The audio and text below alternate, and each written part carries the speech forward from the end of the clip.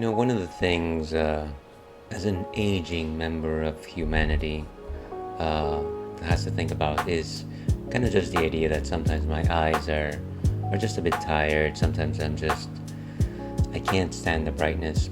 And one of those good things that has come in terms of modern society, modern technology, if you will, is kind of just the idea of dark mode and implementing dark mode into all of these different apps, telephones, techniques, and things of that sort. And thank you very much for the follow. Of course, we have anonymous follows, so feel free to lurk, feel free to introduce yourself, but most of all, welcome to the Ale Pack. Today we celebrate because of you. Where was I? Yeah, one of the things that I've been trying to do is implement a dark mode on my Chrome web browser, simply because, you know what?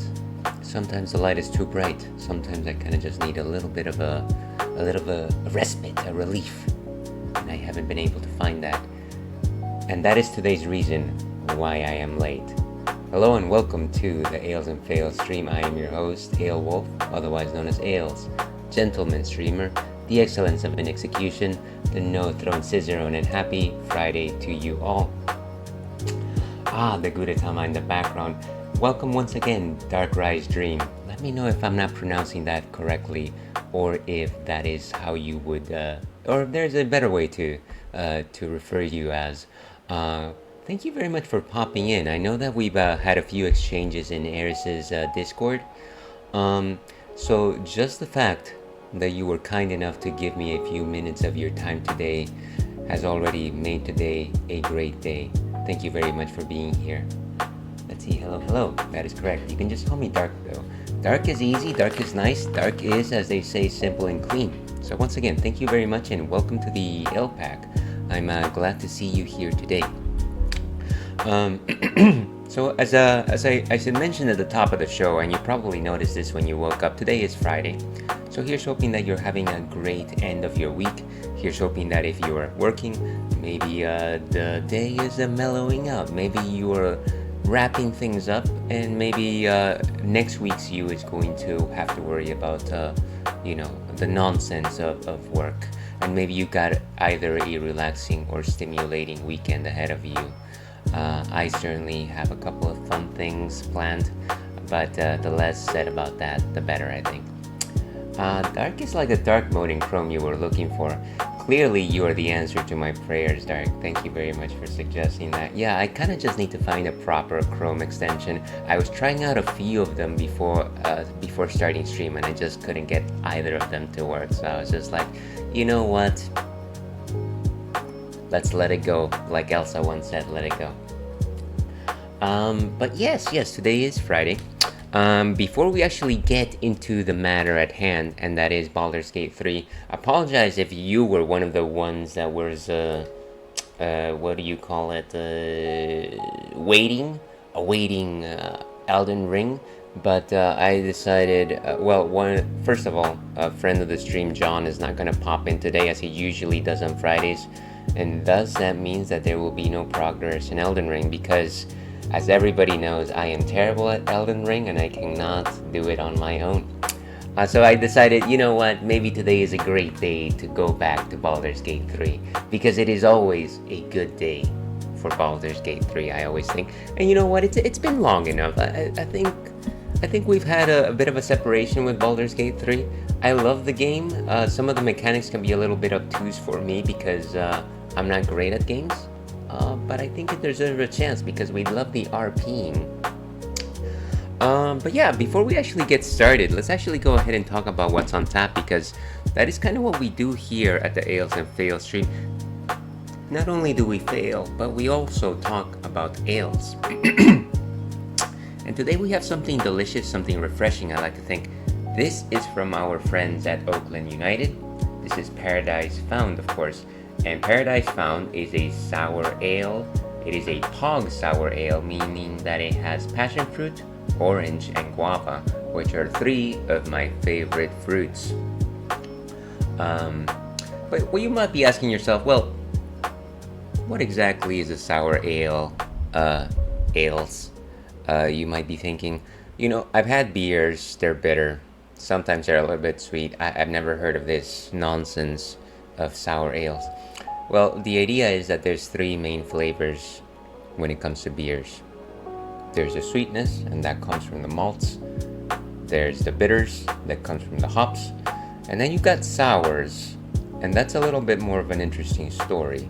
You either have a souring agents that come from yeast, and specifically you are talking about traditional sours, and that is provided by Brettanomyces, which is a yeast that was originally found in Belgium, in the vast fields of Belgium.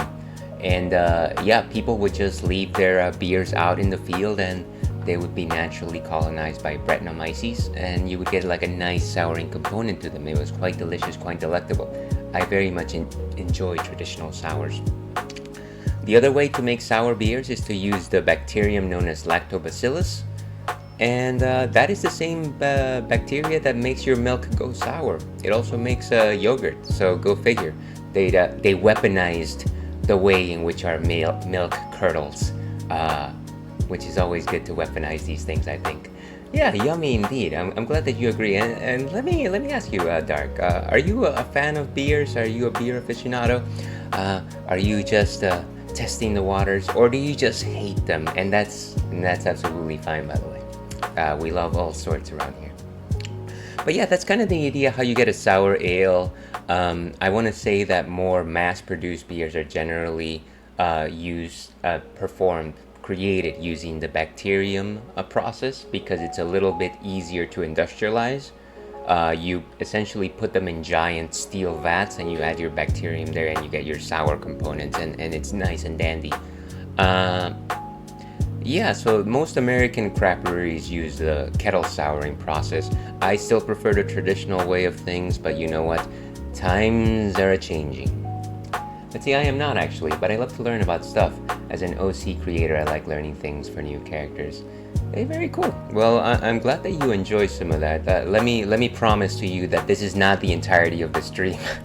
I do this like 2 or 3 times, about 2 times during stream. So, I will eventually play Baldur's Gate 3, I promise. But yeah, those are my thoughts on sour ales. I very much enjoy them. I know that they're kind of like an acquired taste, but I think they're becoming more popular.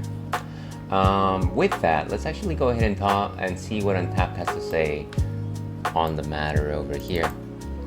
And let's move over to this direction. And actually, by the way, you know what? Let me do this first. Paradise found by Oakland United Beer Works. It is a sour, fruited, 5.4% alcohol by volume, so not really that strong. This tropical delight is packed with passion fruit, orange, and guava. It's your very own paradise in a glass. And that is exactly what we're looking for in this very, very hot afternoon day, I like to think. Let's go back and actually taste this thing.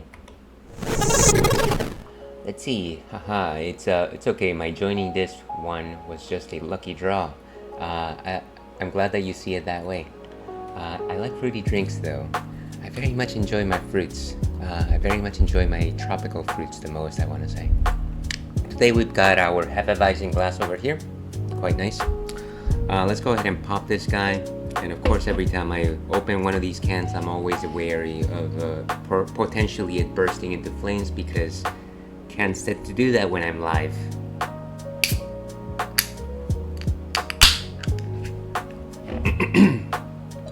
Okay, lucky day for me.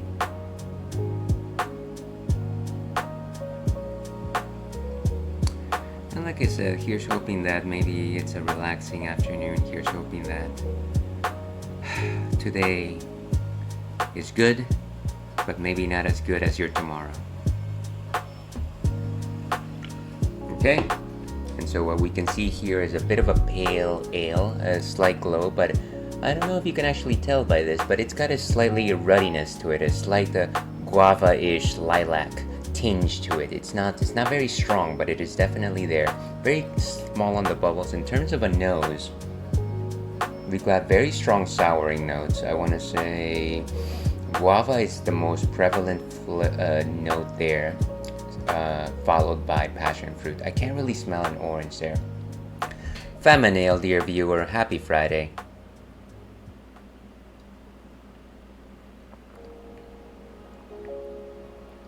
And so really the thing that hits you first is a clawing sourness about it. It's not as sour as a fruit gusher per se, but it is definitely as if you were to try maybe like an orange Tang drink, or maybe if Tang made a passion fruit drink. This is exactly what it would taste like. With certain fizziness, and we do enjoy the fizziness there. The bubbles are actually quite gentle, though nothing too rasping at the throat or anything like that. It's got a delectable body. I want to say in terms of thickness or viscosity, a 2 out of 5. So nothing too strong, still very much in the refreshing camp. No real notes of bitterness, I want to say. Very light on the sugars. I wish that it was a little bit sweeter, to be perfectly honest with you. You're actually getting a very strong punch of sour and citrus. And very much the citrus is actually present in the taste, whereas it was absent on the nose. So I'm enjoying this. This is quite good. Very strong representation of all fruits. So very well advertised. I am liking this. Let's go ahead and give this one a rating. Paradise Found is a 3 stars out of 5. Or as Adam Sessler used to say, a 3 out of 5. But with that, let's go back over here. Let's see. I'm excited to see what you think. Here's hoping that you enjoy that particular very shortest review. Good luck all around. Happy Friday indeed. I'm glad you liked it. Yeah. And maybe I've got a bit of a sell bias here because I do tend to purchase drinks that I assume I'm going to enjoy. I'm very much fond of sweeter beers. Certainly fan of sour beers. Very much less of a fan of bitter beers. And maybe that's preaching to the choir right here. But yeah, that's what we'll be enjoying for the next hour or so. Let's actually go ahead and talk a little bit about some anime stuff. Don't know if you're a fan of anime, Dark. But yeah, Friday is kind of just the day that I kind of tend to catch up on stuff over here. And so I've been watching Spice and Wolf on the Crunchyrolls. The best type of roll, of course, it is the Crunchyroll. And so Spice and Wolf, of course, is the story of a wolf goddess. Her name is Holo, and she is traveling with a merchant during medieval times. His name is Lawrence, and they are together trying to make their way back to her original home, which is a town. At this point, I'd made it to episode 16. I am. Let me know what you're watching, actually. I'd certainly be interested to know if you're watching anything right now, or feel free to let me know what are your favorite series. That would be cool to know. But yeah, they've got Lawrence and Holo have got an interesting interplay between them. She's very saucy. She acts like she knows a lot, but actually she can be very childish at times. And he also acts like he knows a lot because he's an established merchant, but a lot of the time he kind of just waffles through things. So it's an interesting mechanic. You can definitely see notes of romance there, and the romance is definitely growing by this point. Like I said, I've watched all 16 episodes that have been released so far. I think we've made it into a new arc of the story, and I'm not gonna really go into too much detail as to what's happening, other than a couple of brief notes. They've made it to this new town. They've met this rival merchant that apparently intends on whisking away Holo. And so at the beginning, you're like, that's not gonna happen. This guy's a buffoon. But maybe it is not all that meets the eye, and we get to find out a couple of things about Holo's original hometown and whether or not it might still be there. So I'm looking forward to see what happens in the rest of the season. Let's see, my favorite is Yu Yu Hakusho, but right now I'm slowly going through Chainsaw Man and Gurren Lagann. Oh my god. So Yu Yu Hakusho is definitely one of my favorites. As you can imagine, my favorite character in that show was, and of course, just as I am about to say it, I completely waffle. His name was Yoko Kurama. Well, his name was Kurama, but then he enters Yoko Kurama mode. And of course, he's a lovely character. He loves his mom, very protective of everyone, and I kind of just like his style, the roses and the pink hair, and yeah, that's exactly my vibe right there. Kurama, haha, I could guess that. Yeah, yeah, I'm a very simple type of fellow, and I think I wear my heart on my sleeves. The sleeves that I don't have, of course. But yeah, that's Spice and Wolf. I've been also catching up on One Piece, and of course, I am never going to catch up to One Piece, but I am still trying. Maybe I'll make it before I expire. The last thing that I saw was actually an episode, kind of like a TV special called 3 Days, 2 Years, 3D2Y, in which they go a little bit into what happened in the time skip between the battle at Marineford and the present right now. And it's kind of like this self-contained story where they fight this pirate called Bernie the World. His name is the World, but his first name is Bernie because he wants to Bernie the world. Haha, great pun. And you kind of get it's kind of an interesting self-contained arc because it literally is like an hour and a half. And it's essentially just Luffy trying to take this guy down while the entire force of the Marines is like worried about this guy because apparently last time he was out, he really burned the world. So kind of an interesting story, kind of an interesting in between. I liked how quickly this particular arc moved simply because One Piece moves very slowly. So I really like the speedy pace of this one, and I very much enjoyed it. I'm probably gonna take a break from One Piece for a while, but this was good. This was I liked it, and I'll go back to it at some point. Let's see. My favorite was Yusuke Urameshi with the ray gun. I gotta say, as much as I enjoyed his ray gun, I definitely was more of a fan of his shotgun, probably because of how he would go about it. He was just like, shotgun sort of thing. Yeah, that was definitely my jam as well. I very much enjoyed Yusuke. Yeah, Yu Yu Hakusho. I probably have to revisit that. Let me know if you've actually seen the Netflix adaptation. I know that wasn't very popular, but I was at the very least interested in what happened. Let's see. I'm gonna take a break from One Piece for a while. By the time you come back, there's gonna be 4 more arcs to catch up on. Hey, no disagreements there. I totally know what I've signed up for, but at this point, I am too vested, Dark. I can't quit it. I can't. I have to try. Here's me talking about One Piece when I finally retired. Oh no, I don't blame you at all. Yeah, it's gotta get done. The last thing that I've been watching in terms of anime, of course, is Delicious in Dungeon, which is a Netflix series, I guess. Netflix affiliated or Netflix back. I'm not quite sure. I've seen a number of episodes. I would be showing the Netflix page right now, but every time I open up Netflix on Twitch, I get some sort of flag that says, "Oh, hey, don't show our stuff on Twitch." And I'm not actually showing any other stuff, but they always tell me not to do that. Let's see, in terms of how many episodes I've watched. Let's see, the season is 24 episodes and I've seen 21 episodes thus far. It's interesting because at this point we've gotten an idea of like what the world outside is like and what's going to happen to the dungeon if they don't stop the Mad Mage. So I think it's become quite interesting. It's a lot less about eating monsters and it's a lot more about the balance of nature and all this cool stuff. So, excuse me, I'm about to cough here.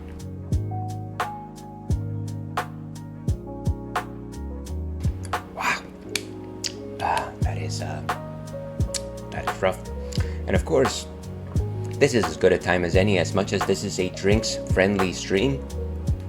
We highly advocate you and everyone out there to stay hydrated, folks. It is a dry, hot world out there, and you need your dihydrogen monoxide to balance out any particular metabolics, as well as stave off any deleterious effects from terrible alcohol. So drink up.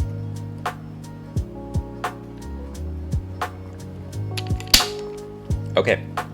So yeah, Delicious in Dungeon, very compelling story.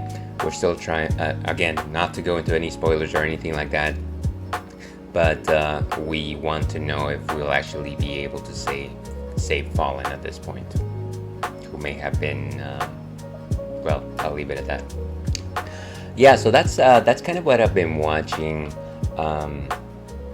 And I guess one of the things that I forgot to mention before I forget, Dark, is the fact that I love Chainsaw Man, and it is probably one of my modern favorites. I hope you're enjoying it because I thought that story really spoke to me.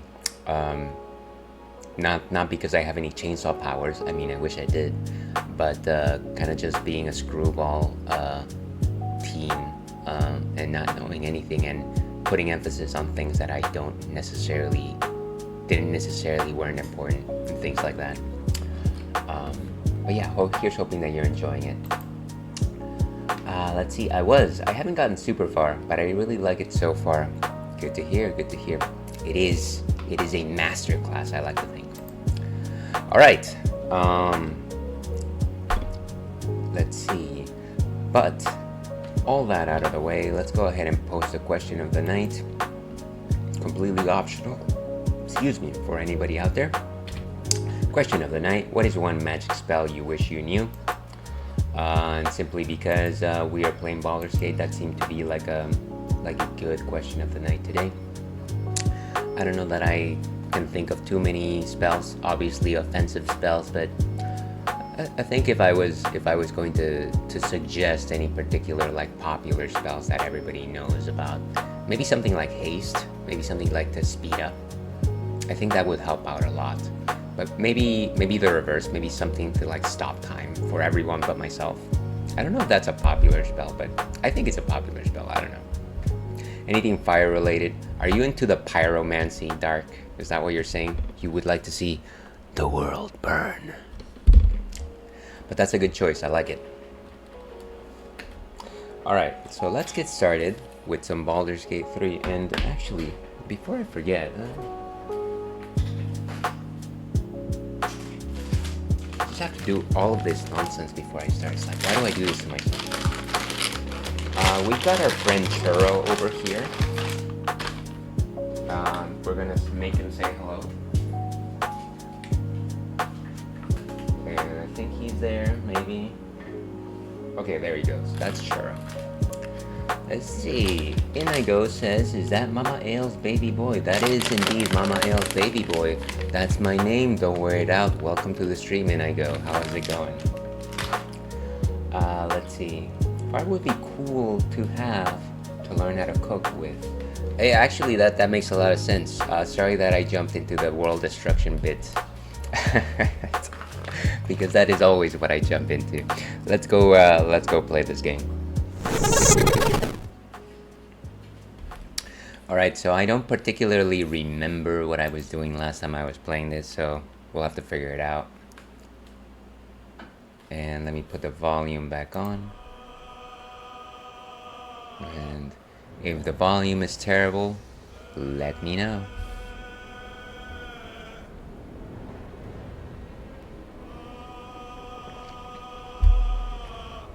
Okay. I think the last thing I was doing was that I was trying to save this young lady from this witch, and I didn't save her, but I destroyed the witch, so that it's kind of a Pyrrhic victory, maybe.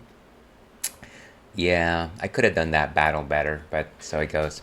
Audios all sound good to me. Thank you for confirming, Dark. I appreciate it.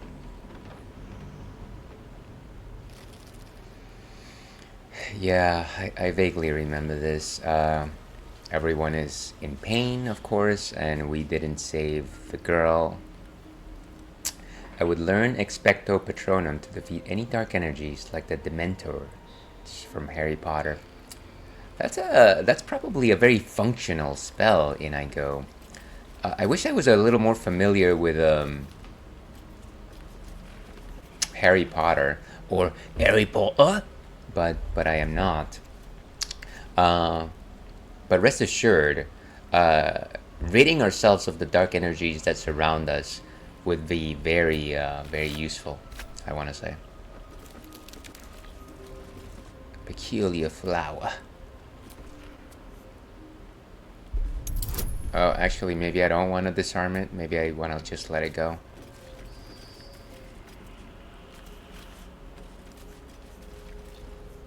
So exploring the witch's lair. I hope that there's nothing more to do here because everybody's hurting. I kind of just want to go back to camp at this point.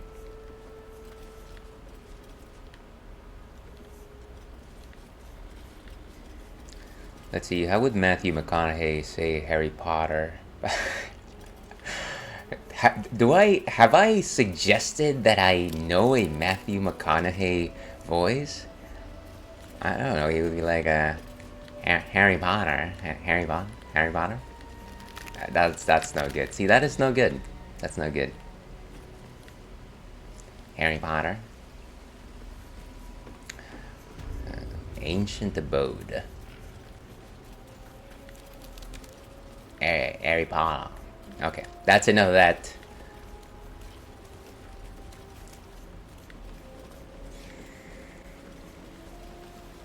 So you're gonna be a lurky turkey for a bit. I have a stream planned soonish, so I'm gonna be pretting and hanging out here when I can. Hey, no worries, Dark. Thank you very much for the lurk. If we don't chat after this, have an amazing stream. And actually, see, this is why I don't. This is why I call this such a professional stream. That right stream. So everyone watching out there, stop what you're doing. Don't take that bun out of the oven. Don't deliver that piece of mail. Certainly stop that conversation and give our friend Dark Rise Dream a follow. An amazing streamer by their own right. Very timely, and I go. And they were last playing Monster Hunter Rise, which is actually one of my favorite Monster Hunters. I'm assuming that you're a pro player, Dark, and I'm not going to take no for an answer. By the way, I love Monster Hunter. My favorite weapon is the big shield. That's what I'm going to play tonight. Very cool, very cool. And once again, thank you very much for the redeem, and I go.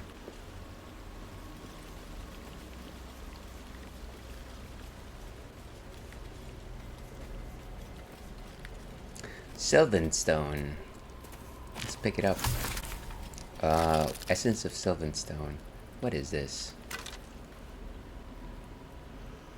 I don't think we need to take anything. By the way, have you seen the movie Long Legs? I have not, but I am looking forward to seeing it. I'm assuming you caught it.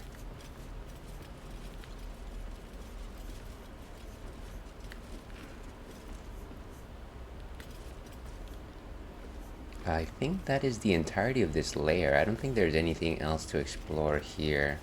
We can try to go here in the back of the cave, but I can't imagine that there's anything else here. Looks like we're in the clear. Take heed. I see a trap.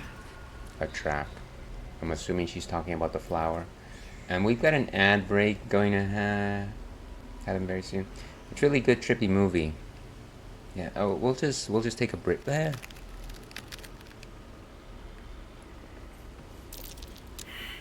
Perception failed. Ooh.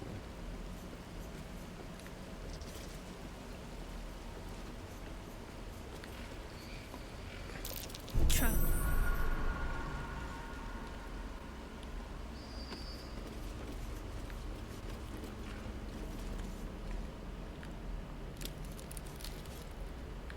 I think we're going back.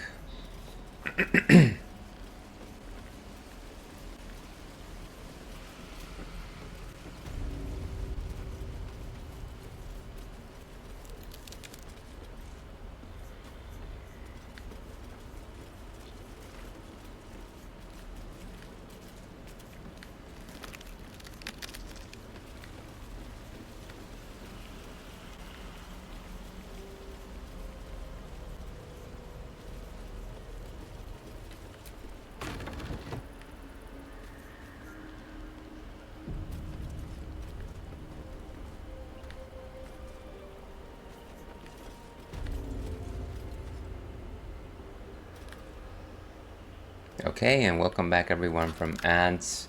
Let's see, it's a really good trippy movie. I'm gonna go see Maxine tonight. A lot of serial killer movies just coming out. Yeah, maybe it is the summer of horror.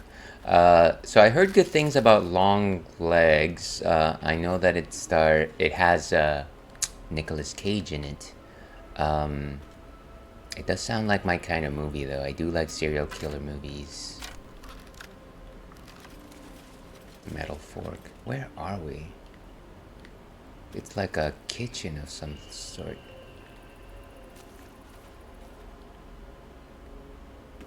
Metal fork.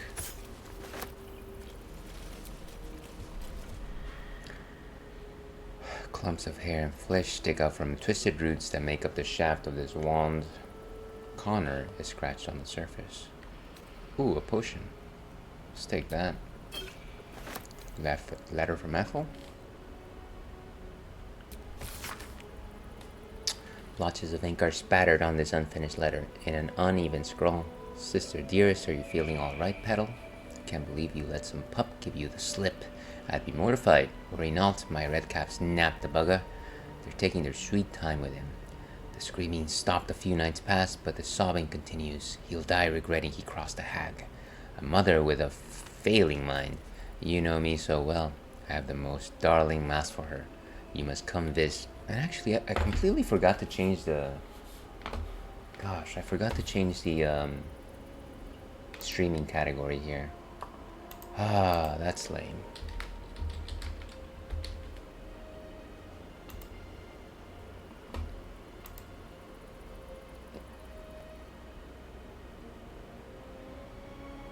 Let's see.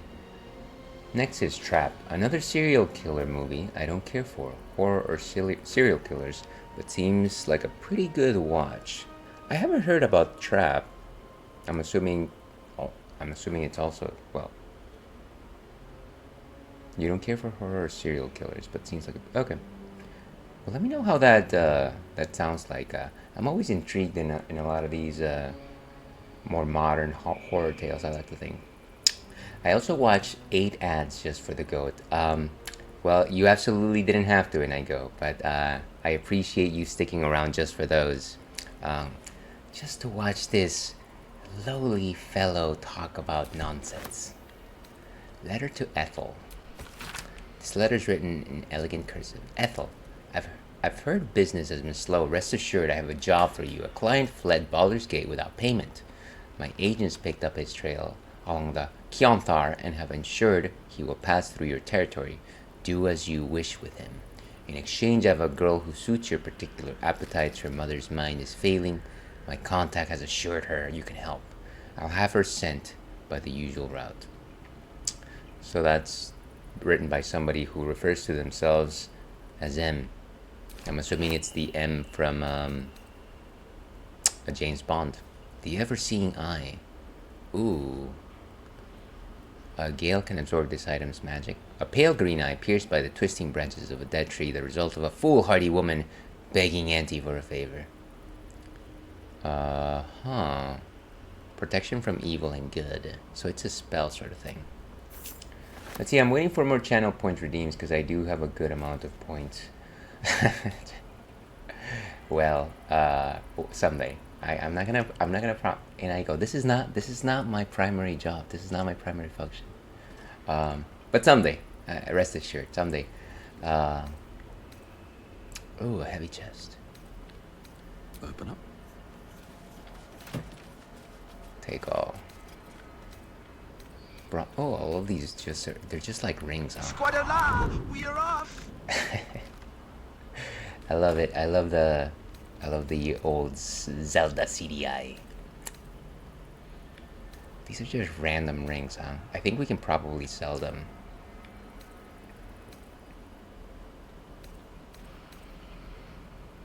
Let's just take them all. Take them away, toys. Candle. A pig's head. Ooh, camp supplies. Always room for more. Gotta take all those camp supplies, I think.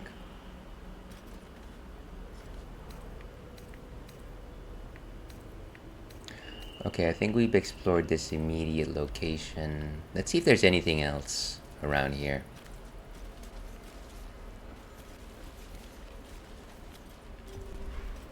Bone cap. Animal carcass. Oh, you can actually make poison out of this. You know, because of all the crafting I always do. Thought today was gonna be Elden Ring. Yeah, I changed plans. Unfortunately, a friend of the stream, John, is not gonna be available. And as you well know, there's no progress unless I've got a second. So I was like, yeah, I'm just gonna do something that I can do by myself. Staff of Crones. Ooh, uncommon. Look at that. A mother's loathing. A hint of blood lingers around the stopper. It's enough to make your mouth water. That's interesting. Until long... Okay. A parasite swims in the bottom of this bottle. Fat with strength. Gives you a bonus action. All these very special like brews.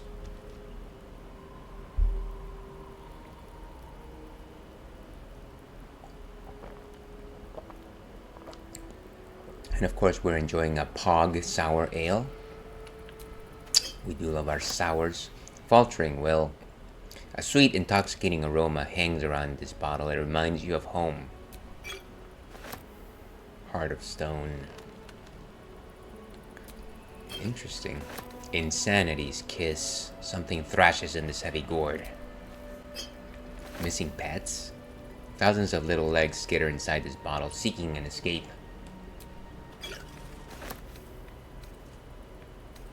And Wilted Dreams. Smells like a sleep potion. Okay. I think we've explored this cave as much as we can. And there's like a portal here. Or something. Let me just make sure that this is it. That this is it, Luigi.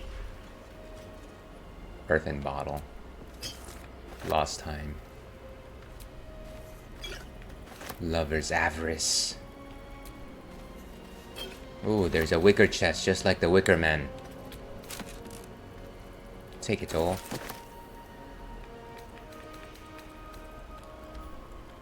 And then a bunch of candles, of course. So yeah, I think we collected everything here. I think we're fine.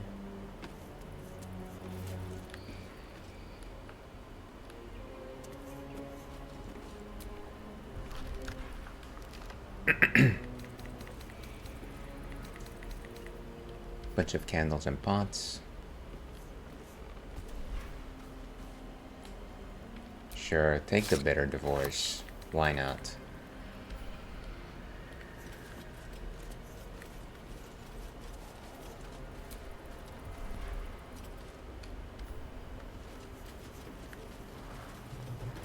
And it's a mushroom circle. Let's use it, I guess. I think that was a teleport. Where in tarnation are we? Let's see. So that's a tea house. So we're in some other part of the map, huh? Very cool.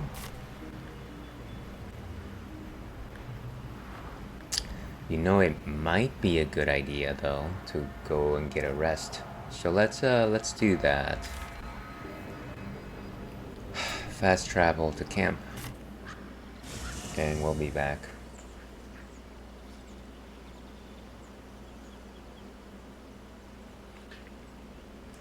Today is a good day.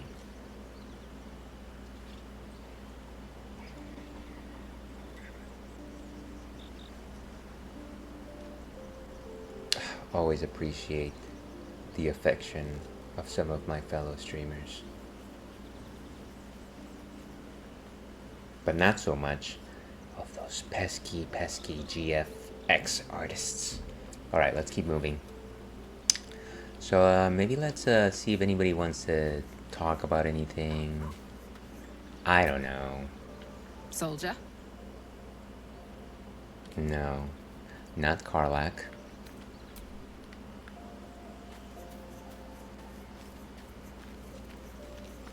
Ah, Shadowheart. Almost pleasant traveling with company, if you ignore all the less pleasant aspects.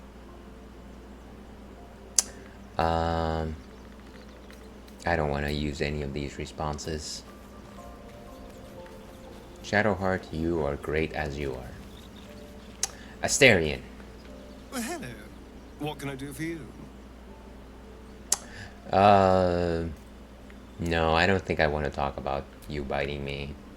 The less said about that, the better. Well met. Hello, hello, Will. That sounds offensive. I'm not gonna ask you how does it feel to be a devil, everybody. Oh no, Gale.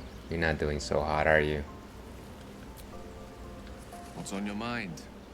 Apart from finding me an artifact to consume, which I assume you're pursuing with the appropriate urgency. I might have an artifact for you to consume. Maybe I'll give him the witch's eye that I just found. I kind of just need to sort my chest. Sort my chest. Am I missing somebody? I think I don't think I spoke with your favorite and mine, Lazel. Speak. Okay. I guess never mind. So let me see if I can find a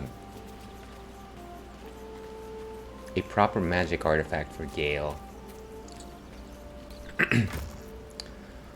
Traveler's chest. So this is what I've got on me. Draw poison. Let me see if I can actually sort this. Sort by latest, value, weight, type. Type is good. So we got some spells here.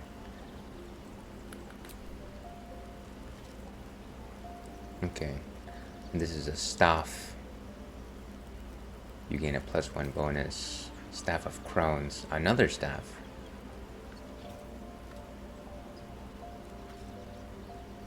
Uh-huh. So this one is a quarterstaff versus this. Well, actually, they're both quarterstaffs. Quarter staves. The ever-seen eye. Tarnished charm makes it easier for the wearer to succeed death saving throws. That actually sounds quite good. Let me see if I can just Google things that Gale can absorb that I don't need to worry about. Things Gale can absorb. Gale eating isn't a big deal. What items can... How do I give that he can consume? What are the best magic items?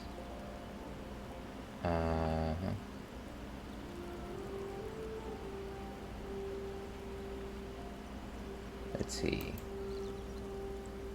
That is not what I want.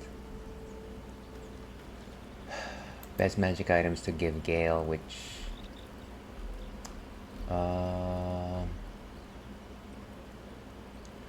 most uncommon items are safe to give to Gale. While equipment might be good at early levels, you're sure to come better artifacts later.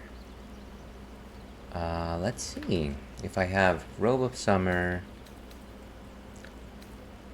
Chimera's Locket, or Ring or Color Spray. Makes it easier for the wearer to succeed. That one is really useful. That one actually gives you an extra spell, I guess. These are two nice staffs to have. Gives you a Ray of Sickness. And this one, Corellan's Grace. Which one of these is stronger? You gain a +1 as to unarmed attack rolls. Maybe this Corellan's Grace might be the way to go.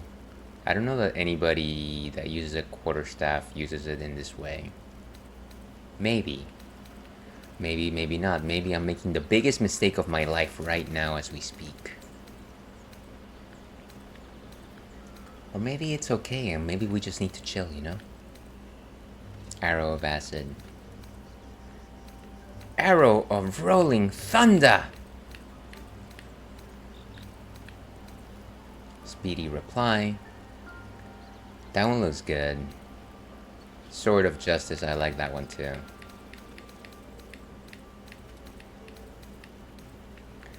Anything else that I might be able... I'm thinking of I'm gonna give him that staff.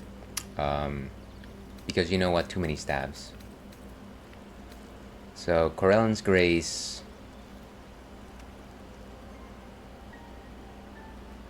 Not wearing armor, huh? Yeah, that's not gonna happen. Let's give him Corellan's Grace. Oh, Gale, it is time to eat. He's just looking like he's in bad shape, so I don't really want to perpetuate his illness. What's on your mind? Apart from finding me an artifact to consume, which I assume you're pursuing with the appropriate urgency. Would you just chill, Axe? That is most gratifying to hear. May I? Let's see what we can give him today. Give Gale a magic artifact. So. Oh, actually, you can explore everybody's stuff from here. But yeah, let's give him that Staff of Corel.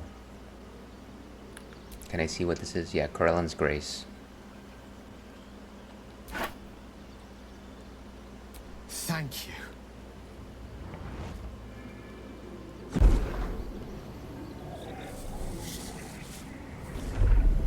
I guess we don't actually see it happening.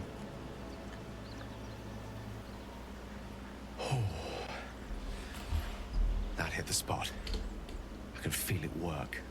The magic, it's like a lullaby that sings to sleep the demon inside. A metaphorical demon, I haste to point out, but no less dangerous. And no less bound to wake up again to continue its ravages.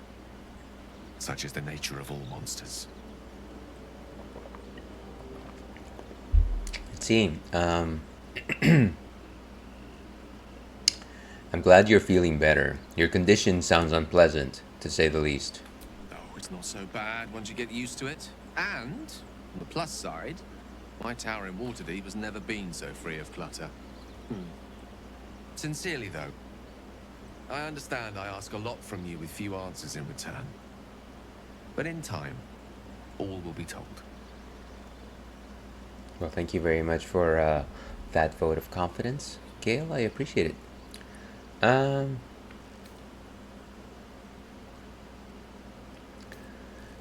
Don't mention it. I'm glad I could help. My lord, I bow to your boundless kindness. Why do I have to be such a good guy? What's on your mind? Let's leave it at that. And actually, let's go ahead and get a long rest. I think everybody needs it. Let me see if I can put the stuff that I have. Character sheet, spellbook.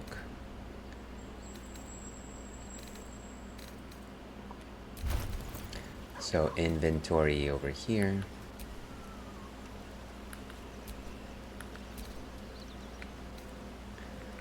Camp supplies.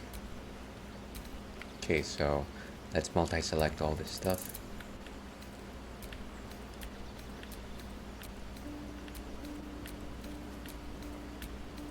And send it all to camp.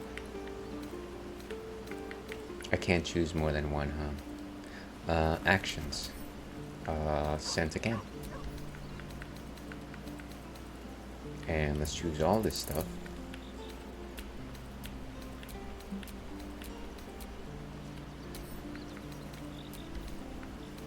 Nice. Does anyone else have any camp supplies? Anyone else? Going once, going twice. Let's go for trash. Is there something that is just like trash? No filters. Okay. At least we freed up some of our inventory, I suppose. That's a plus.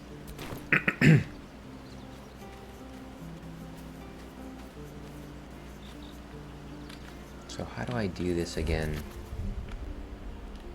Long rest. Yes, it's been a very long day. Karlak, what's on your mind? I like Gale, but I'm keeping all my good gear well out of sight.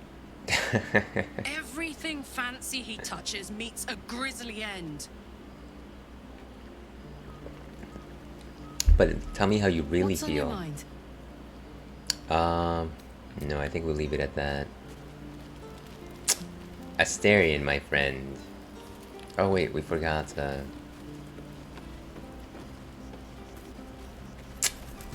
Shadowheart. So, Gale just consumes magical items like I do wine. We truly are a group apart. Nevertheless, as quirks go, that's a new one for me. Well, I'm gonna say that if you only need like one wine every I don't know, month, then that's very little wine, and it's not the same frequency. Excuse me. Let's go ahead and leave it at that. Thank you, Shadowheart. Asterion. I've known people who are hungry for power, but Gale takes it a bit too literally for my liking. I wonder how he does it. Why he does it. I'm sure all will be revealed in time, but I don't like it. A waste of perfectly good treasure. My goodness. You sure have thoughts about that, Asterion. Ah, Scratch.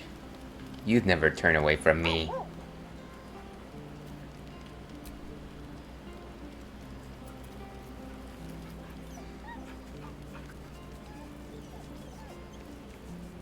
Oh, who's a good boy?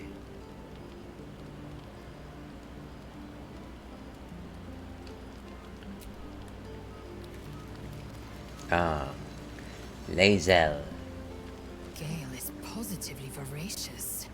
Well, let him suck up all the magic he needs, as long as he doesn't snack on a Githyanki silver sword. Sure. We'll exclude that one particular item from the list of things we give him. Okay. And Will. Gale slurped that thing up like a horse with a carrot. I hope he got what he needed from it. Yeah, I think he did. I didn't know that horses slurped carrots.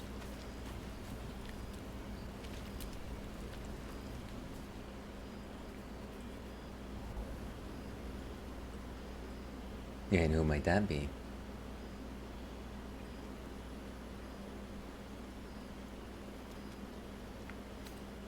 Who is that? Oh. My, you startled me. It's miles away.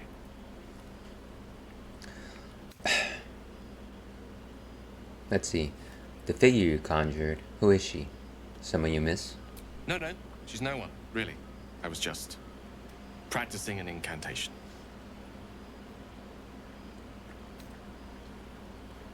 Let's see. Should we press? I'm not really gonna pry, if you say so. I do. Because it's through practice that I seek to perfect, to augment. Magic is my life. I've been in touch with the weave for as long as I can remember. There's nothing like it.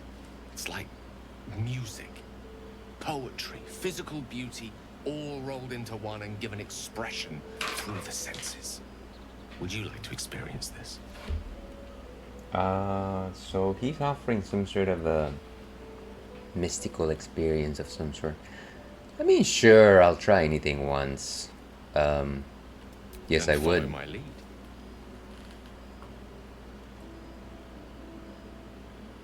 I hope you meant actual magic. I hope we're not talking about something saucy here.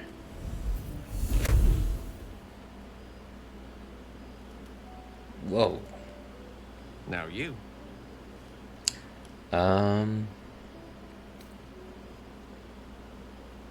What's a good one here? Sleight of hand.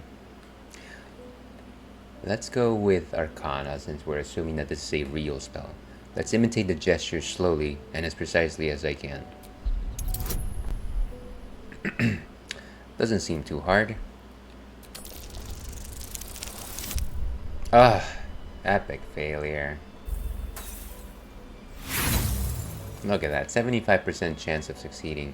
And we've got ads in about 2 minutes, so stay tuned for that. Can I actually roll again?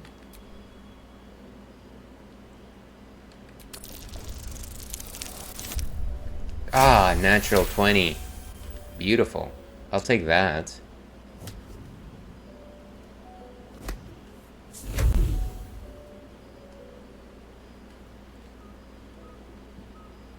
You feel something strange, like a kind word and a kind touch at the same time.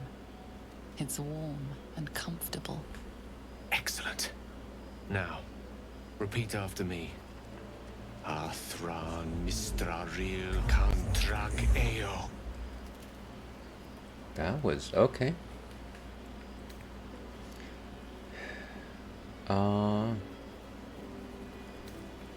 Let's go with Arcana again. You sense power in these words. Speak them deliberately.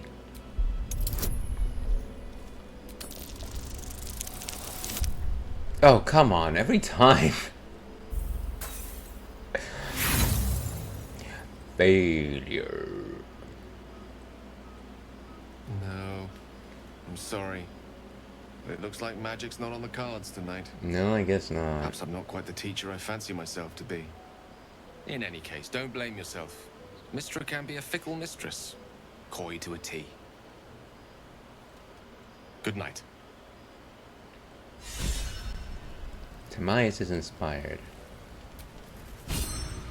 Go ahead. I'm listening. I'm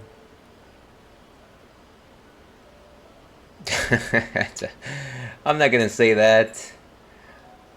Not in the cards, Gale. I think we're done here. And we've got an ad starting soon, so I won't start any new conversations up until the ads are over. Let's go ahead and run them.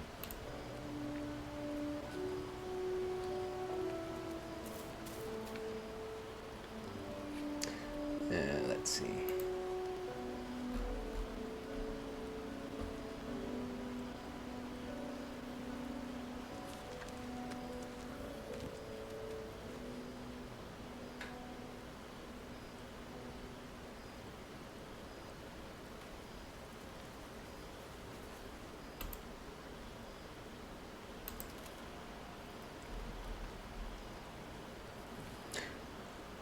Okay.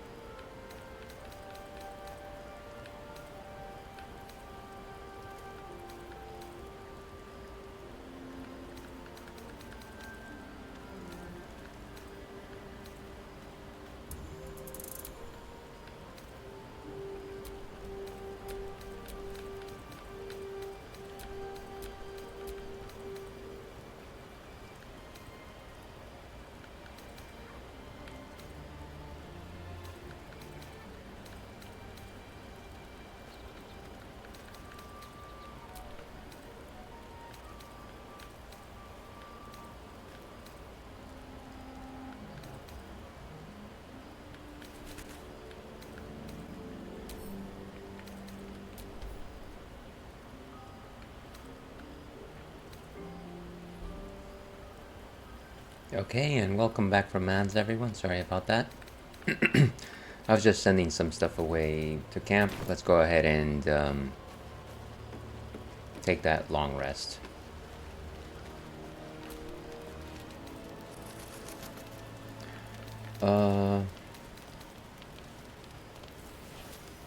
Wow, that's 20 out of 40, huh?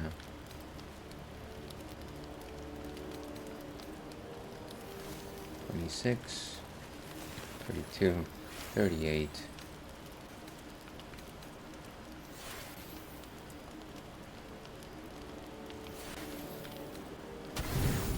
That's too much.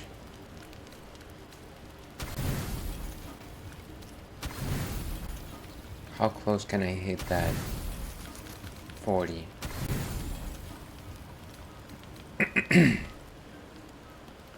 Actually, if I just use 2 of these,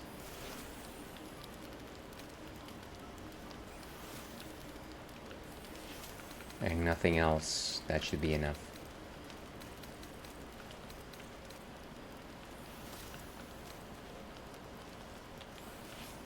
Oh, you can't actually use 2 of the same, huh?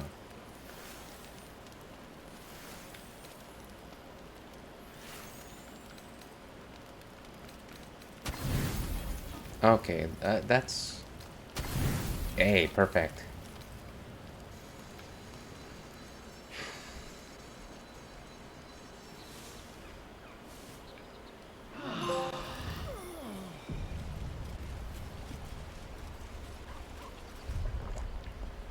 I don't know what that bonus was for. Sorry, I don't know what that trophy was for. Oh, I guess I'm a bit groggy, huh? Too much of the drink. Well, I've certainly been there. Let's go and leave camp.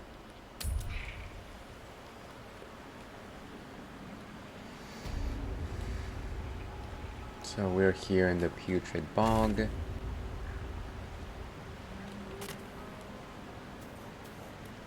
I wonder how long the hangoverness is gonna last.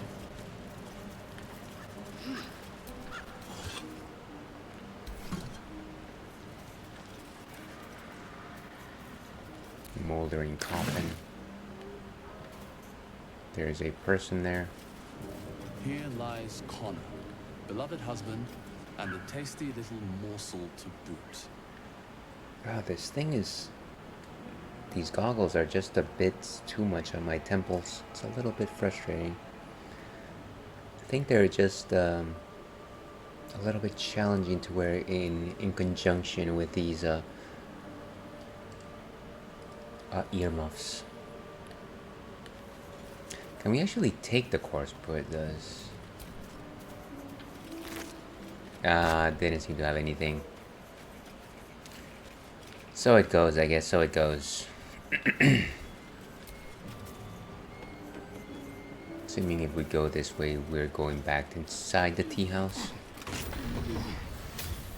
Use the tea house key. And of course, this is where we were before.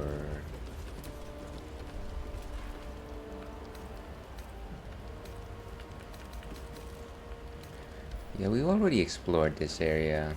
And that's of course where we entered into the secret lair.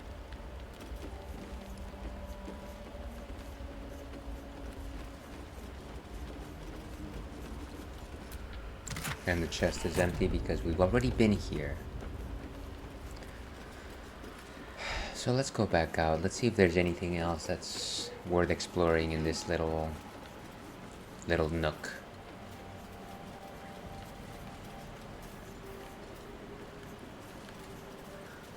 And that's the mushroom circle from where we came from.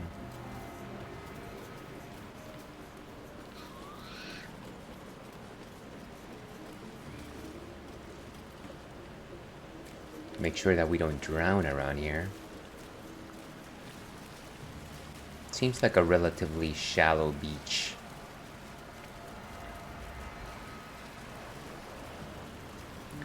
Nothing too crazy, nothing too wild. It's no longer wild on E. Putrid bog. Okay, sorry. For a moment there, I thought I had a status condition known as putridness.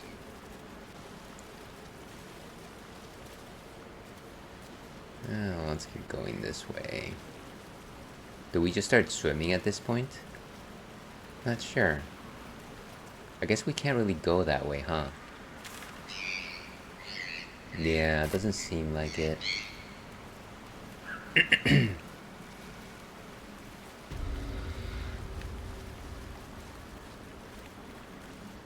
Can we actually climb any of this air stuff? No, I think at this point we just have to go back. Ooh, a rotten carrot.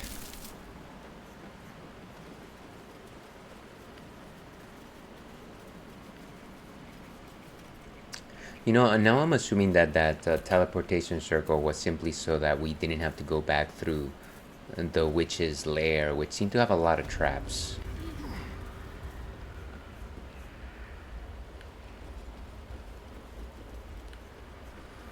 Anything of interest here? Wow, a potion. Another letter from M. The letter begins in an elegant cursive, but ends in a harsh, slopping scrawl. Ethel, forces are at work at Baldur's Gate. The mewling wretches are trying to edge me out of my own territory. Excuse me, I've killed at least 4 of their agents. None have talked. Not yet, at least. I doubt you hear anything beyond the bleating of your ridiculous sheep. But if you catch even a whisper, send word immediately.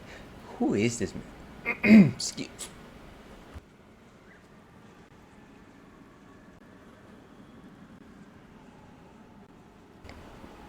Now the question is, who is the mysterious M?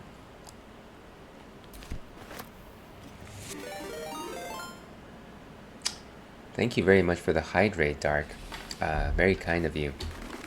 I think, well, actually, let me drink up first before that.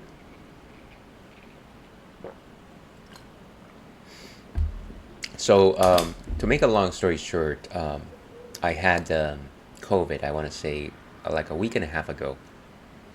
And I cleared it and I'm fine now, but it is with the truth with all of my respiratory sicknesses that they tend to linger a little bit after they're done.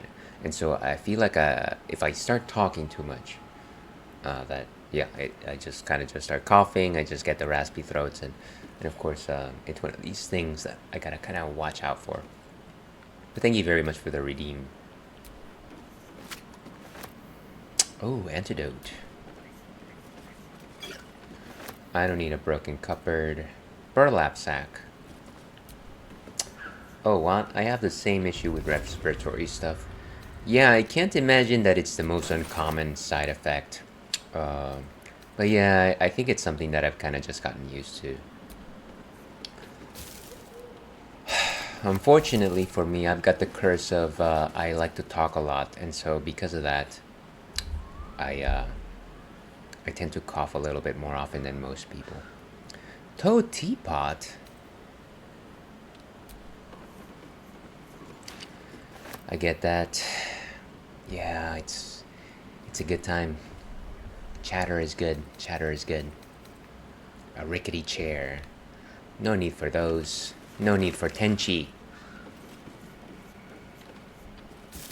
Ooh, a rotten Durin Bowl cheese wedge. I just went on a walk and did a bit of a stretch. You know what? Stretching is good. I've certainly found that I need my fair share of stretching far more often these days. I actually work at an office, and most of my time is actually spent behind the desk, and so I really need to just get regular stretches in.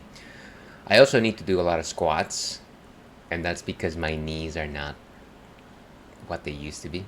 So there is that. But yeah, stretching is good. I'm glad that you're featuring that in your walks.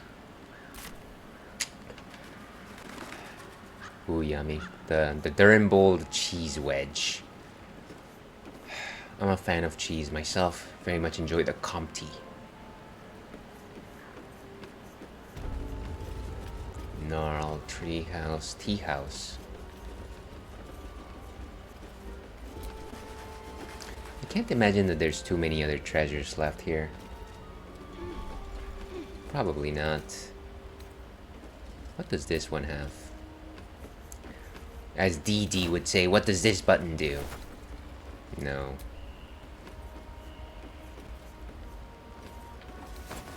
A rotten carrot.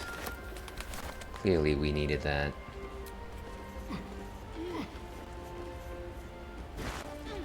I've got this fever and I just gotta check every single item around here, otherwise I'm not gonna feel content. A wicker basket. Let's see. Ooh, what does this button do? Indeed, indeed. That was such a good show. Ahead of its time, might I say.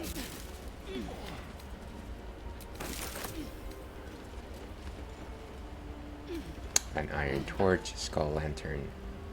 Okay, I don't think we need anything else here. A brush with evil on hags. Sure, I'll take that book. I do love a little bit of light summer reading. Ideally, YA. For real. Yeah, I'm glad you agree.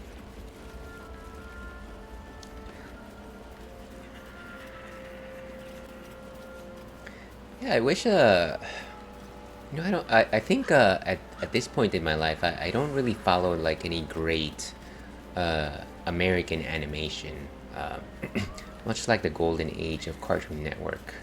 I think the last thing I was watching was, well, the last thing that I was watching in terms of non-anime was Castlevania, the animated series on Netflix, and that one was really good. But you know, it's not. I don't even think that that's the same category as like Dexter's Laboratory. What am I doing here? No, don't do that. So let's go to that shadowy. What is over there beyond that shadowy place? That's beyond our borders. You must never go there, Simba. Let's see. I like older cartoons too. Spider-Man the animated series, Gargoyles. So you mean the '90s Spider-Man, like Spider-Man, Spider-Man, radioactive Spider-Man. I hope that that's the one that you were talking about. I very much enjoyed that. Yeah, that one. So yeah, so I was right on the money. You know, I think I went back to that show a couple of years ago, and one of the things that surprised me is just how quickly scene changes are in that show. Because one moment Peter will be talking to Aunt May, and then the next moment he's like fighting the Green Goblin all of a sudden, and it just very quick paced animation. I was gonna say the same thing. Yeah, it's kind of unusual that wasn't like a jarring thing back when I was a young person, but maybe that's just how I consume media, and that was okay. I still think that the plots were kind of interesting. Like, I very much enjoyed the whole Venom arc. That's probably my favorite that I remember.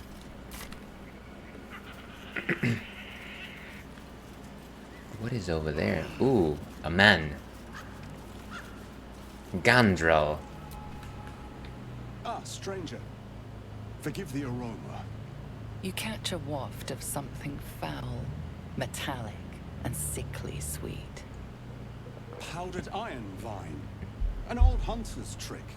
Most monsters will think twice before making a meal of me. You're a monster hunter. I'm surprised. I thought all Ger were vagrant cutthroats. We do love monster hunters around here. Let's see. It moves so fast. It was so funny going back to it after so long. Yeah, I can't imagine that that show was as popular as X-Men '97, though there was like a crossover episode, I think. But it would be interesting to see if they ever revived that cartoon from those days. Like I said, I did enjoy the storylines a lot.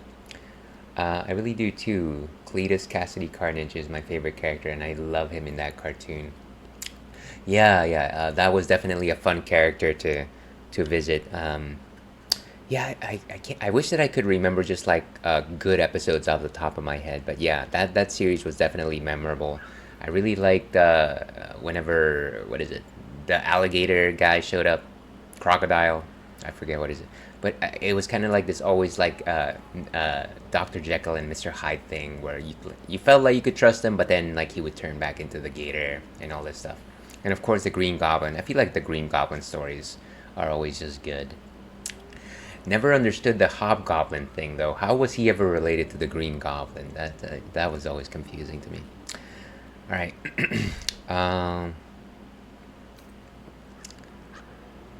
Okay, so apparently Asterion is a racist and maybe a jackarse.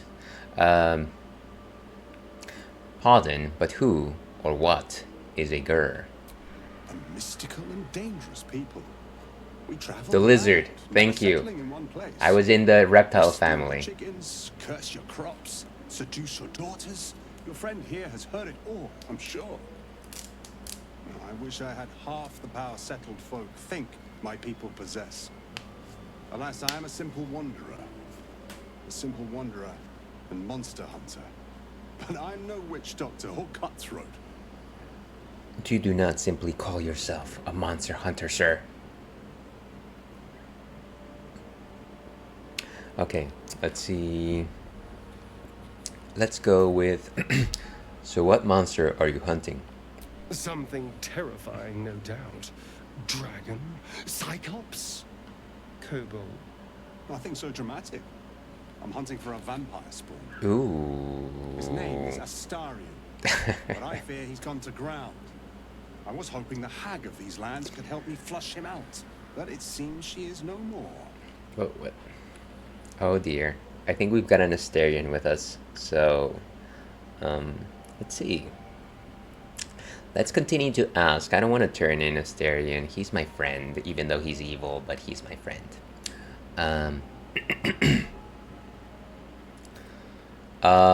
And when you find this Astarion, you'll kill him? Not this time. My orders are to capture him. Oh. And bring him where exactly? Baldur's Gate. My people wait for me there.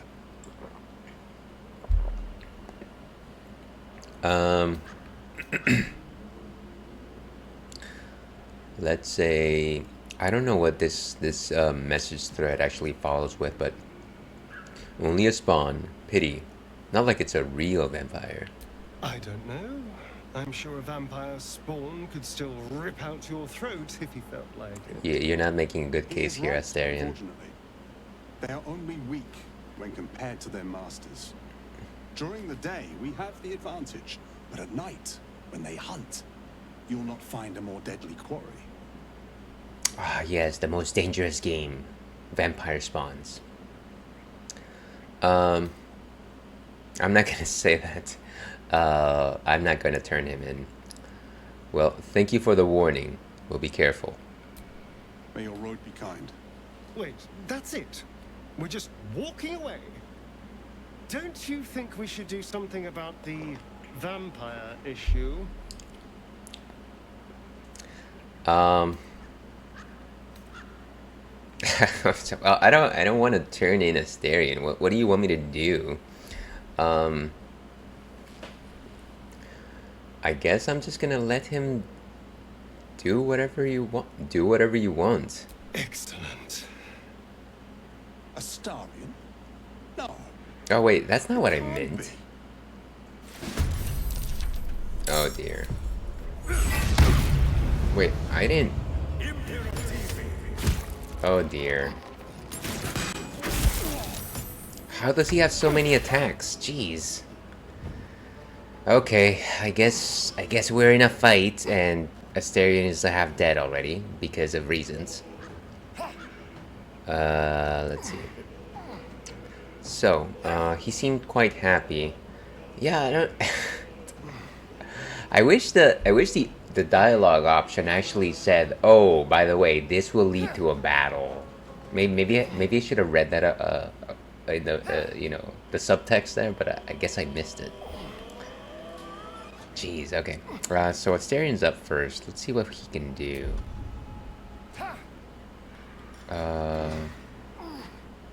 He can probably move first. Oh, we're ensnared, so we can't actually move at all. Is there... Maybe we can take a potion at the very least. And of course we have no potions because I failed to prepare. Because that is just what I do. Hide. Covers more distance.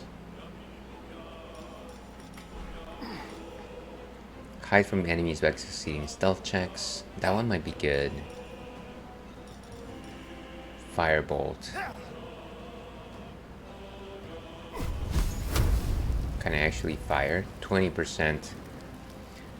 Honestly, maybe I'll just go with somebody else for right now. Let's go with Lae'zel. Time to strike. Okay, let's walk right up.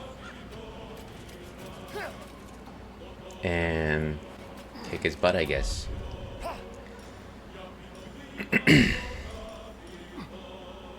Charge forward and attack the enemy first in your way, possibly pushing them off balance.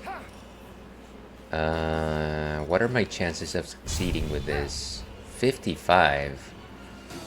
That is no better than a coin flip. Astral knowledge. We've got the shove command, of course.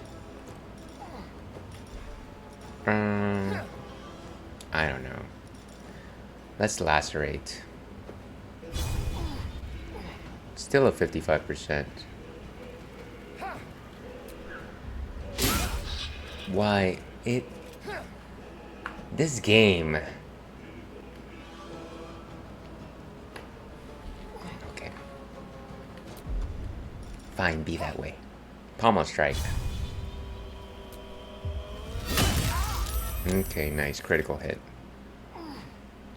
And I think we're gonna end Lae'zel's turn. We're gonna go with Shadowheart. Hopefully she has a healing spell.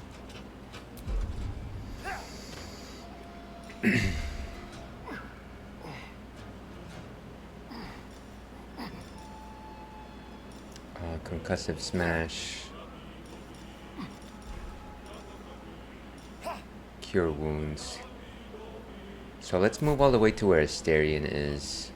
Oh, he's in a pool of acid. I didn't even realize that. Go over here. So you can actually touch him from here.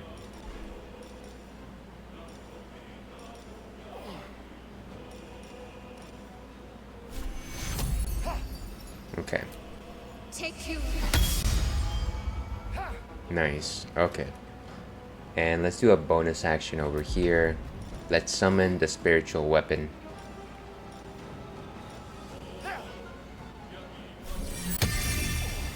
How far can we actually...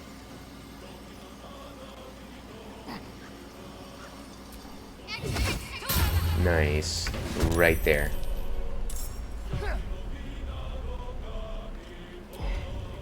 Let's go with Maul Blow. Concussive Smash. Possibly daze your target. Nice, and he is dazed. That is all we need to do here. Let's keep going. Let's have some fun. Let's go with Timaeus. Where do I go from here? Good question. This place is crowded now, unfortunately. These boots have seen everything. Oh jeez, we can barely reach him. Maybe let's go over here. Okay, maybe this is good enough to take him down. Searing Smite. 75% damage. Beautiful. Okay. Do we have a bonus action? No. Actually, that is all she wrote for him. Shall we dance? And Asterion. We can't move or anything, unfortunately. Whew. Maybe I can just hide? Do it my way.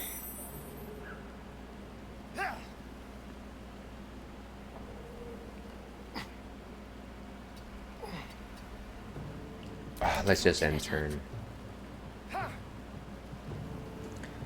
Okay, let's move over here. Not enough movement.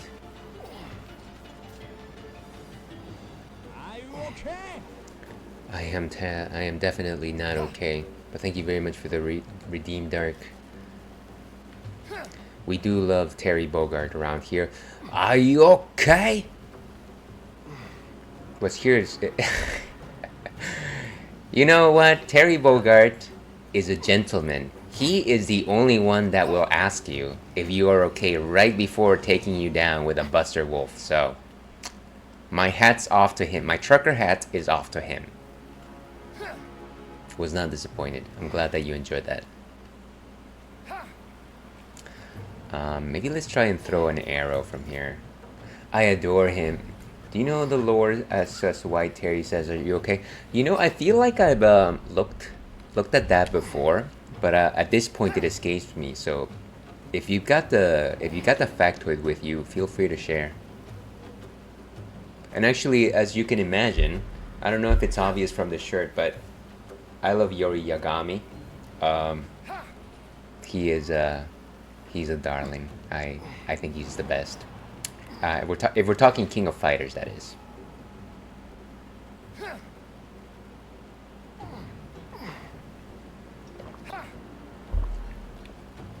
Okay, let's see if we can actually shoot a spell. No, actually, that is it for Shadowheart. Oh, jeez. That just... This is about to destroy everybody here. Ooh. Okay, so he is still going after Astarion, but he's in bad shape. And I love Yori, too.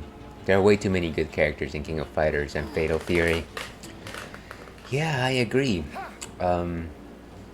If I was to say top 3 characters of King of Fighters, definitely Yori, of course.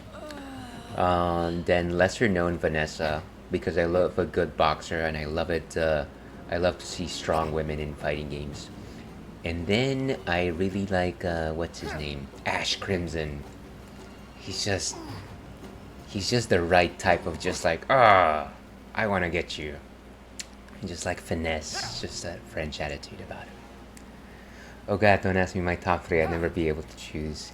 Yeah, by the way, when I say top 3, I don't actually mean that I'm any good at playing them. I enjoy playing them, but I am butt all around when it comes to fighting games. Okay, so let's, so it's Astarion. He can actually do a ranged attack from here, which is not bad. Let's go with, sneak attack melee, sneak attack ranged. Can't have disadvantage against target, so it won't let me actually do it. Let's just do a standard range attack. Oh yeah, I'm garbage at fighting games too. I just appreciate the lore of characters. Well, that's good to hear. So actually, I always like to say that my favorite part about fighting games is not the gameplay itself, it's actually the lore behind characters. That's actually one of the reasons why I really like Street Fighter, not because I know how to play them, but because I like the lore. Same goes for King of Fighters, Soul Calibur as well. I love the story first over the mechanics of those games. And fire. Yes, 5. Oh, we're no longer ensnared. Nice. We can actually move. Cunning action dash. Oh, we can actually just move. We're gonna take some acid damage. Actually, we don't even need to be next to the guy. Unless we want to do the vampire's kiss. Let's do that. Ouch.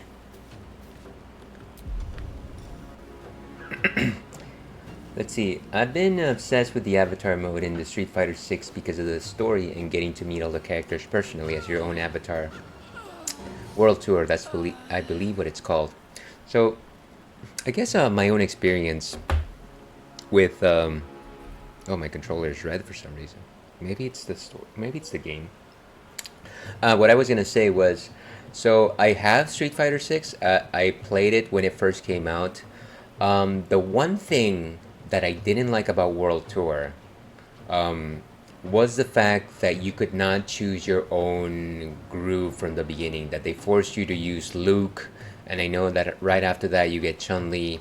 But my main character in Street Fighter 6 is Juri.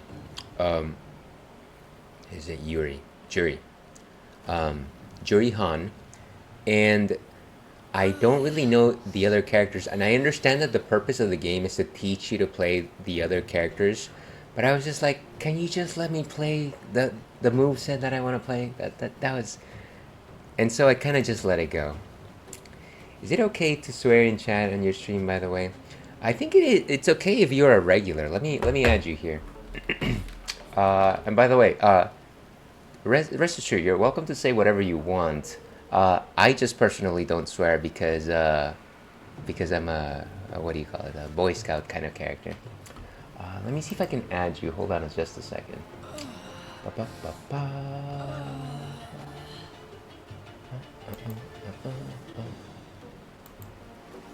User management. Let's add a regular. Dark. Rise stream.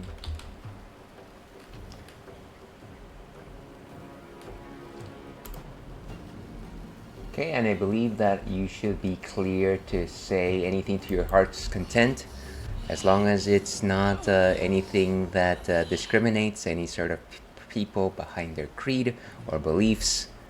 And I will also not tolerate pseudoscience, because by Jove, pseudoscientists must be burned at the stake.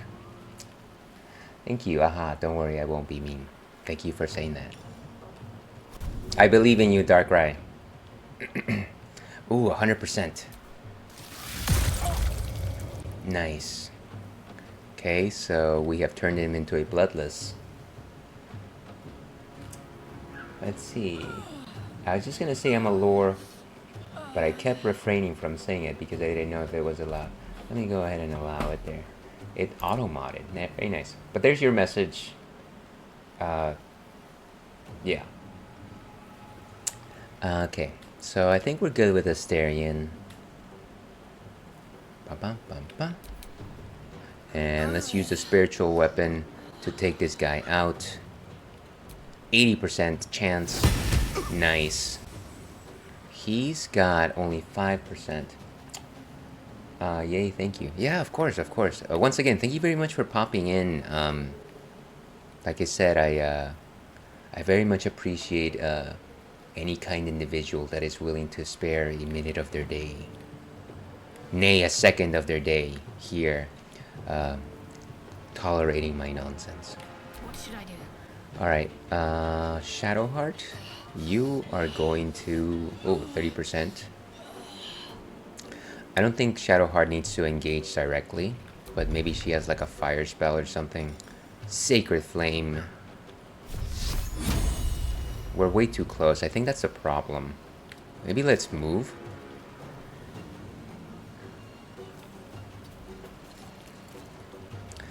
Range attack is 55%. Let's see if Firebolt can actually... ooh, 60%. Let's fire it up. Flame on! I'm a little surprised you chose to shield a stag. Let's hope it doesn't come back to bite me later. Yeah, let's only hope. Oh gosh, why do we have to keep stepping on acid? Once again, I didn't want to take this guy out, but that is how it went. Let me go ahead and pick up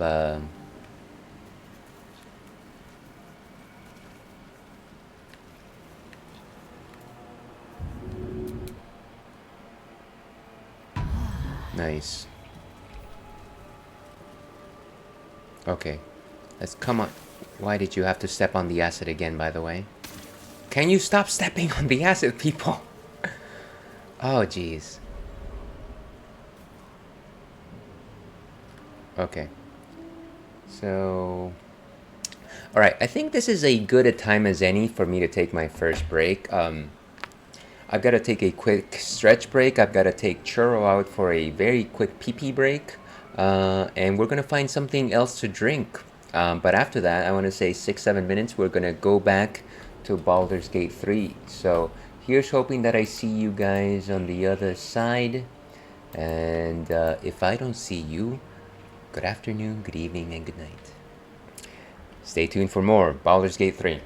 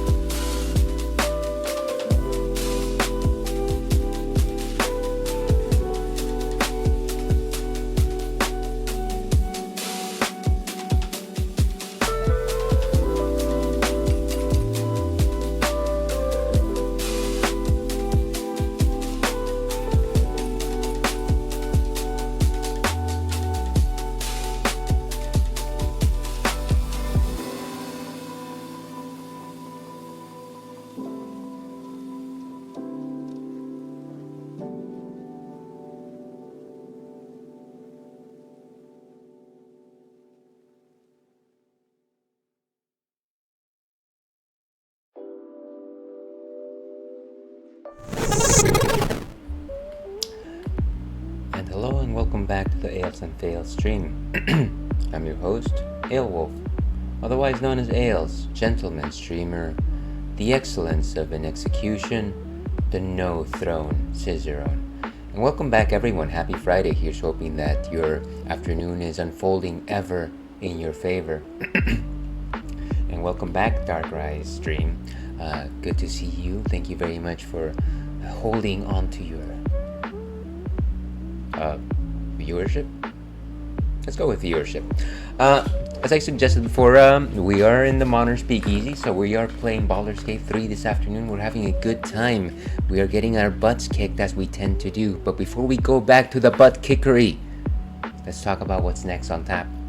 And so one of the things that I generally like to do is I like to talk about non-alcoholic. Oh, is my camera just like, that's a little bit better. Maybe not. I like to talk about non-alcoholic beers. And the reason for that is because, you know what, sometimes you want to drink something, sometimes you want to enjoy the flavor of beers, but sometimes you just don't need the alcohol because, you know what, you gotta get up and go, you gotta go run a marathon, you gotta run a triathlon. I don't know. But I like to talk about non-alcoholic beers, of course, and this is something that we have today. This is Brabus's. Can you see that? I think maybe you can focus better. So this is Brabus's Coconut Porter. And unfortunately, the camera is not really behaving well today. I'm going to try and describe it as best as I can. It is a white on brown, brown on white sort of can design. As you can see, the logos for Brabus is there. And the other nice thing about it, it's got some palm trees, it's got some nice palm leaves, and it almost seems like an old newspaper kind of ad. Now you might be asking yourself, what exactly is a coconut porter? What is a coconut porter, Ales? I have no idea what that is all about.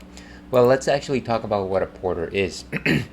A porter is a type of ale that brews dark, and the reason for that is because of the malts that it uses. You got things like caramel malts, chocolate malts, and crystal malts, and when you boil them, they brew dark.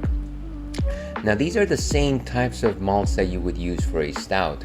Porters and stouts actually started out as the same beer style, and really the only difference between them is stylistic. It depends on the brewer, depends on what you like to talk to them. But there's a couple of rules of thumbs that you might want to follow. A porter generally has a brown head, whereas a stout has generally a white head. The other thing is that porters, you generally boil your malts, and that's what you go for, whereas stouts, before you boil them, what you end up doing is you roast them. Again, these are very stylistic choices. Don't believe everything you hear. It generally depends on what the brewer is trying to achieve. And I can see that my goggles are horribly asymmetrical, and we do love symmetry here. So I'm going to fiddle with them for just a bit here. That is no better. That's a little bit better. Okay. So the nice thing about coconut porters is kind of just the fact that the nice thing about porters is that you've got a wide variety of them. You have things such as milk porters that incorporate lactose to give you a milky kind of flavor. You got oatmeal style porters that incorporate oatmeal into the bill, giving them a slightly frothier, more cereal-like quality to them. You have things like chocolate porters that use chocolate malts. They taste like chocolate but have no chocolate, dear listener. Then you got things like pastry porters, which are a little bit sweeter, and they are wont to emulate your favorite delectable pastries, things like oatmeal cookies, cheesecakes, cinnamon buns, you name them. They're quite delicious.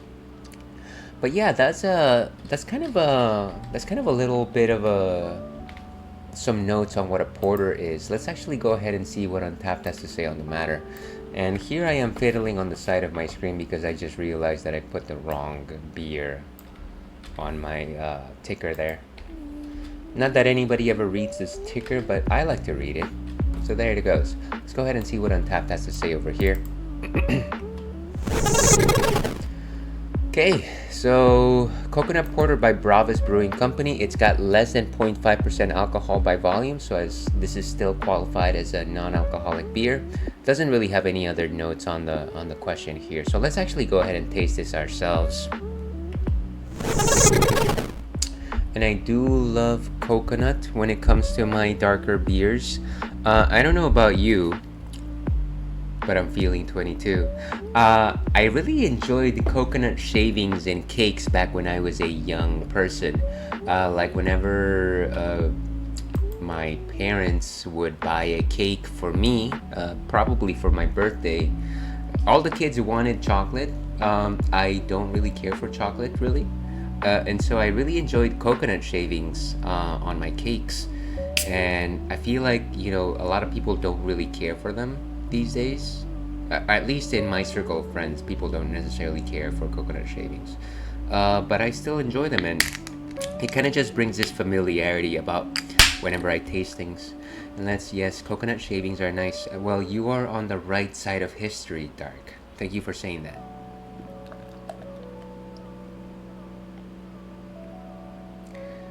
And let's make history. That is what we are here to do.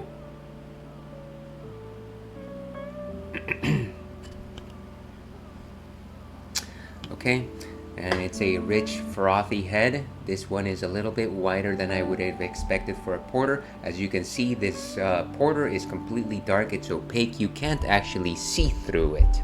It's like your favorite cola, Pepsi Cola, Coca-Cola, or your actual favorite, RC Cola. Fab dear viewer.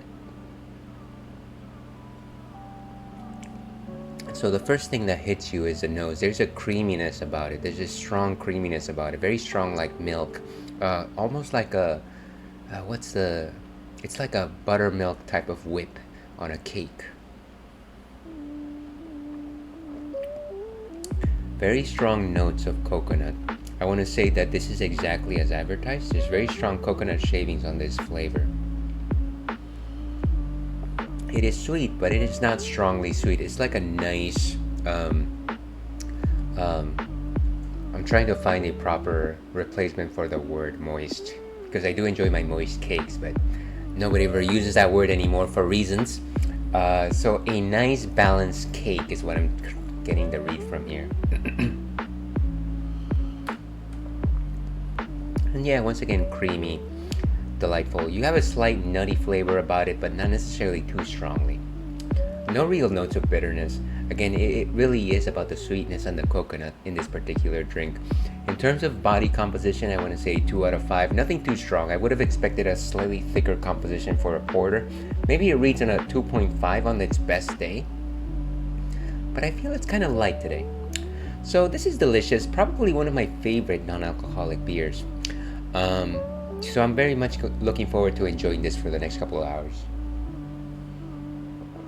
So with that, let's go ahead and give Coconut Porter by Bravas a rating. 3.75 is a solid rating.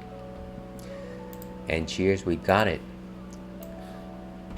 But with that, let's go back to Baldur's Gate 3.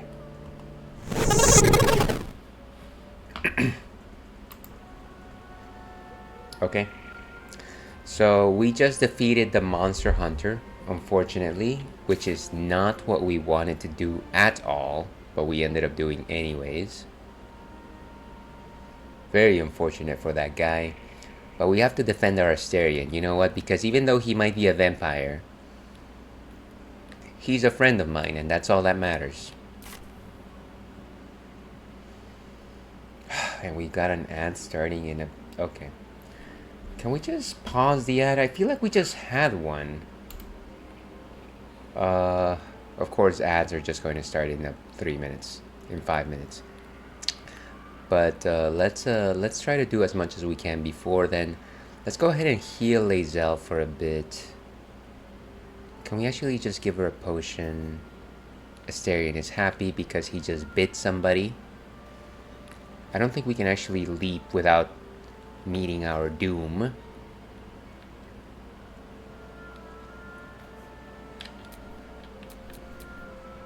Oh, enough waiting. I crave blood. Yes, I understand that. Do you have a potion that you can drink? 4 to 10 healing. Maybe we can give her something stronger. Or maybe we can use a spell, actually. What to do? Okay, character sheet. Can we actually just use... No, wait. There we go. Healing Radiance. Heal yourself and all nearby allies. I don't want to use that right now. Lay on hands. Use your blessed touch to heal a creature. So, cure. Lesser healing. Let's go with greater healing. Where is she? Lae'zel. Okay.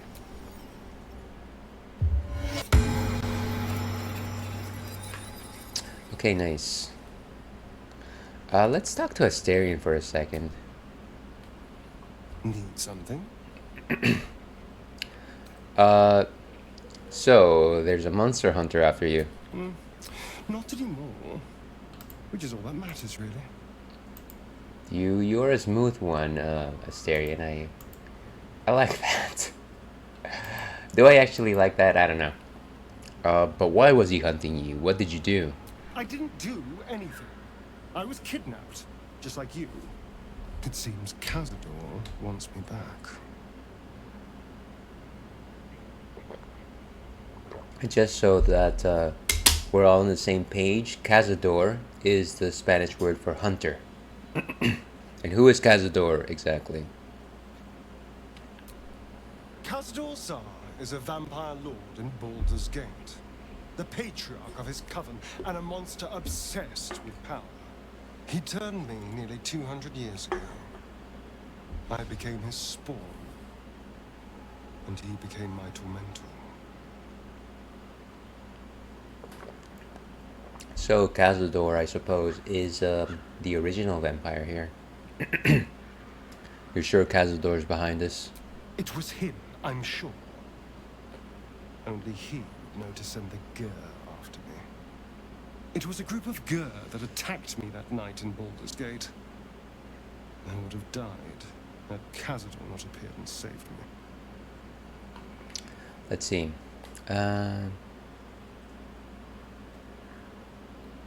Let's see.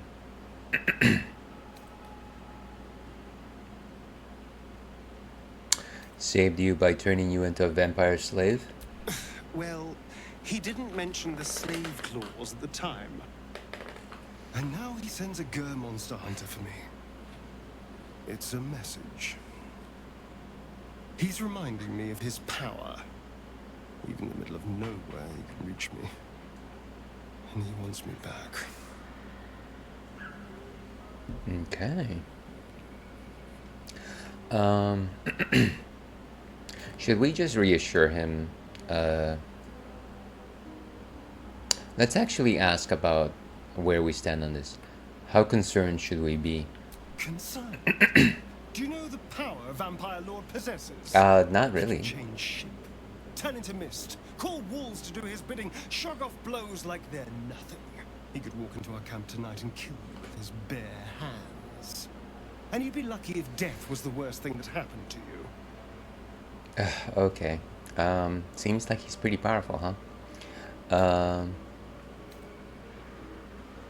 I'm going to just sound reassuring at this point. I don't think I need to question this any further. Vampires aren't invincible. We could take them. You don't understand. You don't know him. Oh, okay. Fine. Just trust me when I say we need to be careful. He'll send more lackeys. He has plenty of souls to command. We just have to be vigilant, keep our wits about us, and kill any monster hunters on sight. Jeez, okay. Hold on a second here. My Twitch dashboard is doing something funky. Ah, that's obnoxious. Let's see if I can pull it back. Seems like the entirety of my internet is doing something funky.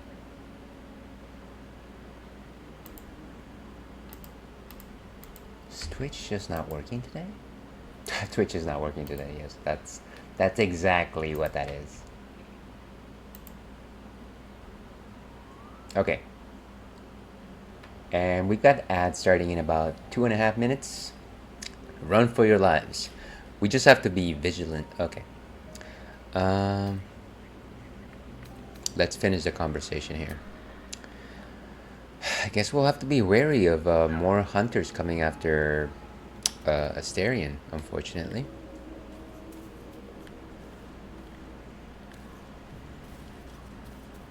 I guess I am retrospectively happy that we took out that guy, maybe?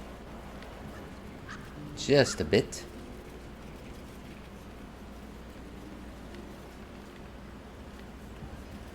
Okay, and there's our teleportation circle back.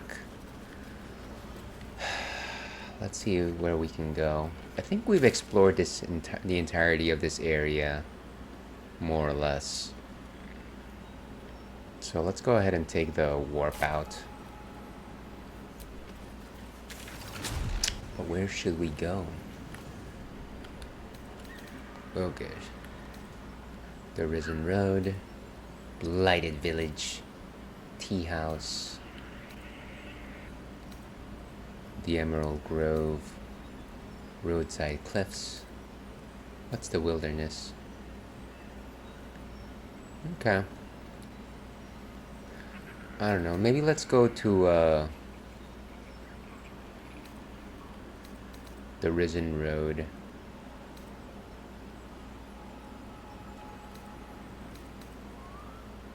Is that close to town? No, that's way too far from town. Emerald Grove Environs.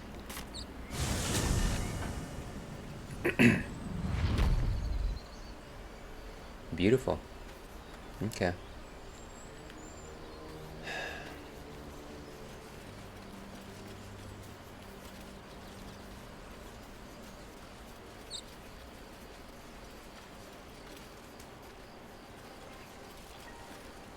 Okay, and we've got ads starting soon once again. Let's see if we can buy something or sell some stuff.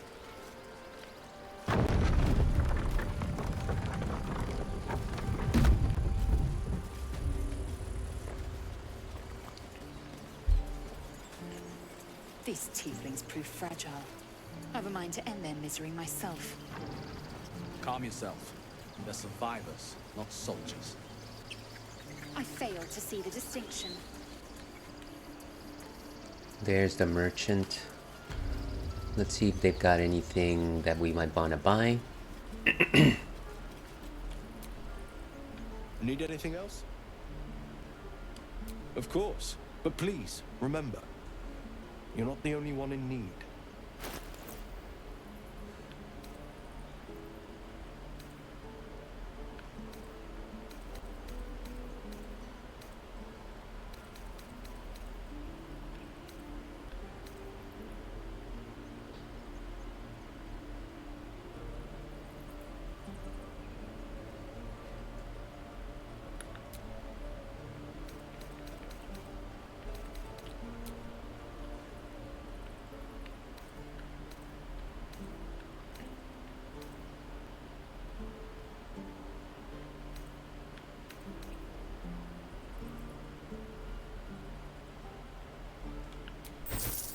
Nice.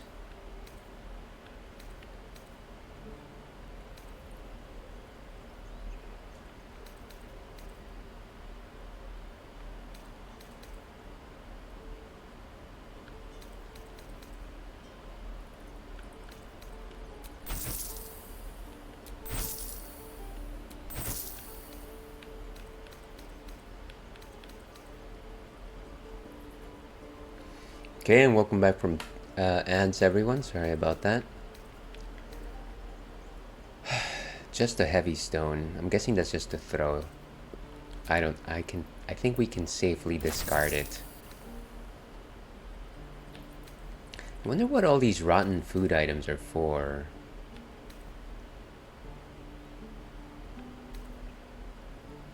Okay, but let's see if there's anything that we can buy from this guy. We could definitely use more scrolls.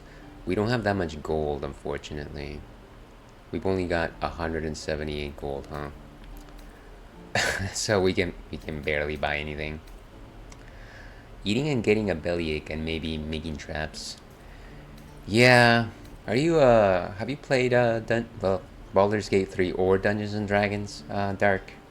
I've never played this game either. Yeah, see, you are clearly you are very knowledgeable about this sort of thing. I kind of just like to run up to things and hit them. Not necessarily too much in terms of like creating traps and things of that sort. Even though I'm sure that it would make all the difference. I'm gonna say we don't have enough money. Maybe we can buy some potions? Potions are good. How much do these cost? Only 80. Yeah, let's go ahead and buy some. I think we can only buy 2. Okay, that's good enough for now. Sylvanus be with you. And Sylvanus with you as well. I played D&D, but not Baldur's Gate. Really, that's cool. I used to play 4th edition myself back in the day. Very much enjoyed it. I know that 5th edition is really the edition du jour. What are those guys doing? Just fighting each other. I wonder if we can report anybody. I already told you I don't have it! How stupid are you? You guys sure are loud. Come on. Barth. Only gonna ask you one more time, boy. Hand over my locket. I don't have your ugly locket. I never seen it before. Hand it over or I'll slap the teeth out of your head. Yeah. Don't you dare lay a finger on that child.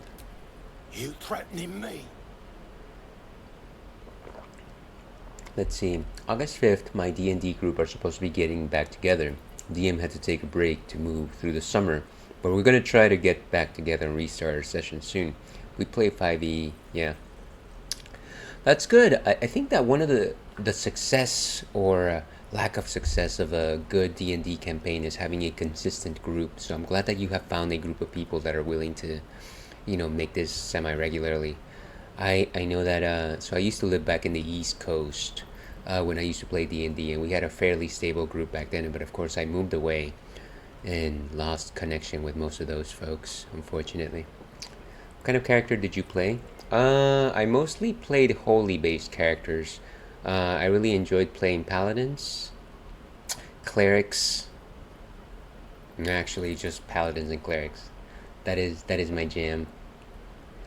Yeah, they were my first group. I've never been able to play before last year. So far we've been stable for several months. Well, congratulations to you, like I said. That's something to be cherished. It is very difficult to get together, I think, for these sorts of things. Okay, let's see what we're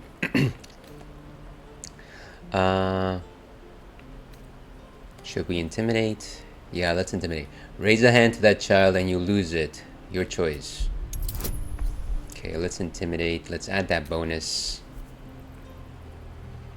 And roll them. Ah, nice.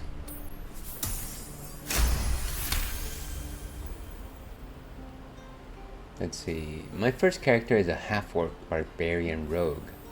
She's a total goof, but she's so much fun. That sounds like a fun character combination, actually. I do like how barbarians played in D&D. Yeah, and rogues are stealthy. I guess I forgot to name a race, but generally whenever I played, I guess I was, yeah, I think I was actually funnily enough, I used to play also just a Dragonborn. Or Dragonborn or a human, actually, to be fair. Okay, good rolls. I like my rolls. You don't understand. The kid stole my locket. He... How the hell's this?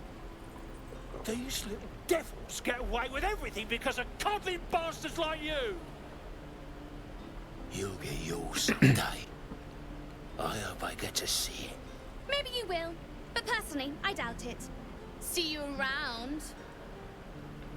Jeez, what a cocky kid. Well, at least we stopped that guy from hitting that kid. And that is all that matters, I think. Ah, jeez, these... I keep forgetting that these goggles are just a bit challenging. Okay, let's keep going. So yeah, I wanted to report the fact that we took out Granny, but I doubt that that's really gonna get us anywhere. Let's see, what is this? Save the refugees, return to Zelor. Stone door. I forget what the stone door is. What is this? Save Arabella. Wait. Find Arabella's parents. Let's check out what this stone door is. I forget.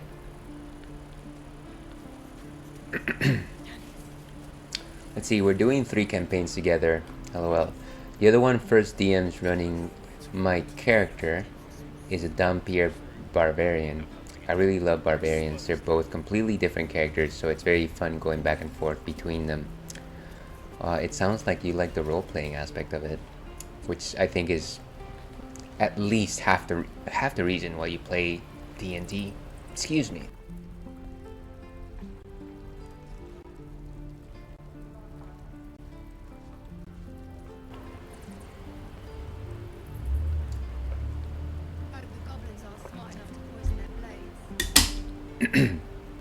And if I'm not mistaken, a Dampier is a type of vampire?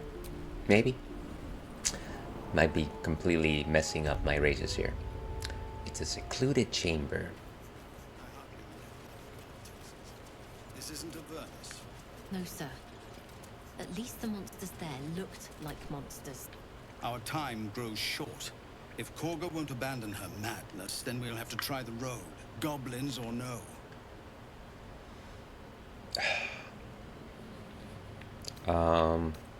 Let's discuss something else. I want to discuss something else. What is it?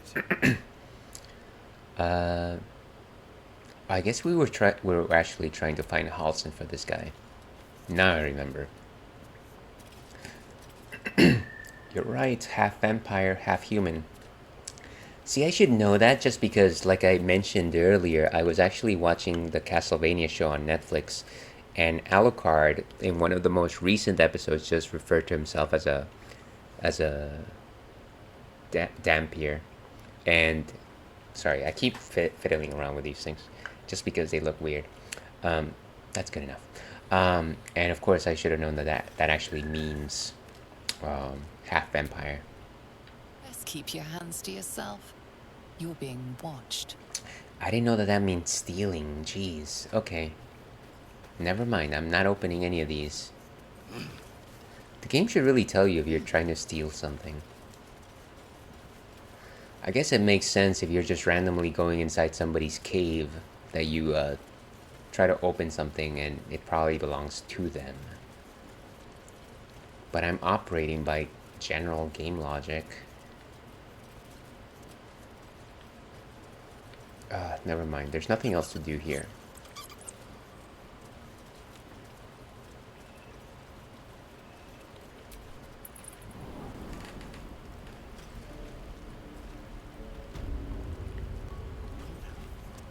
Back into Hollow. Yeah, so one of the things that I actually wanted to do is I actually wanted to go back to the church that we started out with, because I believe I'm supposed to meet a character there that I never did. So let's go back over there. I think we're supposed to find a guy named Withers or something like that.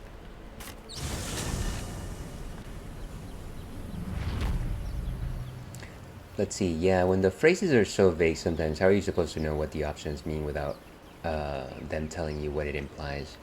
Yeah, and you know, I get that some of it is just common sense, but at the same time, I'm just like, I wasn't trying to actively be evil. I was just, you know, trying to explore the world.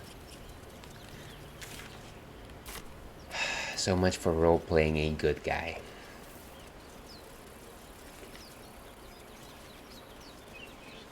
Alright, so let's explore this church. I'm starting to feel like I should change party members. Maybe after this particular mission we can change party members. What is this? Lazel.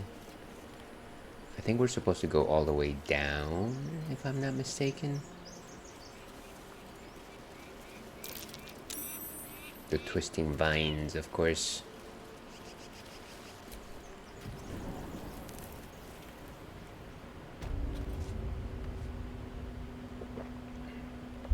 Okay, so this is one of the places where we had one of our first battles. But like I said, I think we missed something while we were here.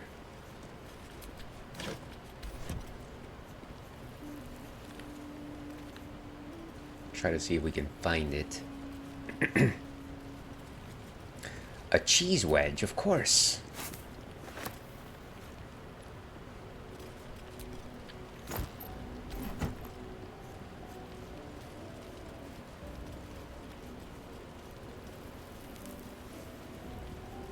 Of course, a cheese wedge. Speaking of a cheese wedge, one of the things that I really enjoy about getting pizza takeout, which we did last week, is leftovers. And this morning I was having the final leftovers of our pizza from last Saturday, I want to say. And it was wonderful. And I just love pizza. I can never have enough pizza. Even if it's old, I enjoy it. Ooh, a door. Yes, leftover pizza is so good. Indeed it is. You know, I know that the best way to reheat like old pizza is like to use a toaster oven or something like that. But I kind of just like microwave it. And yeah, it's not, you know, it's not the best like pristine pizza leftover pizza experience, but I'm just like I gotta have it. Actually, it was recently Prime Day, and my partner and I decided to get what do you call these? An air fryer. And I had no idea about this, but apparently you can do reheating of things like that with an air fryer. So I guess next time I have pizza leftovers, I will try to use a spiffy air fryer to see if it spruces it up a lot quicker than like a standard oven. Not gonna lie, cold pizza isn't bad either. Yeah, I don't disagree actually. Heavy oak doors. I don't think I've ever been here. What is this? And our perception failed. Let's try and disarm it, but let's have Asterion do it. Do you have a particular favorite pizza combination? Dark. Ooh, look at this. It's a difficulty of 10. Let's go ahead and add some bonuses. Sure, let's add all of these. Why not? Ooh, natural 20. Boom. I just like cheese with extra cheese. You know what? That's the right amount of cheese. Maybe sometimes onions.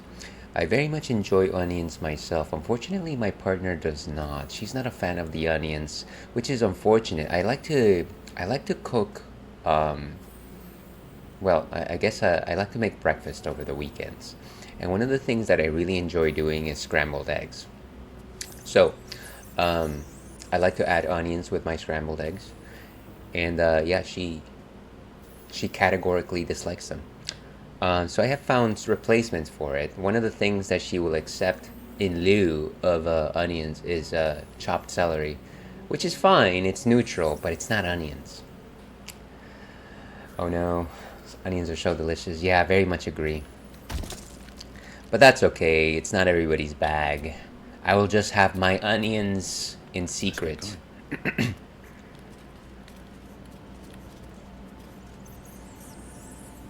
If I was to suggest a particular favorite pizza, though, it would probably be mushrooms, onions, and maybe pepperoni. I don't think that's like a popular combination. I guess I also love Hawaiian pizza as well. Be cautious. It's a plaque. Does she like no onions? Or are there onions she might like better? So she actually likes green onions, which are not really oniony, really. You know, they're just fine. They're okay. They're not, you know. I like white onions. I like yellow onions. I like red onions especially. But yeah, she doesn't like any of those. Let's go ahead and read this The plaque. text on the plaque is a mystery to you.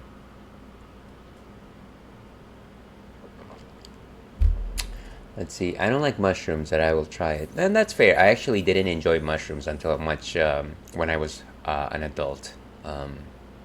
Far more, let's see, probably in my 30s. Up until like my 30s, I didn't really enjoy mushrooms. So I understand that. I feel like it's a bit of a learned taste. The text on the plaque is a mystery to you. Okay, let's... Stay vigilant. There are traps here. So there are Looks like a trap there. so many traps around here. Jeez. Pile of bones. There's a bone there. My favorite onion is red onions. Once again, Dark proves themselves to be in the right side of history. This place is trapped. That is the best onion type. Looks like a trap there. Okay. Someone doesn't like visitors. Everyone is just clamoring over all of these traps around here. Let's just go ahead and open this thing.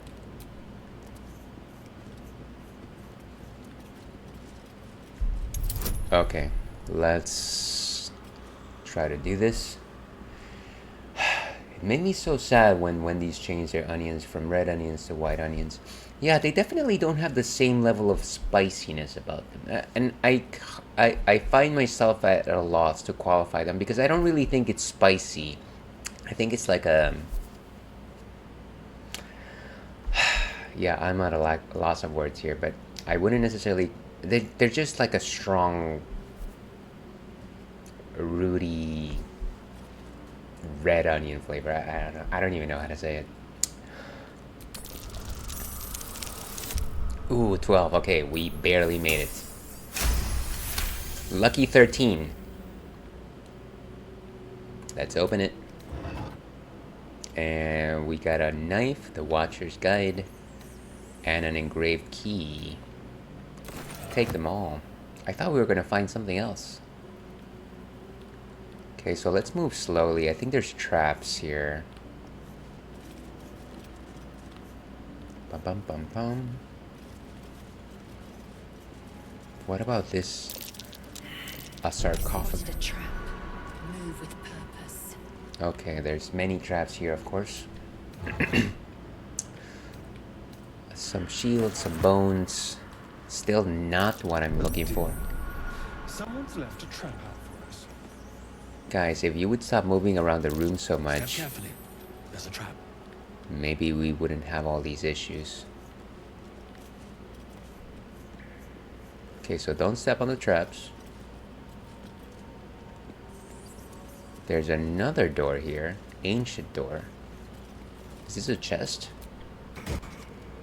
Is this a butterfly? Nice. Potion of healing.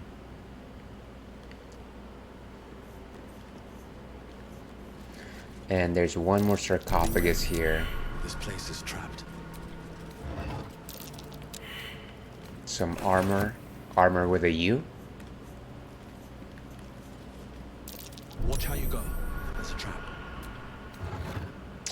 And the silver necklace, a soul coin. A strange coin. I wonder what it's worth. Yeah, I don't know. Okay, so we're gonna go towards this other door over here.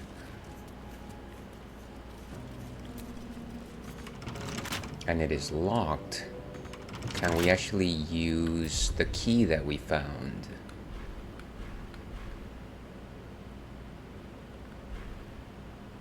Let's see.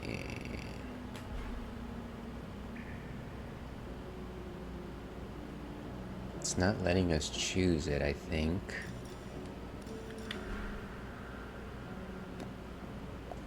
Either that or I'm completely missing it. Smoke powder.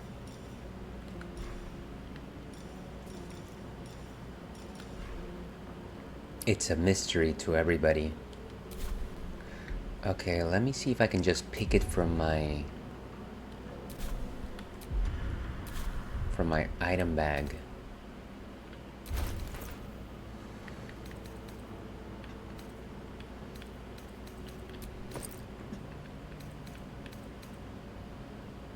take it all. Bandit's key.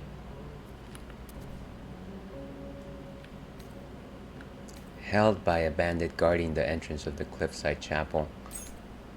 Why? Okay. WR. Joaquin's Rest.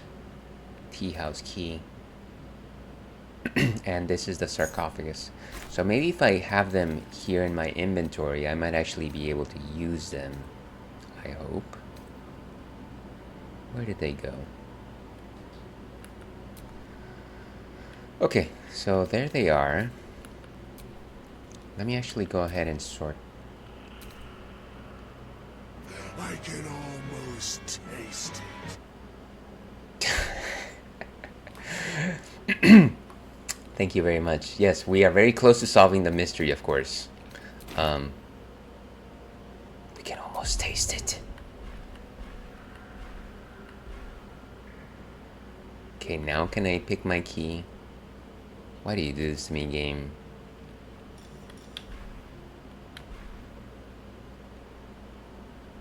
No.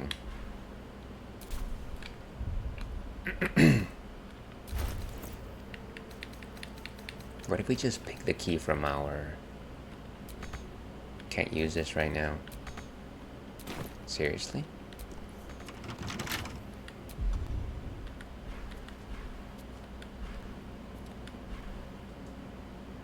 I'm so confused. I'm probably gonna have to just Google this. Ailes is not that smart, unfortunately. Let's try one more time with the items. Hey, I'm gonna have to go, but it was nice to be here for a while. Absolutely, Darkrai. I hope your stream goes well. Thank you very much for hanging out and chatting with me. It was really fun to chat with you this afternoon. Darkrai, and certainly very good luck with the Monster Hunter Rise. I hope I can catch your stream one of these days.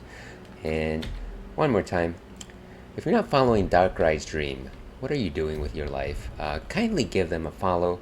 They were last playing Monster Hunter Rise, and guess what? They'll be playing that later tonight.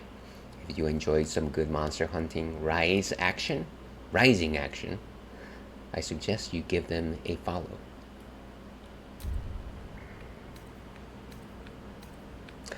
Alright. You're absolutely welcome. Safe travels. Safe travels. That was very cheeseball. What am I doing with myself? Let's see. What else can we do here? Can we actually just bust the door? How about that? What is this? Nature's Wrath.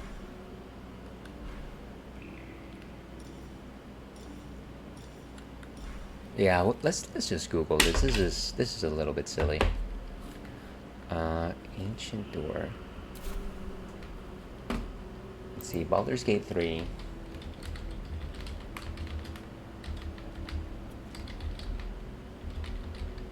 Dank Crypt. Okay, how do I open the ancient door in the Dank Crypt? Search for keys, find a lever, try stabbing it. I just lockpicked it. Offered the barrel plus fire cantrip. Room off to the left should have a switch. You have to light the 2 candles on either side of the door. There's a lot of enemies in there, so be careful.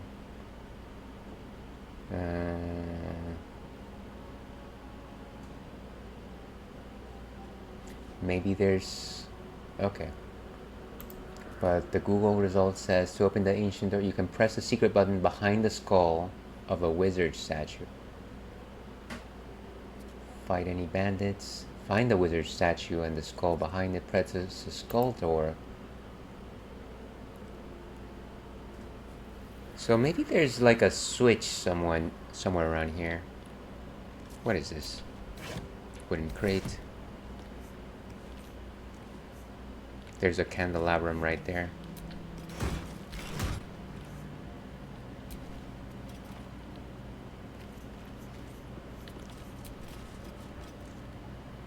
Is that enough to open this thing?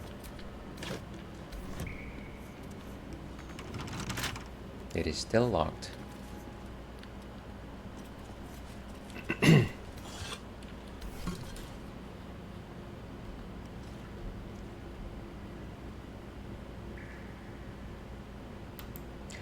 Let me see.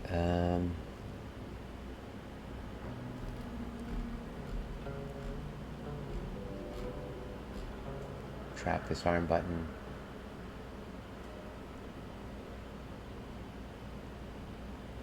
Triggers the trap. Press the button on the pillar. Engraved key on the heavy oak doors to the north. I thought that's what I did.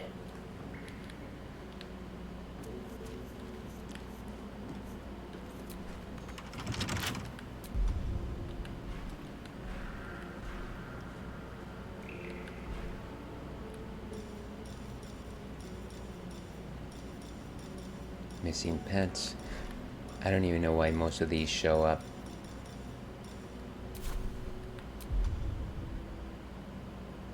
Toggle weapon set.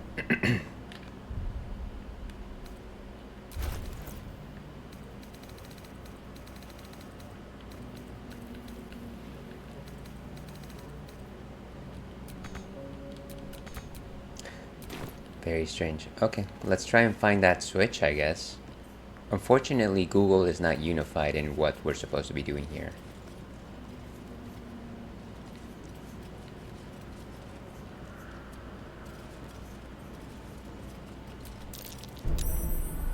Ooh.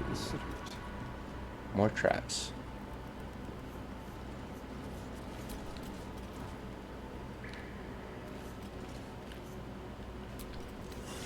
Nothing in here. Watch how you go. There's a trap. Greater toughness. Sure, try and disarm it.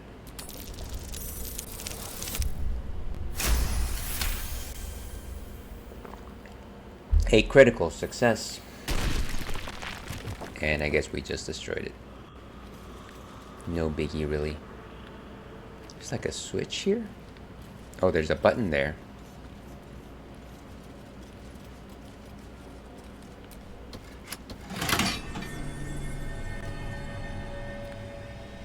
Did that disarm everything?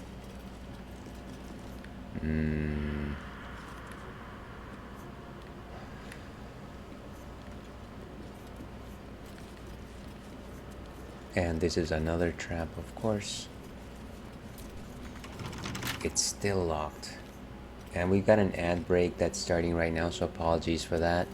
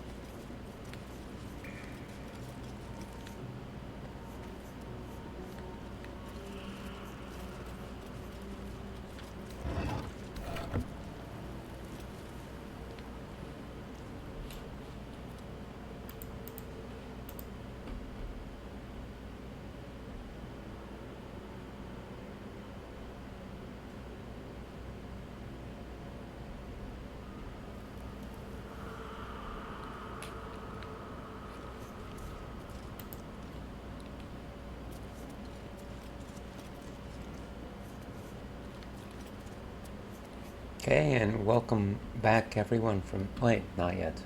The text on the plaque is a mystery to you.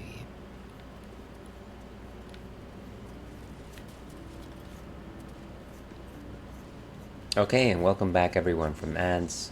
Apologies for that. There's a door outside. We're back at the refectory, which is where we had a battle, I believe.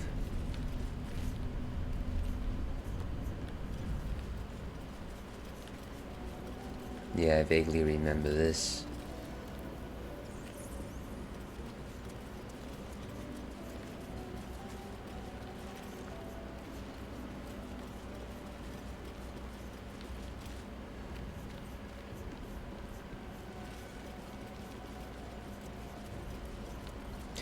And these are the overgrown ruins, which I think was also just kind of a dead end, if I recall correctly. Oh wait, this is back outside.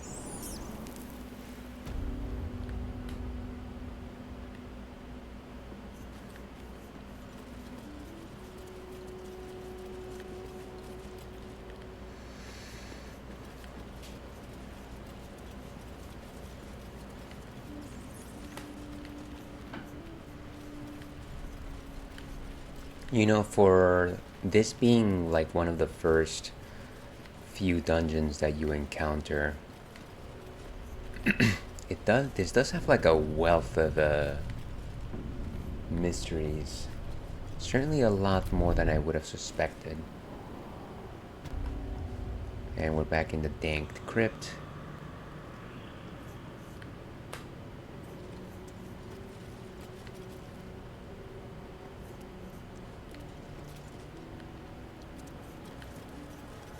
Maybe there's a switch around here.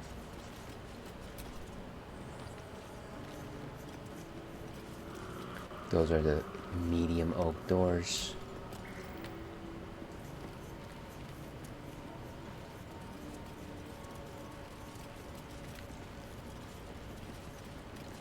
What is this?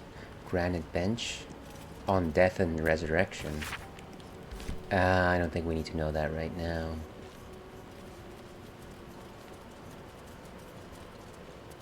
What is this? Opulent chest. Oh, it's already empty. And this is where we came from.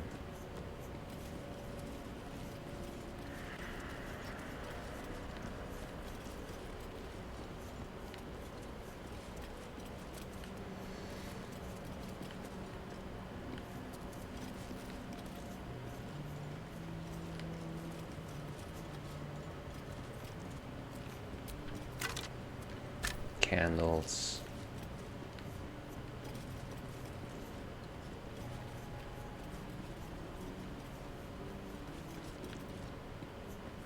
Don't think I really need to disarm any of these traps. I don't think they're gonna fire now that I pushed that button.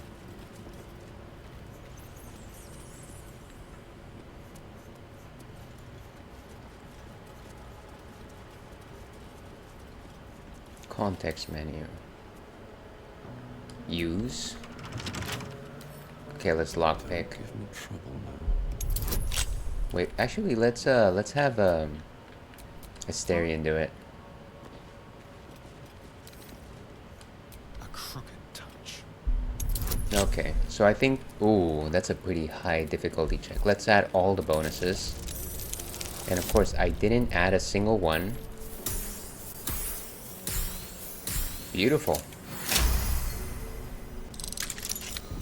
It is unlocked. Very nice. Ooh, where? This was just a door out? Waypoint discovered. I didn't I didn't want to go outside. I wanted to go deeper into the chamber here. Who is this? I wasn't expecting it, but I'm glad to have some company on this journey. Yeah, I'm also glad that you're joining us, Shadowheart. Make no mistake about it. So, overgrown ruins. That is where we... can you not...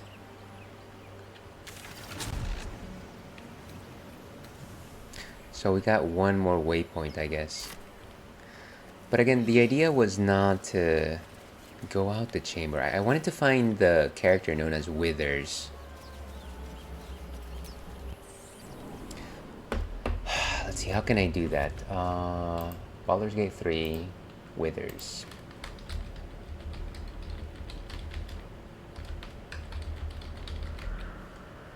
Okay.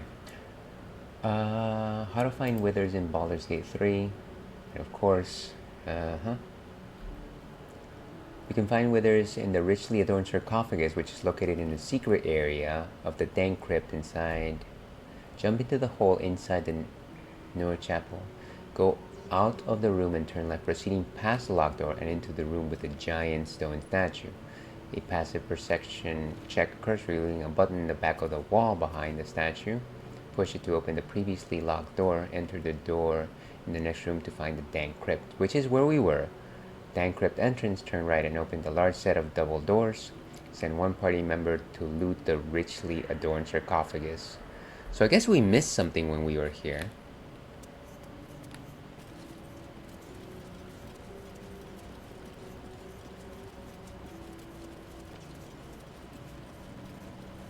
Where is this richly adorned sarcophagus?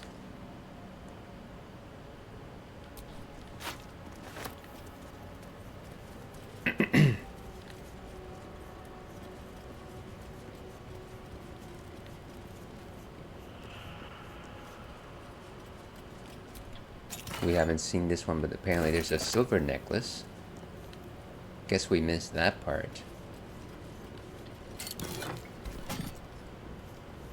Maybe I can find a torch. Maybe part of the reason why I'm not seeing anything is because I don't have my, I don't have any fire on me. Let's see, baba. Torch, torch, torch. I have like 4 of these guys. Can I actually light it?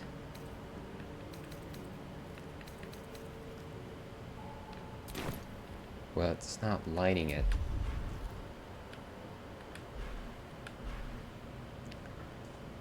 Let's see.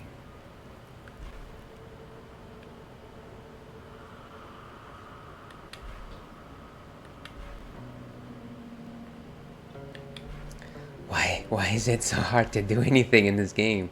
I guess I'll have to Google how to light a torch. To light torch. BG3. Equip a torch, use the dip bonus action and select the fire source. Okay, let's go find a fire.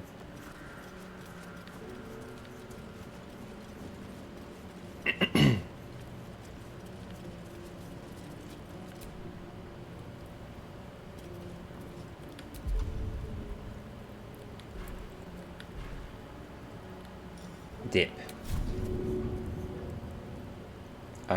That's not what I wanted to...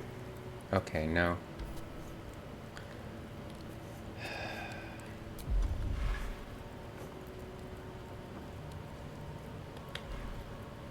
How to equip the torch from here? Let me see.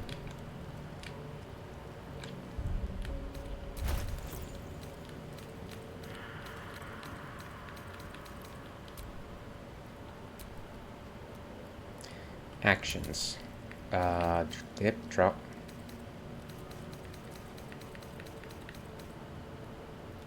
It is equipped. Okay, so we've got the torch equipped, I guess.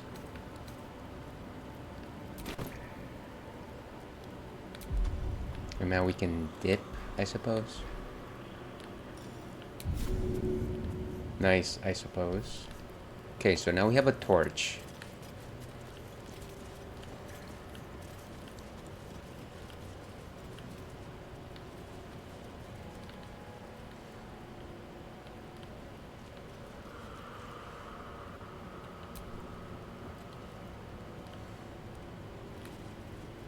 This is where we came from.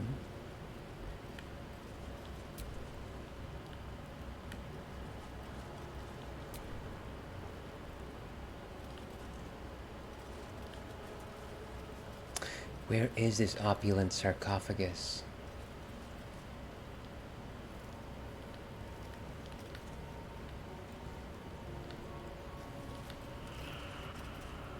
We can't really cross over to this side.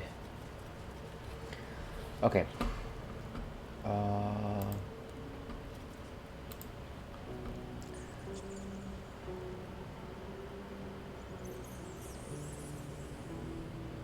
When the other side of the double doors to find the statue, head past the statue to the cloister on the left and push the skull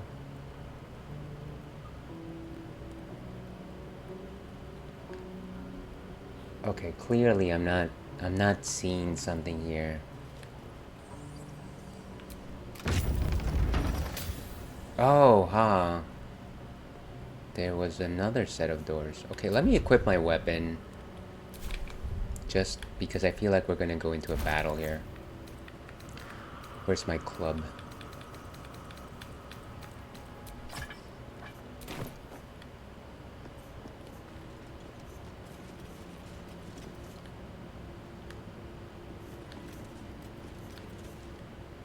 And actually, before we keep moving, let's go ahead and recharge some of these fellows. Eager for battle. Can I use one? Split item. Want to make sure that she just doesn't randomly drink both of them at the same time. And I think Asterion is good, so we're fine. Still breathing. Still breathing indeed. Armed scribes, but no sign of a struggle. A dagger. So subversive about their words that they commanded protection. So many random things here at this little chapel.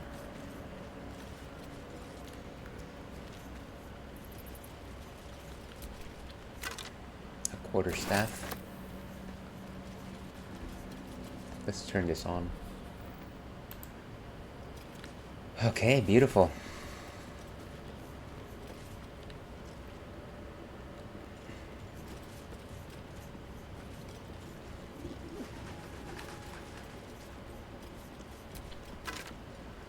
Ooh, a scroll of burning hands, another quarterstaff. And I think these are sarcophagi.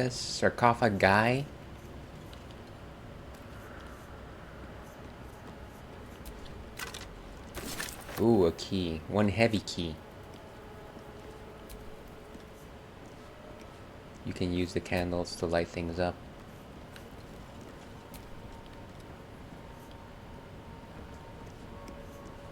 So now we have a little bit more visibility with us. And visibility is good. There's a chest behind here. And we got some eggs. We love eggs. We love scrambles.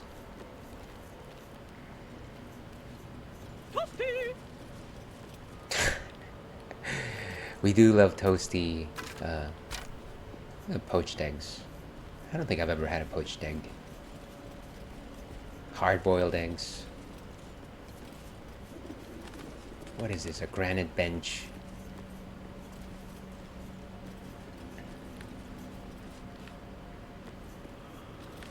Okay, so let's go down here, see what's up. Jurgle? I didn't think anyone worshipped the scribe of the dead. No, apparently not.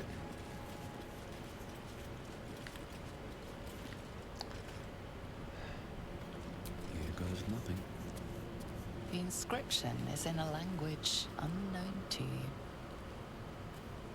I can almost taste it. You know what? I feel like we're close. I don't know that we're that close, but we're close. The inscription is in a language unknown to you. Ah, most languages are unknown to me.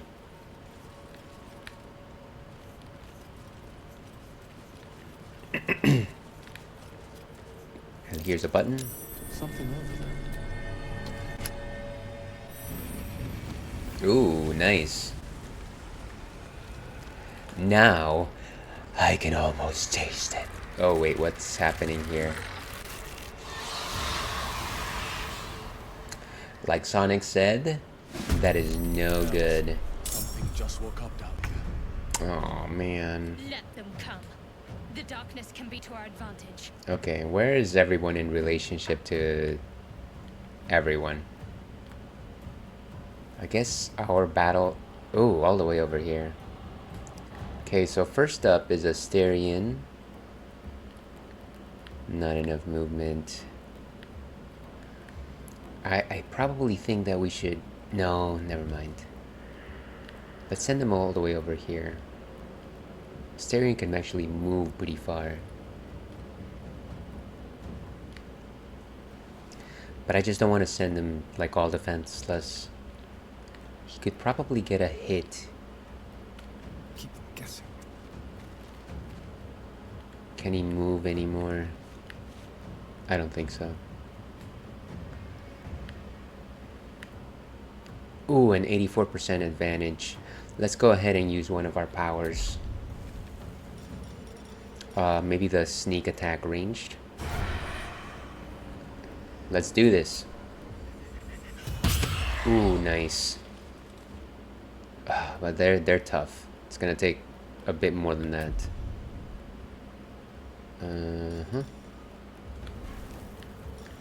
Should we dash? Let's dash. Where's a good place to gain some advantage here? Maybe like up here? That might make sense, right?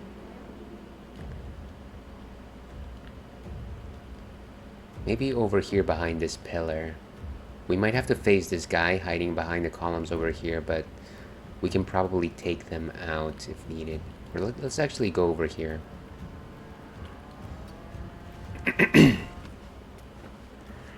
Nicely done. Talk to me. Okay, let's see if we got some defensive spell. Sacred Flame, Guidance. Target gains a 1d bonus. Blessing of the Trickster grants another creature advantage on stealth checks.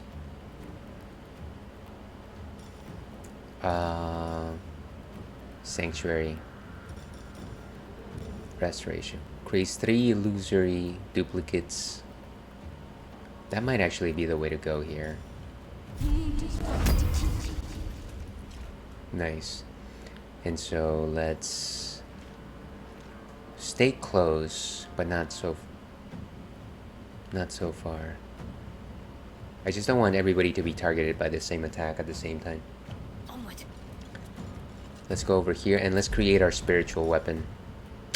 Can we not create spirit? Oh man, that's a bummer. Sanctuary. I might use Sanctuary on myself actually, or maybe save it for later. Let's go ahead and stay right there.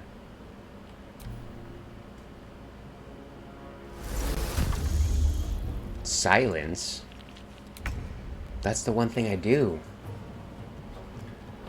Why do you cheat me like that, game? But they know what they're doing. I'll admit that. Well played, game. I drink to your health.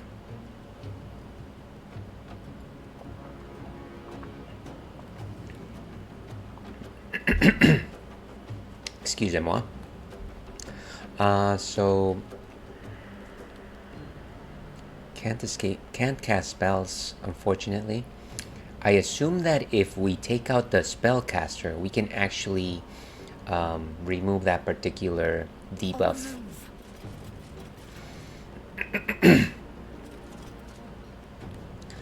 Let's see if we can actually move again. Because I just wanna move again. Let's see.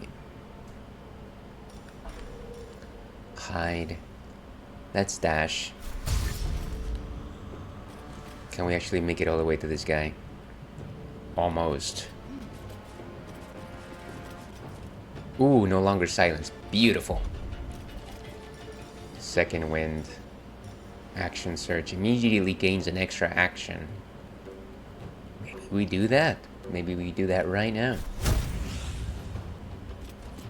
And what, how do we want to destroy this fellow?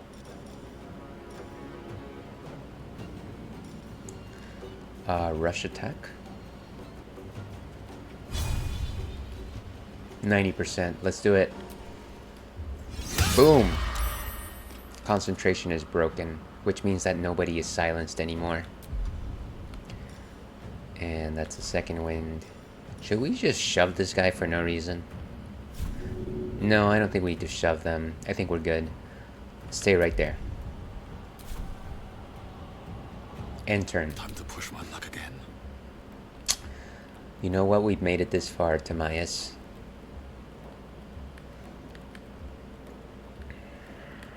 We can do this. Not enough movement. We go all the way over here. Can't slow down. Let's see. What's good? What's good? What's good? I really don't want to switch to ranged attack, so maybe we can dash? Can we actually take another move? I don't think Timaeus has that option, unfortunately. Or yes, we do. Yes, we do. Let's go. Let's try and get this guy over here. I know that we're kind of dividing the party, but I think Lae'zel has that gentleman covered. Divine Sense. Ooh, maybe I'll do that. Advantage. Because I think these guys are undead, if I'm not mistaken. Yeah, I think they're undead.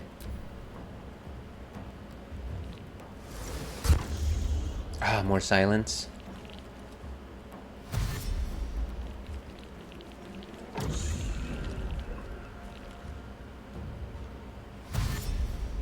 It looks like they're dashing all the way. Sorry folks, just a second here. Oh gosh, she just shot me.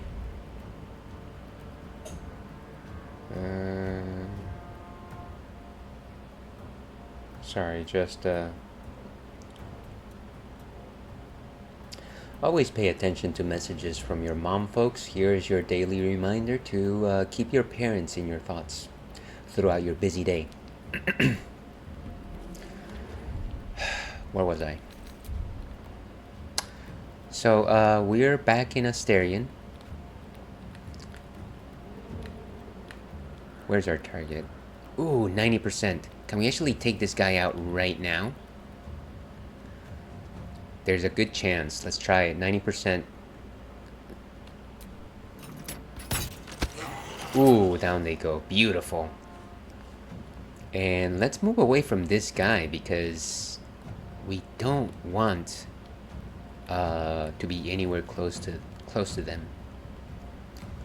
Let's move over here next to Lae'zel. No longer silenced.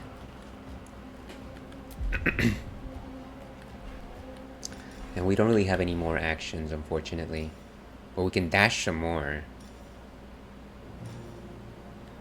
Maybe let me hide, actually. Not enough movement. How much movement is enough movement? Oh, it's because it's based on the movement that I have right now. Never mind.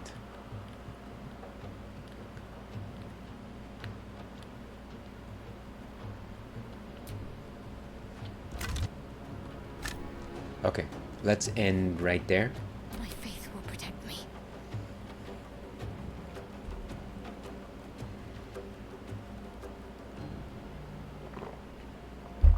Just a second here, folks.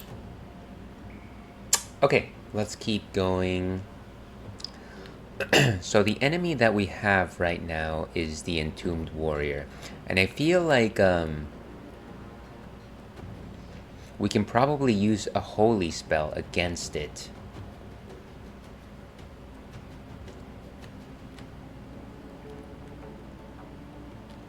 On my way. Move this way. And we've got ads in about 3 minutes, folks, unfortunately. Wonder if I run a 1 minute. Let's just let it play naturally. Now the question is, can I use like a Sacred Flame against it? Ooh, 70%. I think it'll make him burn good. I am looking at the Entombed Warrior, right? I'm not targeting like a friendly. Ooh, wow. Okay. Bonus action. Let's end it there.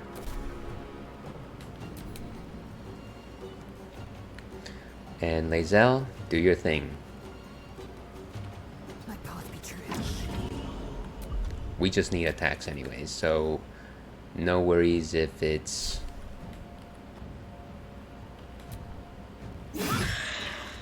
Ooh, almost. Can we do any more attacks here? We can shove them.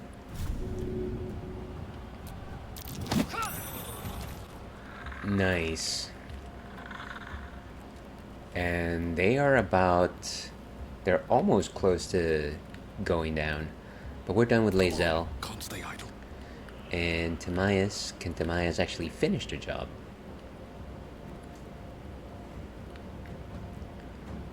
There's a good chance. I don't think I should really...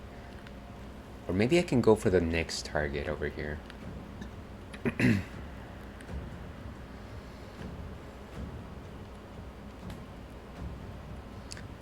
Just trying to make sure that I'm within reach of this guy, but at the same time... Ooh, okay. Let's hit him hard. Weakening strike.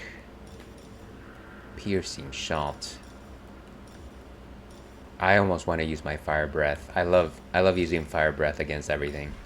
What is this? Turn the faithless. Turn nearby Fae and fiends. They are forced to flee and cannot come close to you. I don't think that this is a Fae or a fiend, unfortunately. Restrain an enemy. Sorry, just a second here, folks.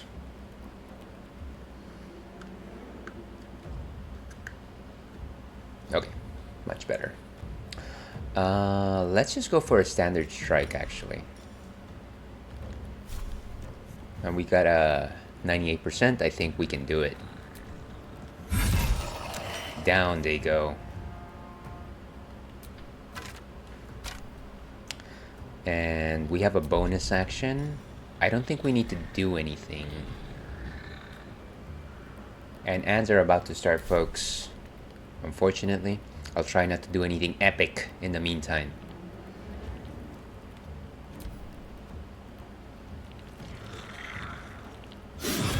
Ooh, wow.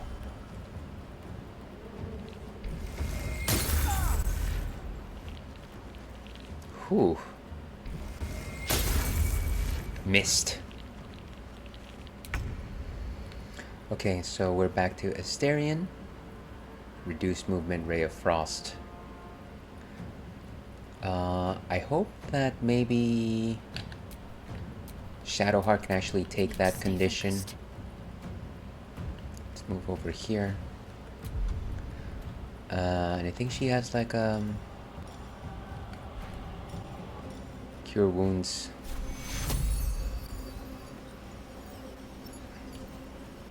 No, I don't think that's the spell that I want. Charm Person, Disguise Self.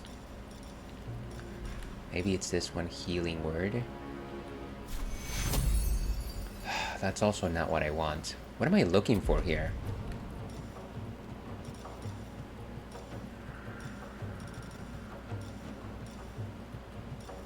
Guidance.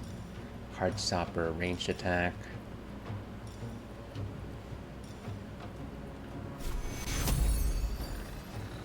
Five to 12. I mean, I should probably heal him, I suppose.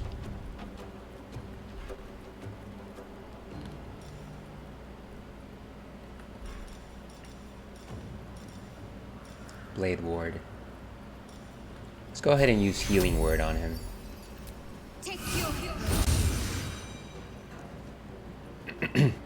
And let's go back to Asterion. And welcome back everyone from Ants.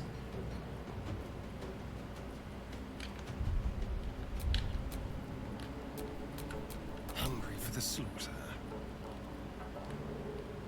How far can we move?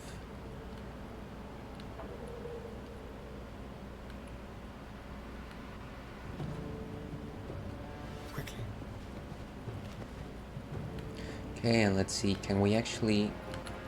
What's with this weird camera angle? Okay, much better. Ooh, nice. 90%. Maybe we can sneak attack? Ah, we don't have an advantage, unfortunately. Standard range attack, then. Hey, welcome on in, Rich. How are you doing this fine Friday afternoon? Here's hoping that you're having a delightful Friday afternoon, my friend. Thank you very much for popping in. And I gotta tell you, I am very saddened that this morning I was doing the regular Friday chores. I was grooming my Corgo, and I was lurking on your stream. And I was like, maybe if I finish quick enough, I can get in a chat here and there. I know that you were playing Simon's Quest, and I really wanted to jump in there, but unfortunately, it was not in the cards. So very, very much apologize for that. I really wanted to drop in and say hello at the very least. Let's see, I went to the beach this week and got this awesome raspberry blonde beer. That sounds delightful. See, not enough raspberry beers out there. You know, earlier I was drinking a sour ale, and I was thinking, you know, Rich might probably appreciate this. It was a Pog ale, so of course, passion fruit, orange, and guava. Very nice. And actually, before I forget,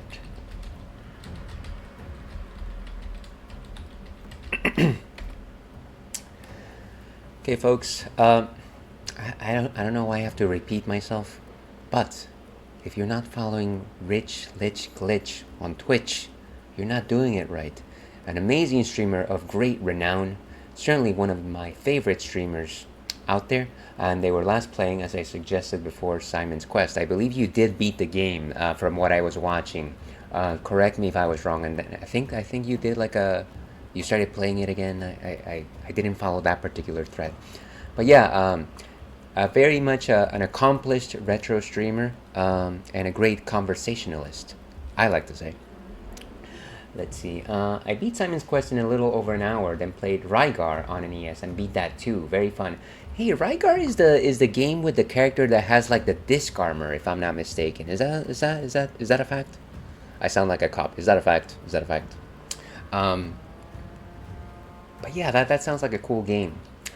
By the way, Simon's Quest, I have never heard anybody beat it in an hour, so were you speedrunning it? That sounds crazy.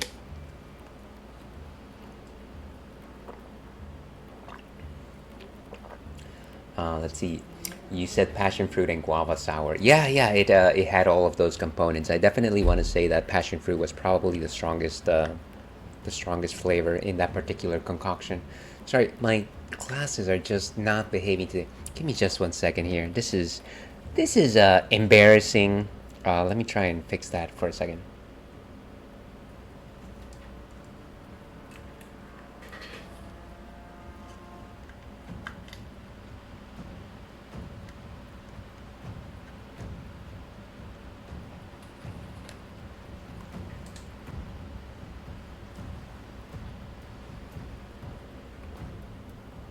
Okay, and we are back. Sorry about that, folks. Just had to make sure that my goggles were symmetrical to my face, because if we don't have symmetry, then there is no peace. Let's see, where were we? Thank you for the shout out. Absolutely, my friend. Once again, thank you very much for popping in. It's always a delight when you choose to spare a couple moments of your busy day to share with us. Yup, that yo-yo discus thing. That game is super jank and very funny. See, I've got to play that. I've always wanted to play it. I believe that there was a modern follow-up sequel to that game, like in the 2000s. Of course, 2000s at this point is retro, so it's probably an old game at this point. But I recall, like, one of the things from that sequel, whatever, was that you could actually use a pizza instead of your disc armor, and that seemed like a lot of fun. Because you know what? We love pizza around here. And anything pizza related is great. Let's see, no, I was like 70% through it already. Oh, okay. I see. Because yeah, beating Simon's Quest that quickly just sounds like you must either know exactly what you're doing or something else. Let's see. Yeah, there was a PS2 game. I forgot all about it till I saw a category for it on Twitch. Nice one. Yeah, I very much... if only we could weaponize our favorite foods, you know? Where was I? So yeah, let's hit this guy with just a standard ranged attack. I think we should be fine. Or we could use a firebolt. Nah, let's just hit him with standard attack.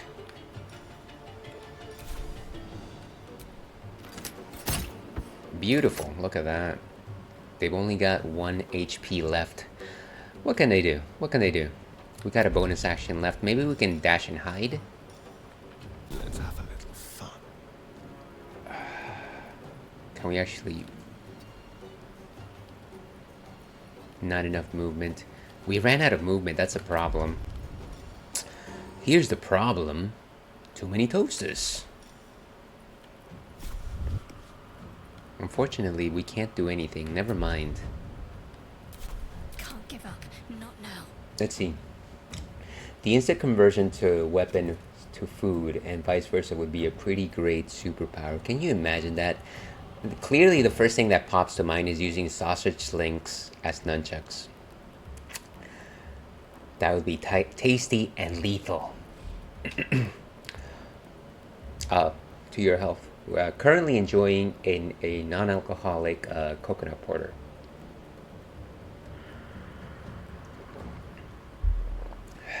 Makes me think of TMNT. Yeah, not enough nunchuck users out there.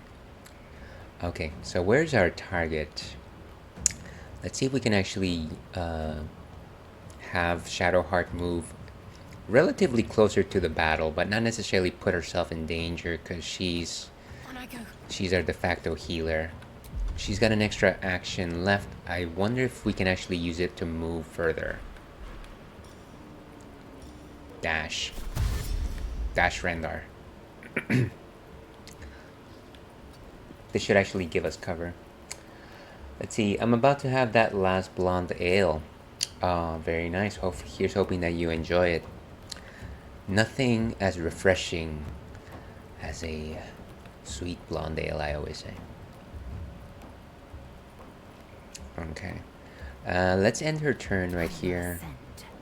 And at this point, I think we've got enough power on our standard attack to destroy this guy with a single blow. We've got a 60%, but I trust that 60% right now.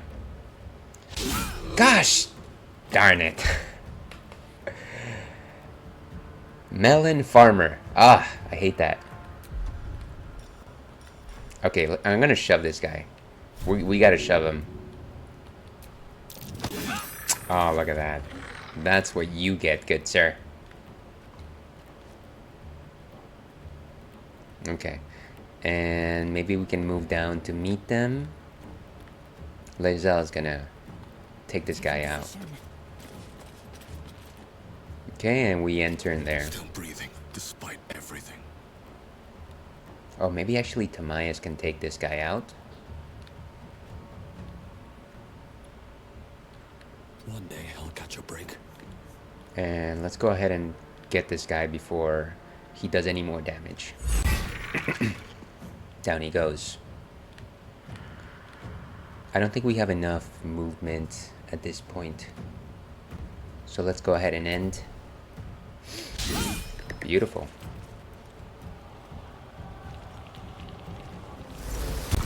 Ooh, silence on Shadowheart, unfortunately.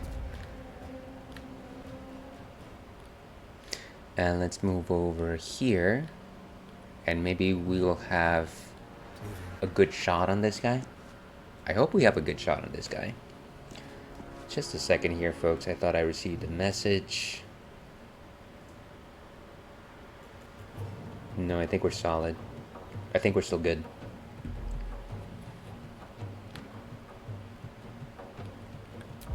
Can we do a sneak attack ranged?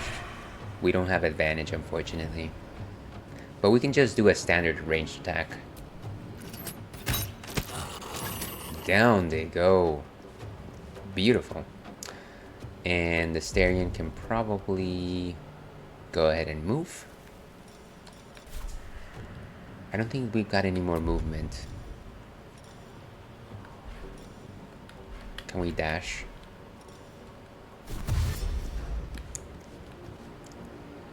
Let's dash all the way to where Lae'zel is, just in case she needs help. I'm going to assume that she doesn't need any more help, but you know what? Stranger things have happened, like Stranger Things Season 4. Let's go ahead and end there. Concentrate. Let's come on down here. Got to press on. And let's send it there for Shadowheart. I am fury. I am death. Huh. Let's go with... Honestly, ranged attacks is probably enough. Sorry, standard melee attack is as good as it's gonna get here. They didn't want to surrender their valuables, even after death. Beautiful. And I like that.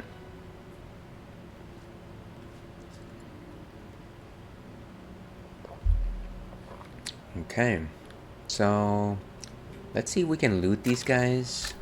I doubt they have anything of value.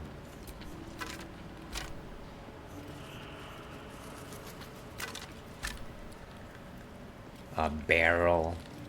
Do a barrel roll. That's where we came from.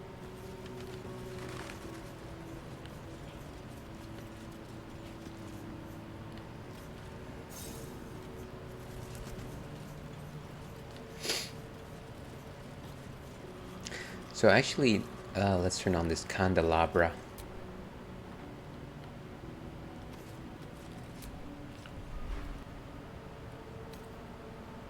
Is that a cheese? No, I don't think that's a cheese. Would be nice if it had been a cheese, though.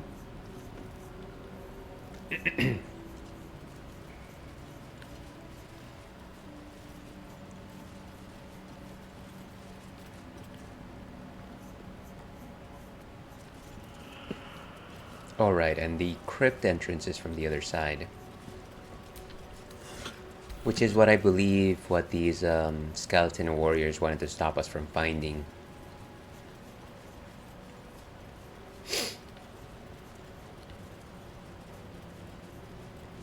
A lot of effort to hide one sarcophagus. Yeah, what's up with that? Let's go ahead and open it. Here lies the guardian of tombs.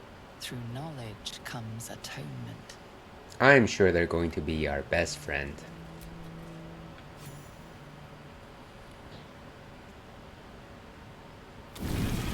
Ooh.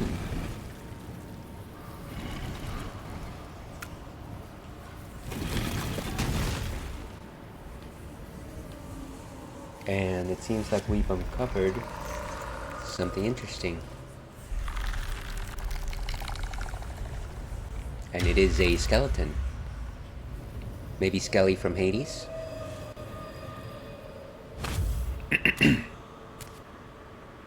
So he has spoken, and so thou standest before me. Right, as always.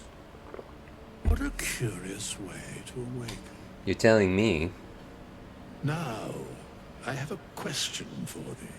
What is the worth of a single mortal's life?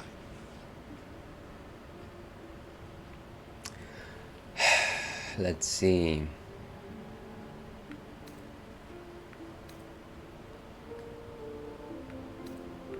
I'm not gonna attack him.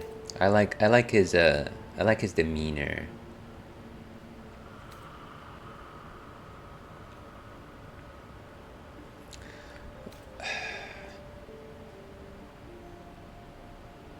I feel like the paladin answer might be a little bit aggressive. But I feel like using it. What manner of undead are you to ask such a question?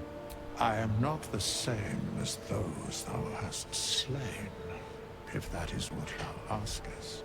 That is what I Wilt thou asketh. answer my question? Yes, ask away.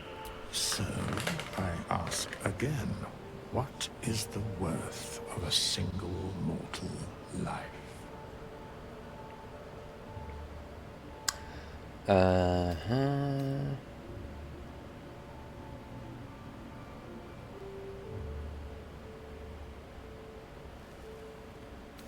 Well, I'm going to go with my gut here.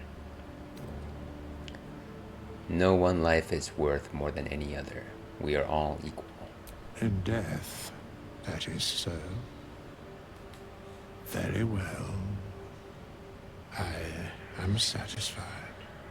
Nice. We have met, and I know thy face. We will see each other again at the proper time and place. Farewell.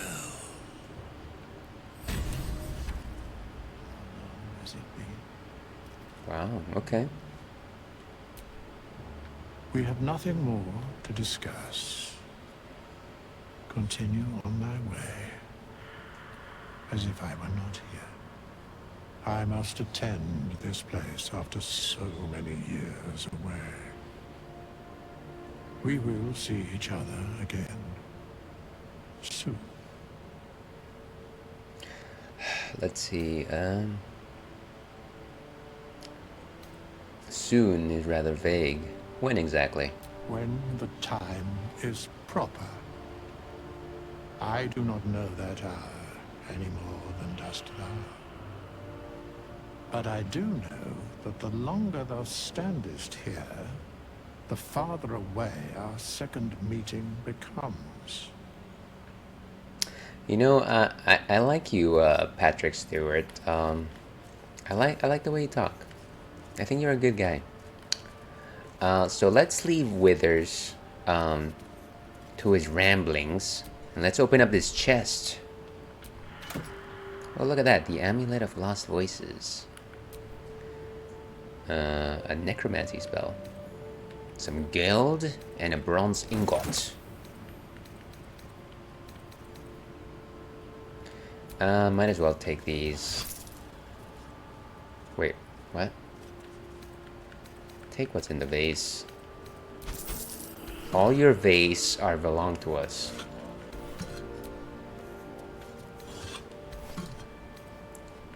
I don't think we need to collect benches.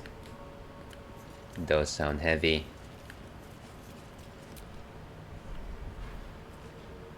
A jug.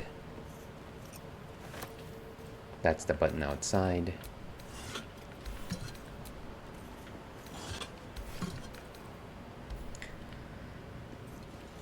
Okay, I think my mission here is over. Oh, I guess he's just on his way.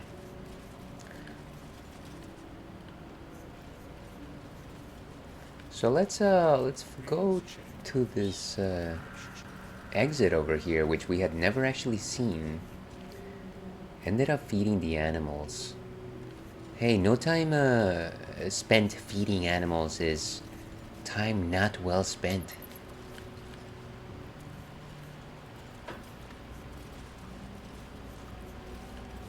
Okay, and we found a body of water.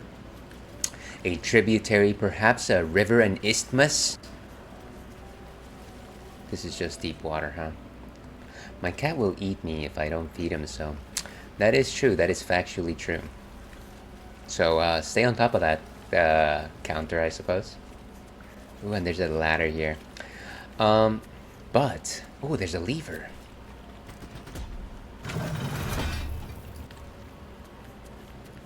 You know what they say about levers.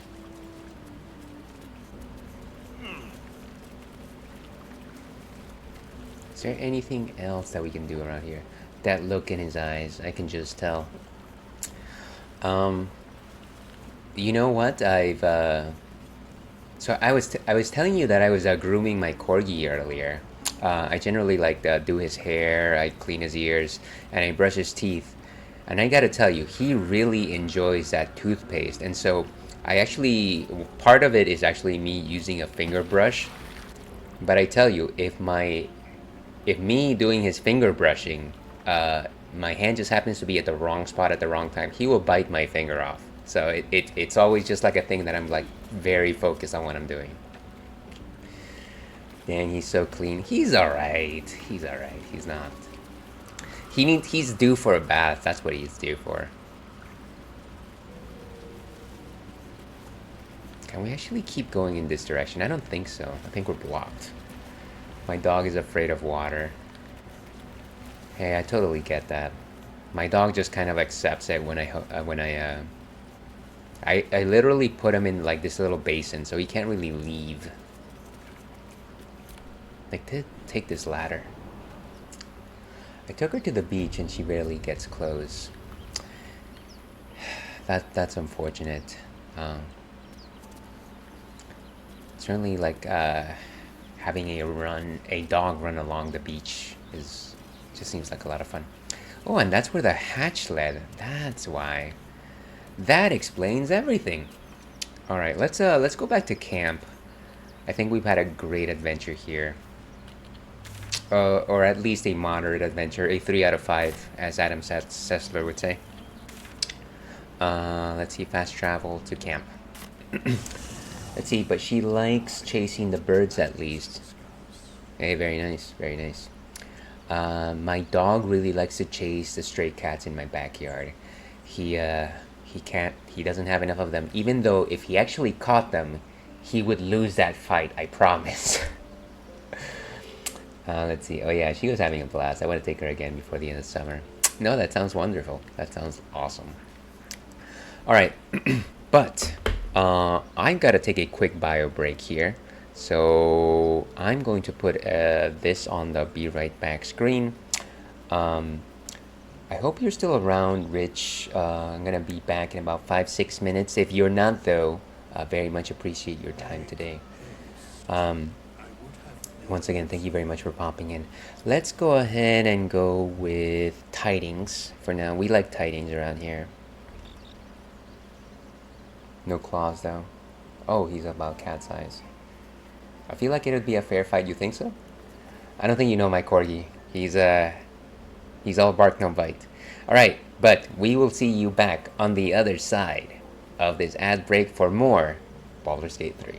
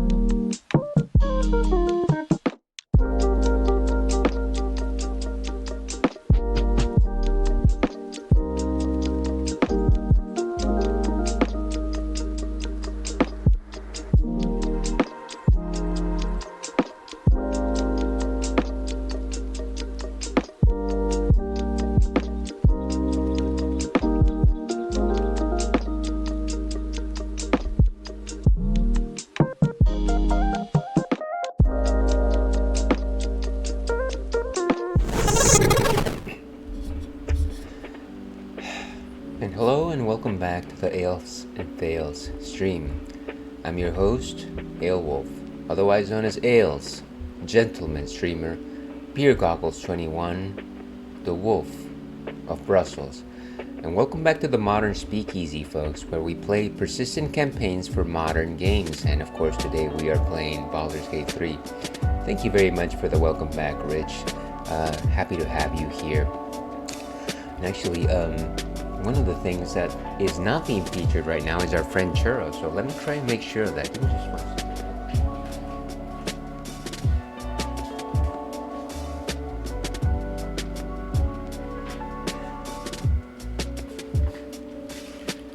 Alright, so he's gonna be busy with that little toy there, and at the very least he's going to be, he will be staying on camera for a minute. Let's see if my camera's working out. Let's try the Corgi Cam XL for a second. There he is, there's that good boy. And as you can see, he's very much enjoying trying to get those treats out of this very complicated toy right there. It's not that complicated, but I remember the first time he tried it, he took about 3 hours and then gave up halfway. He's actually getting quite quick at it, so yeah, he's a good kid. He deserves a treat. He's being paid his dues for being featured in this stream. But okay, while he's doing that, let's actually talk about what's on tap next. And of course, we generally like to end strong here at the Ales and Fails stream. We like to finish with something powerful, potent, a stiff drink, as they like to say. And this is something I've had before. This is Dragon's Milk, and it is a bourbon barrel aged stout. And as you can see, they mean business. They have a dragon right there. This is the milk of dragons. So I already talked about porters and stouts earlier today, so really the only difference here is, of course, the high alcoholic content. We've got a whopping 11% alcohol by volume, so it's actually quite strong. This is a beer that you sip. This is not a beer that you start out a night with. This is a closer, and it is bourbon barrel aged. So what exactly do we mean by bourbon barrel aging? The idea is that when you're fermenting beer, you actually have to throw it in a canister. You have to throw it somewhere so that it, the fermentation process is actually allowed to happen properly. And so what we're using for aging is a barrel that used to house bourbon. And of course, bourbon is one of these spirits made largely of corn, very highly favored in America. It has these languishing caramel-like, very molasses-like type of flavor, I like to think. I'm sure that there's a better way to explain that. Let's see. So you're saying I can shotgun that beer. Rich, if you tried, I am sure you could pull it off. You're a better man than myself. I could not. I refuse. I could never do that. Bourbon barrel aged is what I used to drink all the time 10 years ago. No, I'd get destroyed. Yeah, it is a strong drink. So, like I said, this is kind of the thing that you kind of just enjoy and you sip. And it's 11%. And I think wine is generally starts out at 15%. So as you can imagine, it's a pretty strong drink. But yeah, that is what bourbon barrel aging is, and it is very common for American craft stouts to actually undergo the process of bourbon barrel aging.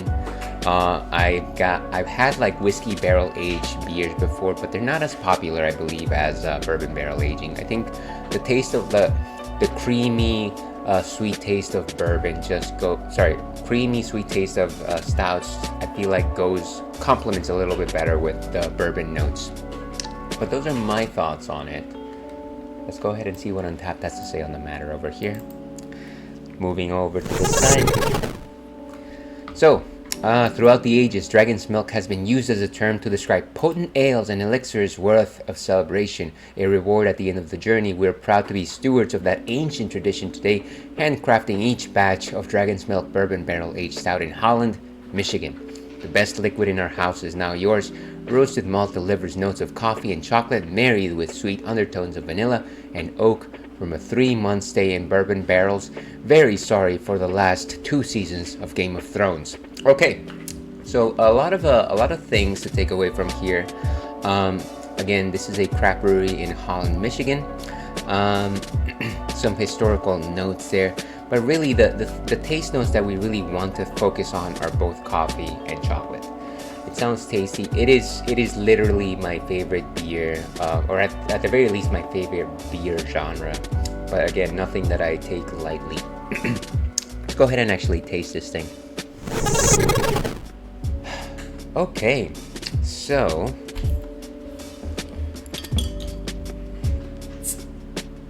here's hoping that it doesn't explode on me.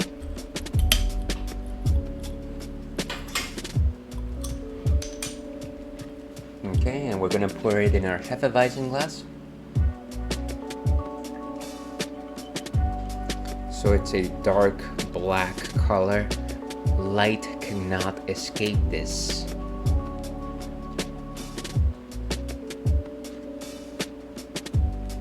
Okay. And as you can see, it is completely opaque. You can't actually see through it. It's got a crisp white head. In terms of a nose, we got some very rich cream, very strong bourbon notes, some sweet notes. I want to say caramel, I want to say molasses is the first thing that pops to mind. And I get those languishing spirit notes. Let's see, dude, I'm so hyped. They have a playable version of the Capcom collection at EVO. It looks great. I know that EVO is coming up. When is actually that happening? And yeah, that's I had no idea. That's breaking news. Thank you very much for the tip there, Rich. It's today, this week, and this is why I need to stay informed on things. Thank you very much for the. I probably need to catch up on some stuff. But yes, famine ale, as they say.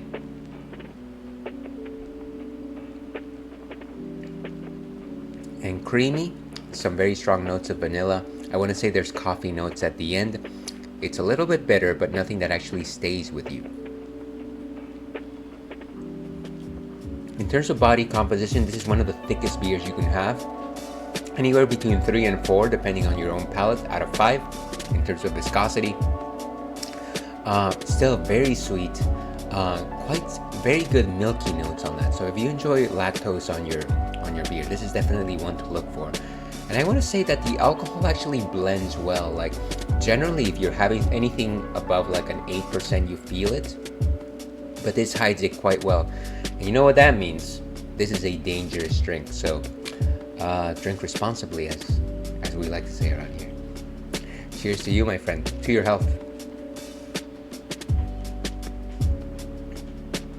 And yeah, some very rich chocolate notes as well. I want to say it's less dark chocolate and more milk chocolate, which I'm very much a fan of. Yeah, so milky bourbon notes, quite becoming. It is certainly a feast for thine palate. Let's go ahead and give Dragon's Milk a rating. We've had it 14 times on stream, which is 14 times not enough. 4.5 is our rating. Cheers, we got it. And that is what we're drinking today. Cheers responsibly. We do everything responsibly around here, Rich. Make no mistake about it. I couldn't say that with a straight face. But thank you very much. No, it's okay. It's just fighting games. No, it's cool. It's cool. Like I said, I think there's two things that happen on Twitch that I'd like to catch at least a little bit of. Both EVO is one of them, and then the other one is GDQ. I'm sure there's lots of events that I'm probably missing from the list, but yeah, it is stuff that I like to catch. Sunday will be fun. What game are they playing on that day? Well, that's happening. Let's go back to Baldur's Gate 3.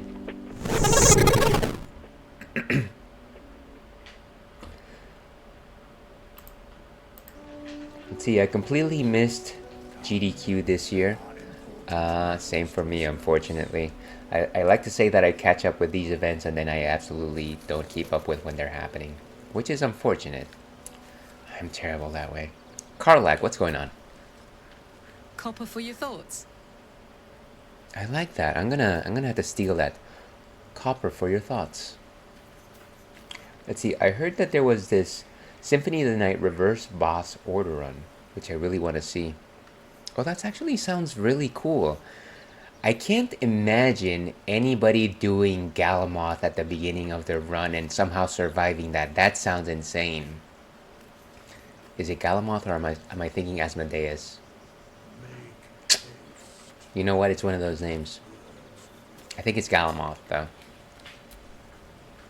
Almost pleasant traveling with company.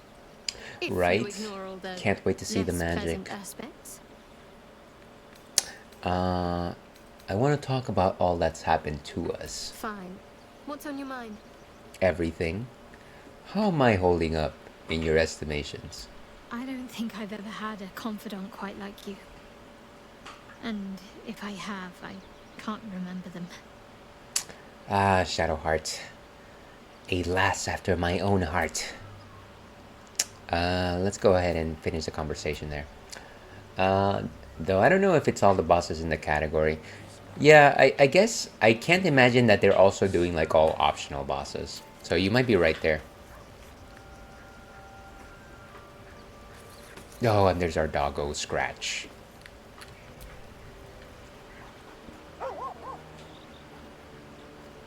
We can't leave without petting him.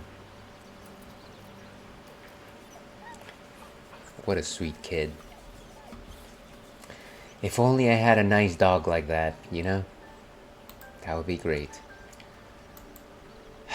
But beggars can't be I'm sorry, Chura.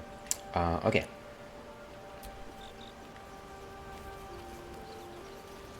Asterion, you seem happy. I suppose you want to hear about Cazador. Ah, yes. You said he was your master. My old master. Before the mind flayers took me from him. Before this strange, twisted freedom. Cazador Zar is a vampire lord in Baldur's Gate. The patriarch of his coven, and a monster obsessed with power. Not political power or military power, I mean power over people. The power to control them completely. I mean, some would say that's actually political power. 200 years ago. I became his spawn, and he became my tormentor.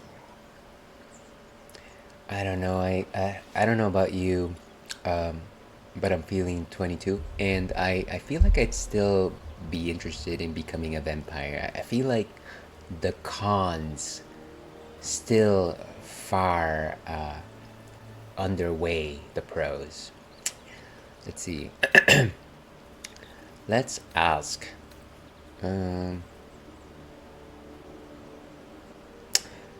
Let's ask how he was turned. How were you turned? Did he attack you? Not him, no. A gang of thugs attacked me, angry about a ruling that I'd handed down as magistrate. They beat me to death's door when Cazador appeared. He chased them off and offered to save me, to give me eternal life. Given that my choices were eternal life or bleed to death on the street, I took him up on the offer. It was only afterwards I realized just how long eternity could be. Yeah, okay. Let's see. I think I agree. Just can't go out during the day. You know what? As it stands, I already avoid the sunlight. So I think I'd be okay not necessarily going out. I think I'd get used to it, I gotta say. Also, you gotta feed on stuff to survive, but there's that. But living a long lifetime would be cool. See, and I feel like I would go down the route of moving next to like a blood bank so that I could raid it every once in a while. And I feel like that would be sufficient. Like, it wouldn't be the greatest tasting blood, but I feel like that would be okay. Yeah, well, right on, Rich. Let's agree that if either of us ever becomes a vampire, we let the other one know so that we find the vampire that turned them, and then maybe we can get on that deal too. Let's see. Those poor people who can't get blood donations. Yeah, I know, but you know, it's okay. Hey, I'll be the first to let you know. Okay, excellent. You just send me a DM. I think we'll be good. Let's see. Not a good master, I take it. He had me go out into Baldur's Gate to fetch him the most beautiful souls I could find. It was a fun little ritual of his. I'd bring them back, and he'd ask if I wanted to dine with him. And if I said yes, he'd serve me a dead, putrid rat. Of course, if I said no, he'd have me flayed. Hard to say which was worse. That sounds unpleasant. That sounds terrible. I'm so sorry. Thank you. But this isn't about sympathy. It's about knowing what we might be up against. The Mind Flayers aren't the only monsters out there. They're not even the only ones hunting us. Let's see, ales. All I'm asking is that you keep your eyes open and watch out for anything lurking in the shadows. Ales, I found the vampire. Let's level up and find that sick club they were dancing at in Blade. Exactly. Me in the future. Well, I mean, if that is not the first thing that we're looking for, that it's in the top 3. So yeah, much agreed. I love that idea. I just want to wear those frilly shirts that Brad Pitt and Tom Cruise were wearing in an Interview with a Vampire. That's probably my first fashion choice change, to let everybody know, by the way, guys, I'm a vampire. Maybe shoulder pads, but definitely the frilly shirt. Yo, I did not see that one. You know what? It's a classic. It's good. It's fun.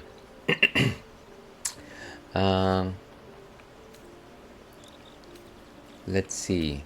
Let's be reassuring with Asterion. I'll watch your back, don't worry. What more could I ask?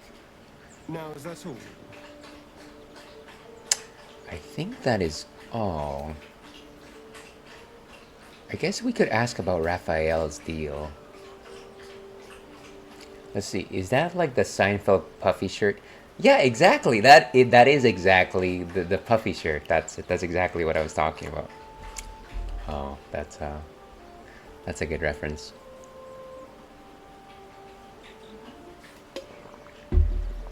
What do you make of Raphael's deal? I won't lie. It's tempting. If I keep the tadpole, I risk transforming into a grotesque monster. If I lose the tadpole, Cazador has control of me, body and soul, and I return to the shadows. It's grim either way. So why not sell what's left of my soul to a devil? Better he has it than Cazador. Wow, so stuck between a rock and a hard place. Kramer's girlfriend, the low talker, that episode might be my favorite. George also has the hand model. Oh yeah, when they describe his hands as like buttery, I love that. What about, I mean, I know that there's really good episodes. Of course, the one of the best episodes was probably the Soup Nazi. I really enjoyed that. But I feel like I remember like specific issues of different characters. Like I very much enjoyed everything about George, and I really enjoyed it when he took those tasteful pictures where he was just like posing and doing these things in like his underwear, and it was just, yeah. And then like they used it as evidence as for like this mail fraud case or something like that. They are quite exquisite. Exactly, they were sumptuous hands. Then the pics get switched. Yeah, I am due for a Seinfeld rewatch. Though some of those jokes are, I know that some of it hasn't aged well, but a lot of it I feel is timeless. Okay, let's see. We have other options, better options. Figuring out what's happening to us, confronting a god called the Absolute, and then finding time to kill my old master before he can control me once more? Yes, that's an option, but I wouldn't bet eternity on it. Gosh, Asterion sure is pessimistic here. Okay, let's end the discussion there.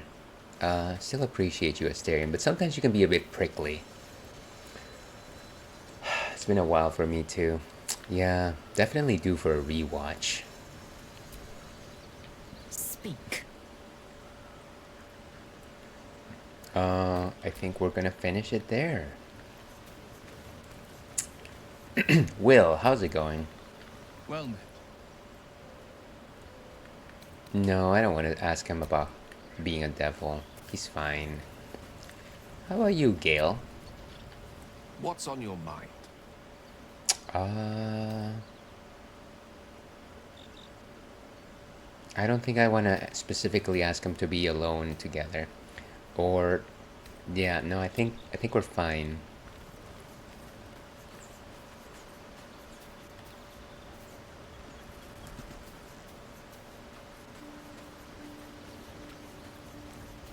Oh, what is that our friend Withers, aka Patrick Stewart? We meet again, as predicted. I shall be here in thy camp for whenever thou hast need of my services. Hold on a second here.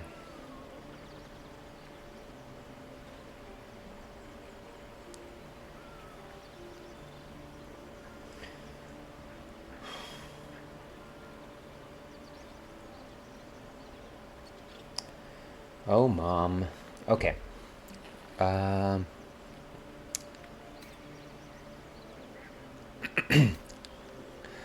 Care to explain why you're helping me? Be assured, it is not by choice. Okay. What kind of services can a skeleton offer? A mending of the threads between life and death. Should thou or any of thy compatriots perish, I will cleave soul to body once more. Oh, I guess he's able to revive party members if they, like, die. Maybe. That's incredibly powerful magic. Why is it so easy for you? Because it is my calling. There is little else to explain. This guy kind of reminds me of Voldo from Soul Calibur. Let's see, you mentioned the cost. What is it? A matter of coin.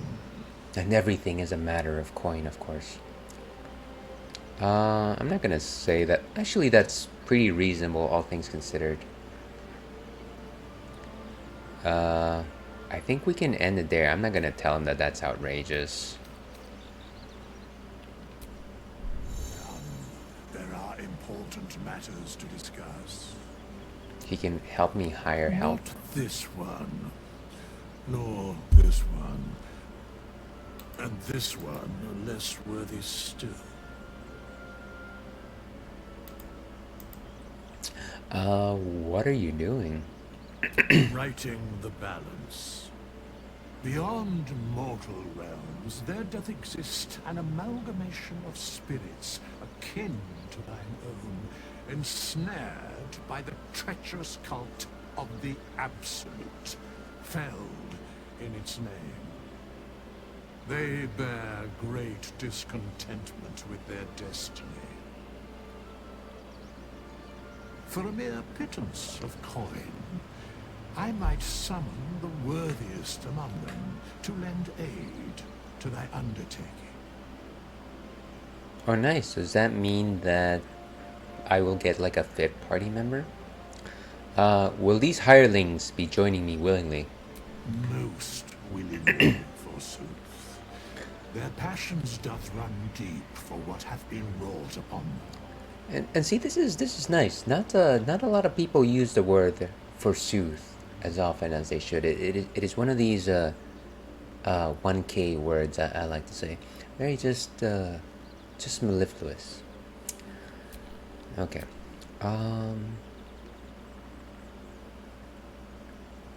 I would like to talk about hirelings. Very well. Ooh. You know what? I don't think I can spare the money right now, but I will definitely pocket that idea.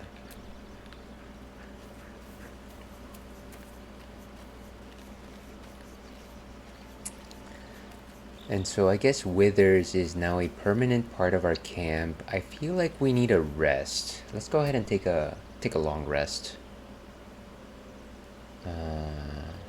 Yes.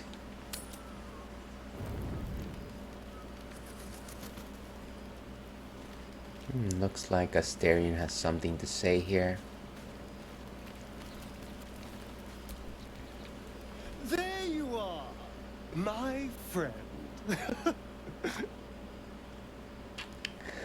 Are you Did you have a bourbon barrel aged stout? Are you drunk? I have drunk. Not alcohol, of course. A bear. He took a little of my blood. I took all of his.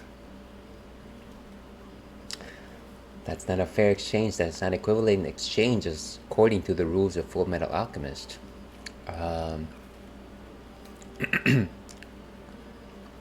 You seem happy. No need to drink humanoid blood then. You're comparing plonk to vintage wine. You can make merry with either. They're not the same. But Cazador fed me rats and bugs. And when you're used to drinking from a sewer, even plonk is a marked improvement. I guess let's ask a little bit more there. Does it matter? Blood is blood, isn't it? Not at all. Blood is life essence. And some creatures have so much more life than others. Cazador gave me just enough to keep me, well, alive, for lack of a better word. But never more than that. Still, that was the past. I'll never have to grovel for him again. And I will never have to grovel for him again. Okay. Let's see. True, you can start over. You can be better than what he made you. Exactly. I can be better than him. Stronger. More powerful. More... Oh. You meant be kinder. Pet bunnies, that sort of thing. I've no objection to being nice, of course. Once I have the power to bend others to my will. Asterion, you know, sometimes when I think you redeemed yourself, I got my eye on you.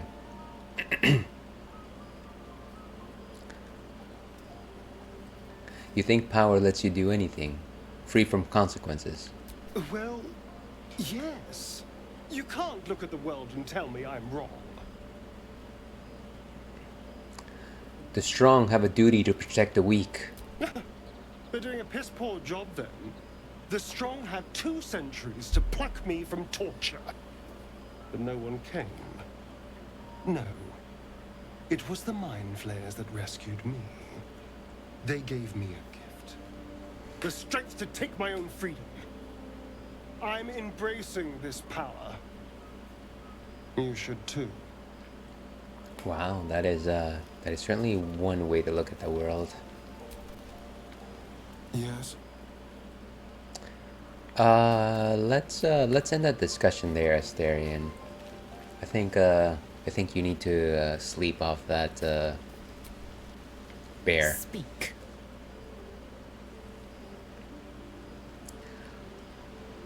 Jeez, I keep forgetting that I have such a shiny chest.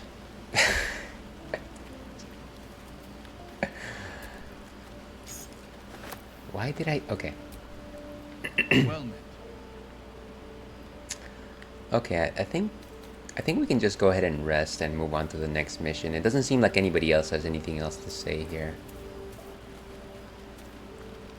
Yeah, I think we're good. Let's go ahead and take that rest. And let's use our camp supplies. Probably not a good idea to use wine again, lest we be hangovery one more time. We do have a lot of potatoes though. Can we just use a few of them? Use a pepper. A lemon. Perfect.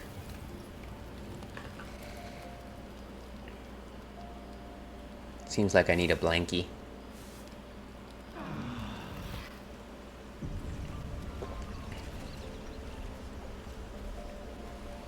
Okay, and I think we're good. Oh, it looks like Scratch has something to say.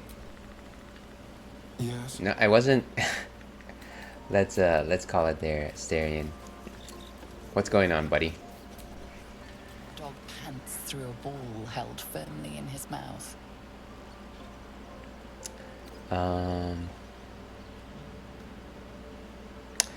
Let's encourage him to drop the ball. This is exactly what I do with my own churro. I gotta essentially give him a command for him to drop the ball, because otherwise I have to fight it off from him. 15? Okay, get ready for failure. Oh! That was a slap in the face. As Smash Brothers once said, failure.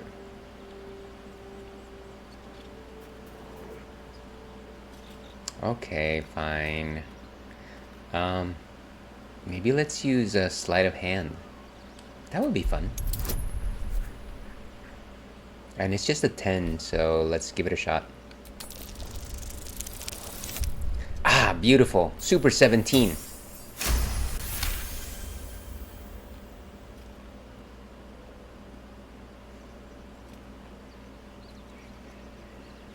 He relinquishes the ball. It is well chewed and slick with drool. The best kind of ball. And let's go ahead and pet him.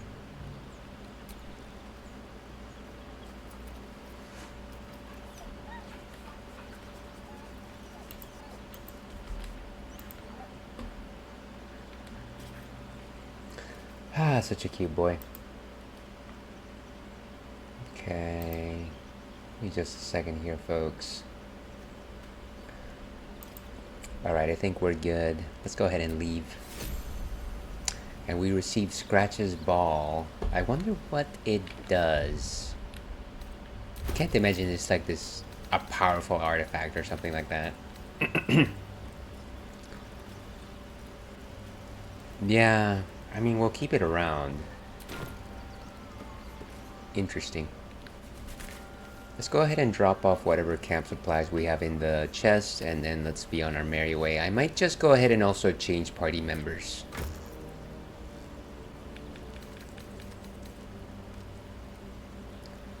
Actions. Can we actually sort? Actually, maybe I need to go to the main menu for this one.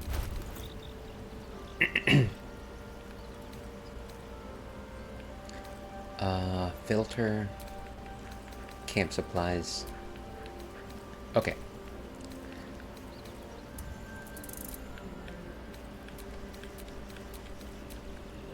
So let's send these guys back to camp. Nobody else has anything. Okay. And yeah, so currently we're running with Shadowheart, Asterion, and Lae'zel. I feel like maybe we switch Asterion. I might regret that. Maybe let's take Karlach with us. Hey, soldier. Come on, we're heading out. Looks like your troops all trooped up. You'll need to send someone packing if you want me to join. I think Asterion needs a break. Now we're talking. Oh, and actually Karlach's leveled up.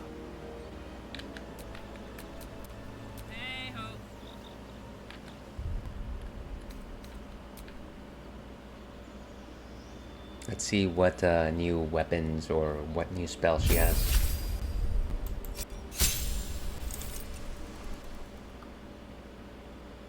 Okay.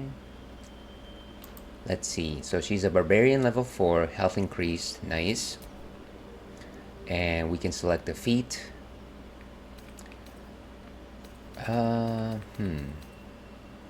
Dual wielder. That might be good. Lucky Mage Slayer. This is for dual classing. Polearm Master. Welcome on in, Ivan. How's it going? Good to see you. Choose Legolas. Unfortunately, Legolas is not, is probably doing something else. Probably taking part in, what was the prequel trilogy called? You know what, that joke fell flat. How are you doing? Here's hoping that you're having an amazing Friday, my friend. Thank you very much for popping in. Warcaster. Tough. Your hit point maximum increases by 2 for every level you have gained. Tavern Brawler. I'm not sure. Moderately armored. I guess I'd have to check to see what she already has. That's a problem here. Can I just choose like a spell or something like that? Constitution increases by 1.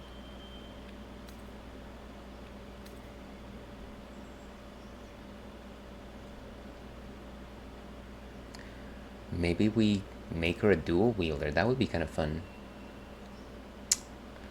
Indeed, thank you very much for enjoying that failed attempt at comedy. Charger. You gain Charger weapon attack and Charger shove. Athlete, your strength of dexterity increases by 1. Plus 5 bonus to initiative and can't be surprised. I wonder if I can actually look at what she has right now.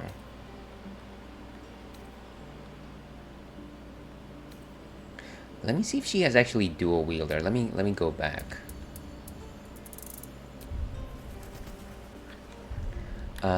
Character sheet. So characteristics, reactions, proficiencies. So she's got athletics, of course, perception, intimidation, simple weapons. Where would I see if she has dual wielding?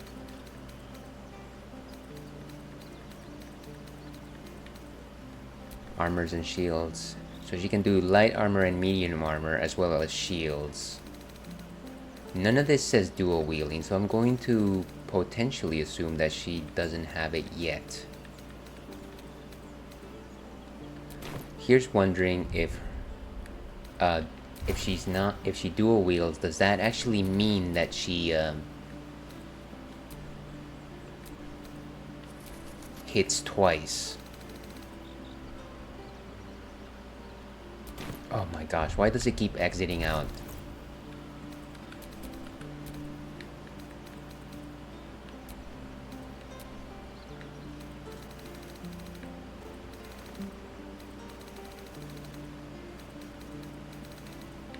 Skills, athletics.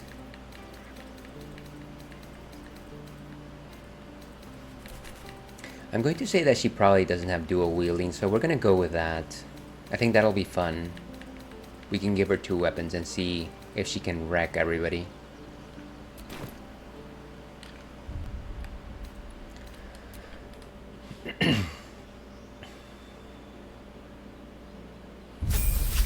And as I like to say, all my love too long ago.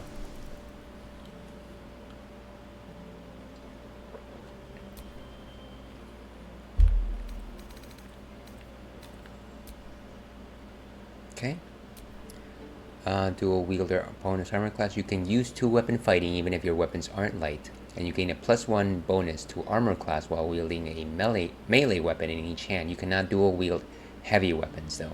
Okay, fair enough. I guess.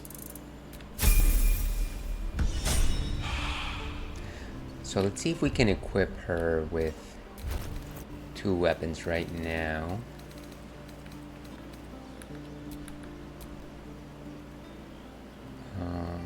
And it is a great axe. It is 2-handed.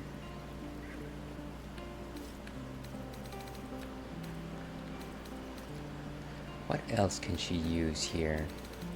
Maybe Timaeus can give her something.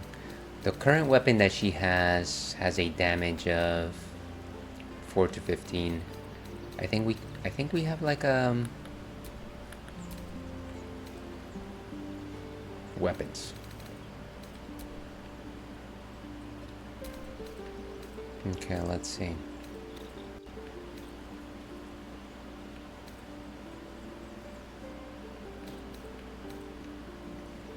What is one of these? This is a 4 to 13. It's just a standard longsword. Well, and this is a great sword. And it can also be two-handed. I wonder if a great sword is way too heavy for her, though. Let's see if we can just give her one of these. Actions, give to Karlak.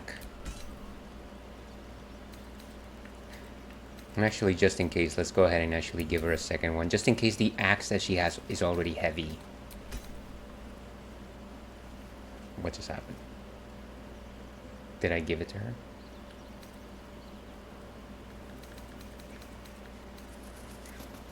The Watcher's Guide.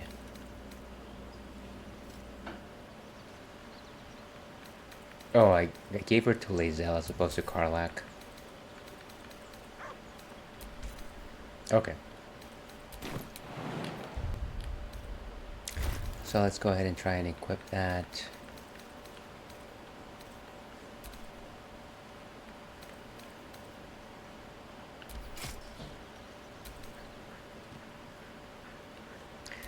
I don't think she can equip 2 great axes, unfortunately. Yeah. I think it's because this weapon is two-handed. So let's go ahead and give her 2 longswords.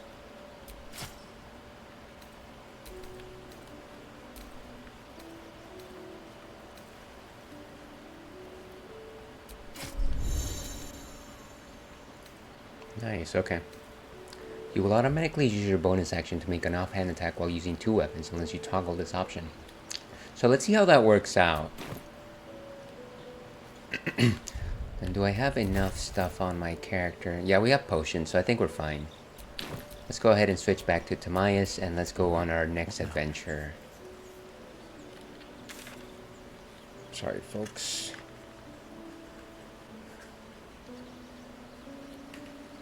Okay, let's keep going.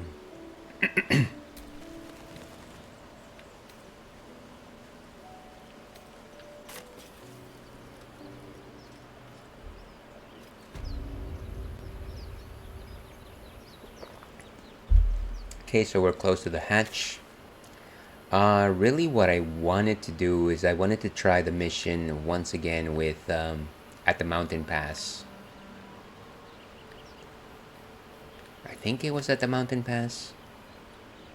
What is this? Find the Githyanki Crash. Yes, that's what I wanted to do. And the closest warp is the Risen Road. So let's go over there.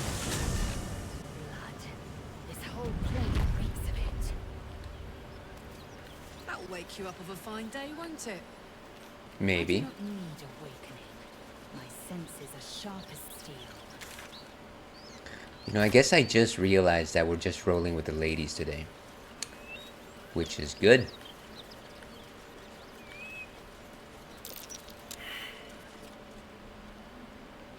Interesting.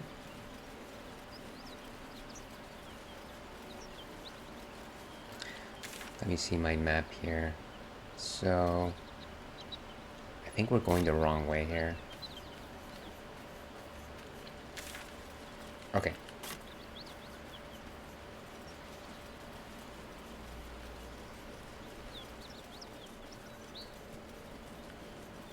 And I think we can climb these steps right here.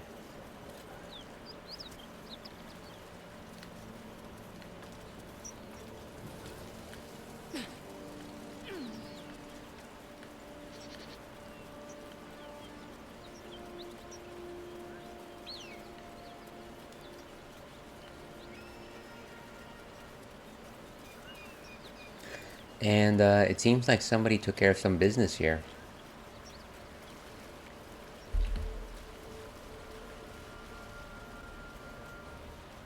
Is this your first time on the Sword Coast, Lae'zel? Yes. It is much more lively than the Githyanki slates led me to believe. Just wait till you see Baldur's Gate. You'll never want to leave. No, not that way.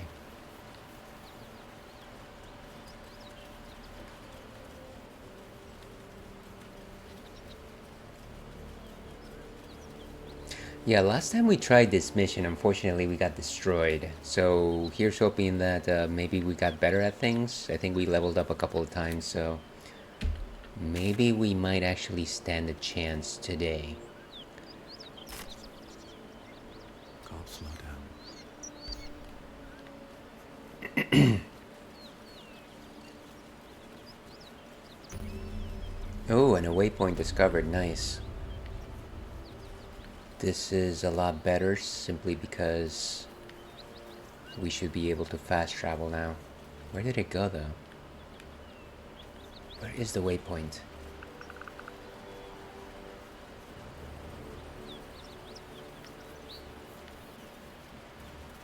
Oh wait, this is the same mountain pass as before. Don't want to go in that direction just yet without us being ready.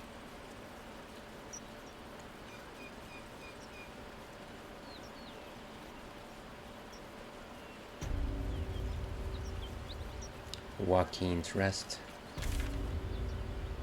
Oh, I guess this is what we were looking at, the Joaquin's Rest waypoint. Okay. Fair enough.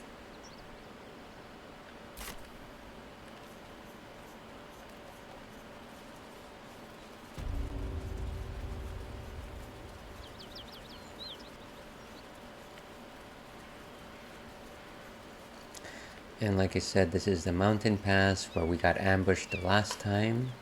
Let me actually go ahead and save here.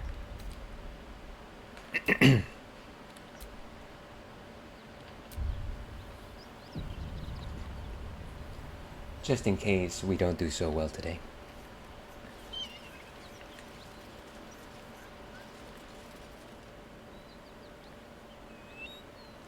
And it seems like somebody is... Risen Road, closed due to inclement weather.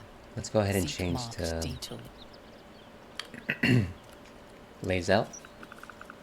Why did I say it that way? Lazel. Hey everybody. Ryder, my time is short. Lead me to... Shh. Such a familiar tone. Were I not merciful, I would slice the skin clean from your meat. Yet you are not bleeding. For I am nothing if not merciful. Yeah, this guy does not get any brownie points, unfortunately.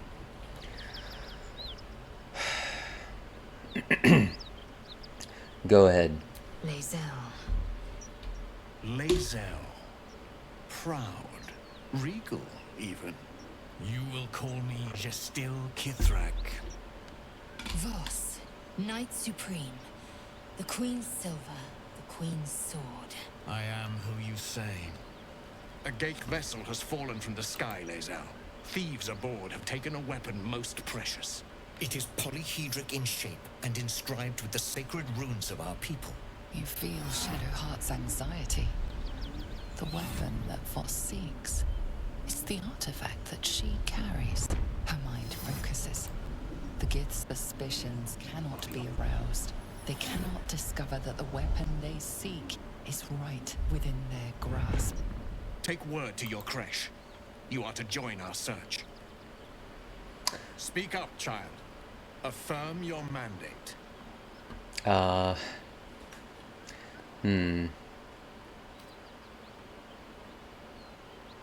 Let's go ahead and play along with them.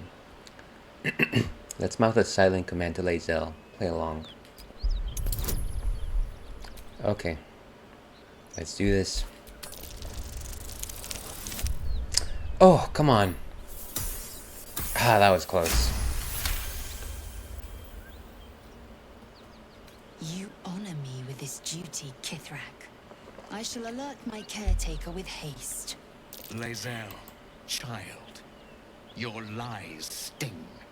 Has Vlaakith not demanded better? Okay, this is not going well already. Demands my purity, Kithrak. I was infected aboard a Ghaik ship. By protocol, you must aid me. You were on the Nautiloid. Then you are a Ghaik wearing Githyanki skin. Oh Bend boy. your head for the sword. I have done no wrong, Kithrak. Our queen's word binds me. Loretha, see that her skull is split and her corpse examined on Vlaakith's command. I will take word to the Undying Queen. Our search continues. Oh, come on. The current of deception carries Voss's words. Wherever he flies, it is not to Vlaakith. To Danos! To the sky! Okay, so I guess he's leaving. Does this mean... Well, at least we don't have to face him. That's something.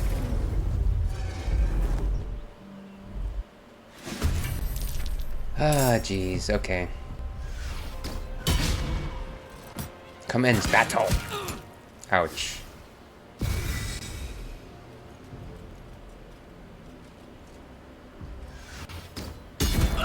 Oof.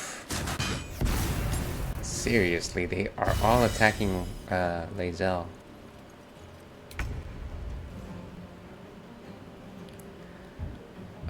Can we actually help her up? But I don't want to do it with Karlach. Let's go take this guy, this person out. Over there. And let's do a reckless attack.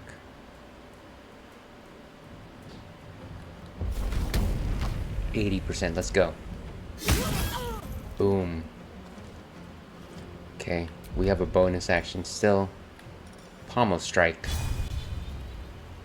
Oh my gosh, but they've got quite a hefty pool of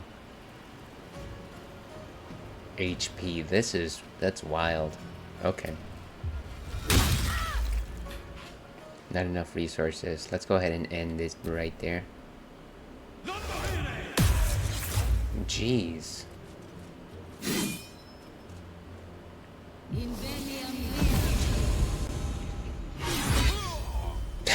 Okay. Jeez. You wanna crit me some more, dude? Okay. Let's go with Multiplicity, the movie with Michael Keaton.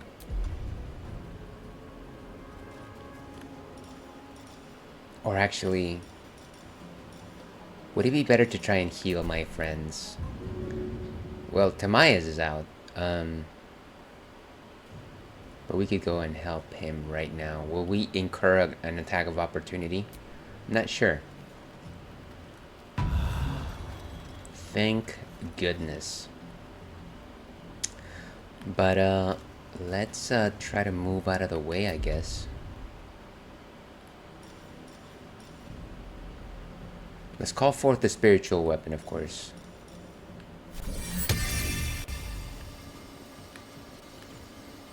Let's go aid Karlach.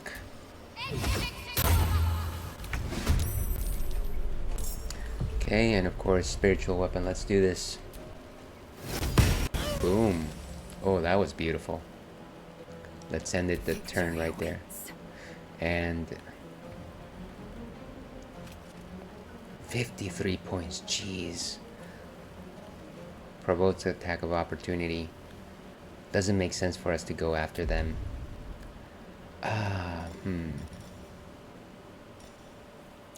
I think we're just gonna have to engage here. And we've got an ad starting in about 3 minutes. Let me see if I can just snooze that for now, since we're actually wrapping up relatively quickly here. Let's go ahead and fight. Astral knowledge, no. Hamstring shot. Let's just lacerate. Oh, nice. Okay. We got a bonus action left. Pommel strike. Ooh, come on. Okay, let's go ahead and end turn. I don't really want to incur any attacks of opportunity. But we do have an action surge. We can probably take it right now. But with a 50%, I'm not feeling it. Well, so much for peace. Okay. Tamias, you need to heal yourself, but yesterday. I think we have a greater healing potion on us. 8 to 20. Nice. Beautiful. So let's go ahead and take this Sarth Beretta.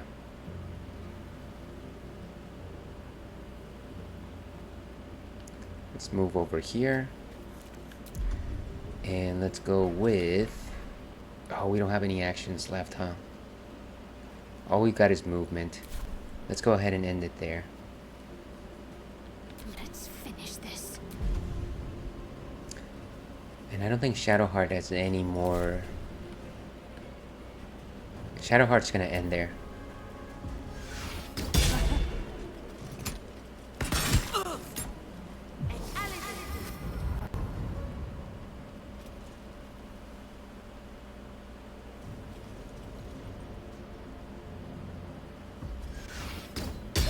Ouch. Oh my god. Just, that was a slobber knocker. Okay, let's do one more. I think we're good for now. So they are still dazed. I'm wondering if I should... I feel like I need to go after this person. 70%. Ready for this? Ooh, beautiful. Can we do any more attacks here? No, I think we're done there. Oh gosh. Lae'zel, jeez. Nice dodge. And a critical miss. Where did they go? Okay. That's wild. But, unfortunately, as I like to say this, it is unfortunately my Cinderella time. So I'm afraid we're going to have to call it here. Let me go back to intermission. Okay, well, thank you everyone for joining us today for Baldur's Gate 3. I'm sorry to leave us in the middle of a cliffhanger, but unfortunately it is, as I suggested, our Cinderella time. Thank you very much everyone for popping in, fellow streamers such as Dark, who was here earlier, Rich as well. Thank you very much for your company. Thank you very much, Ivan, for popping in, as well as our friend Inigo, who is one of our oldest and dearest supporters. Good cliffhanger. I'm going to leave it right there, and next time I pick this up, I'm going to regret leaving it there. I can tell you that. So, if you like this kind of nonsense, if you like this kind of banter, I stream on Thursdays and Fridays. On Thursdays, I do retro, and I'm currently running both. What am I running on Thursdays? I just played it yesterday. Final Fantasy VIII, and then I'm also doing Donkey Kong Country 3, and then on Fridays I'm doing either Baldur's Gate 3 or Elden Ring. Before I let you all go, kindly let me find a raid target today.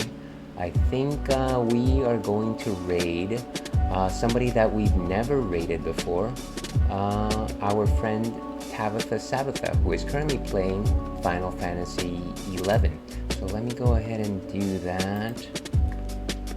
Search Tabitha, who is a esteemed friend of ours. We certainly love to watch her play, and you know what? She also has a funky earwear. Funky is probably a poor term, but I very much enjoy her. Kindly give her a follow, show her some support from the Ale Pack, and let me see if I can get her. I think she's good. She's only been streaming for about an hour, so I think we're fine. Alas, as I like to end these things, here's hoping that you have an amazing rest of your weekend. Here's hoping that you've got some fun or stimulating activities ahead of you. Thank you so much for the bits, Ivan. You are way too generous. Please know that you never have to do that. You're very kind. But yes, here's hoping that you have a fun or relaxing weekend ahead of you. Have a great rest of your week. And as I like to end these things, stay thirsty, Alpac. We'll see you again.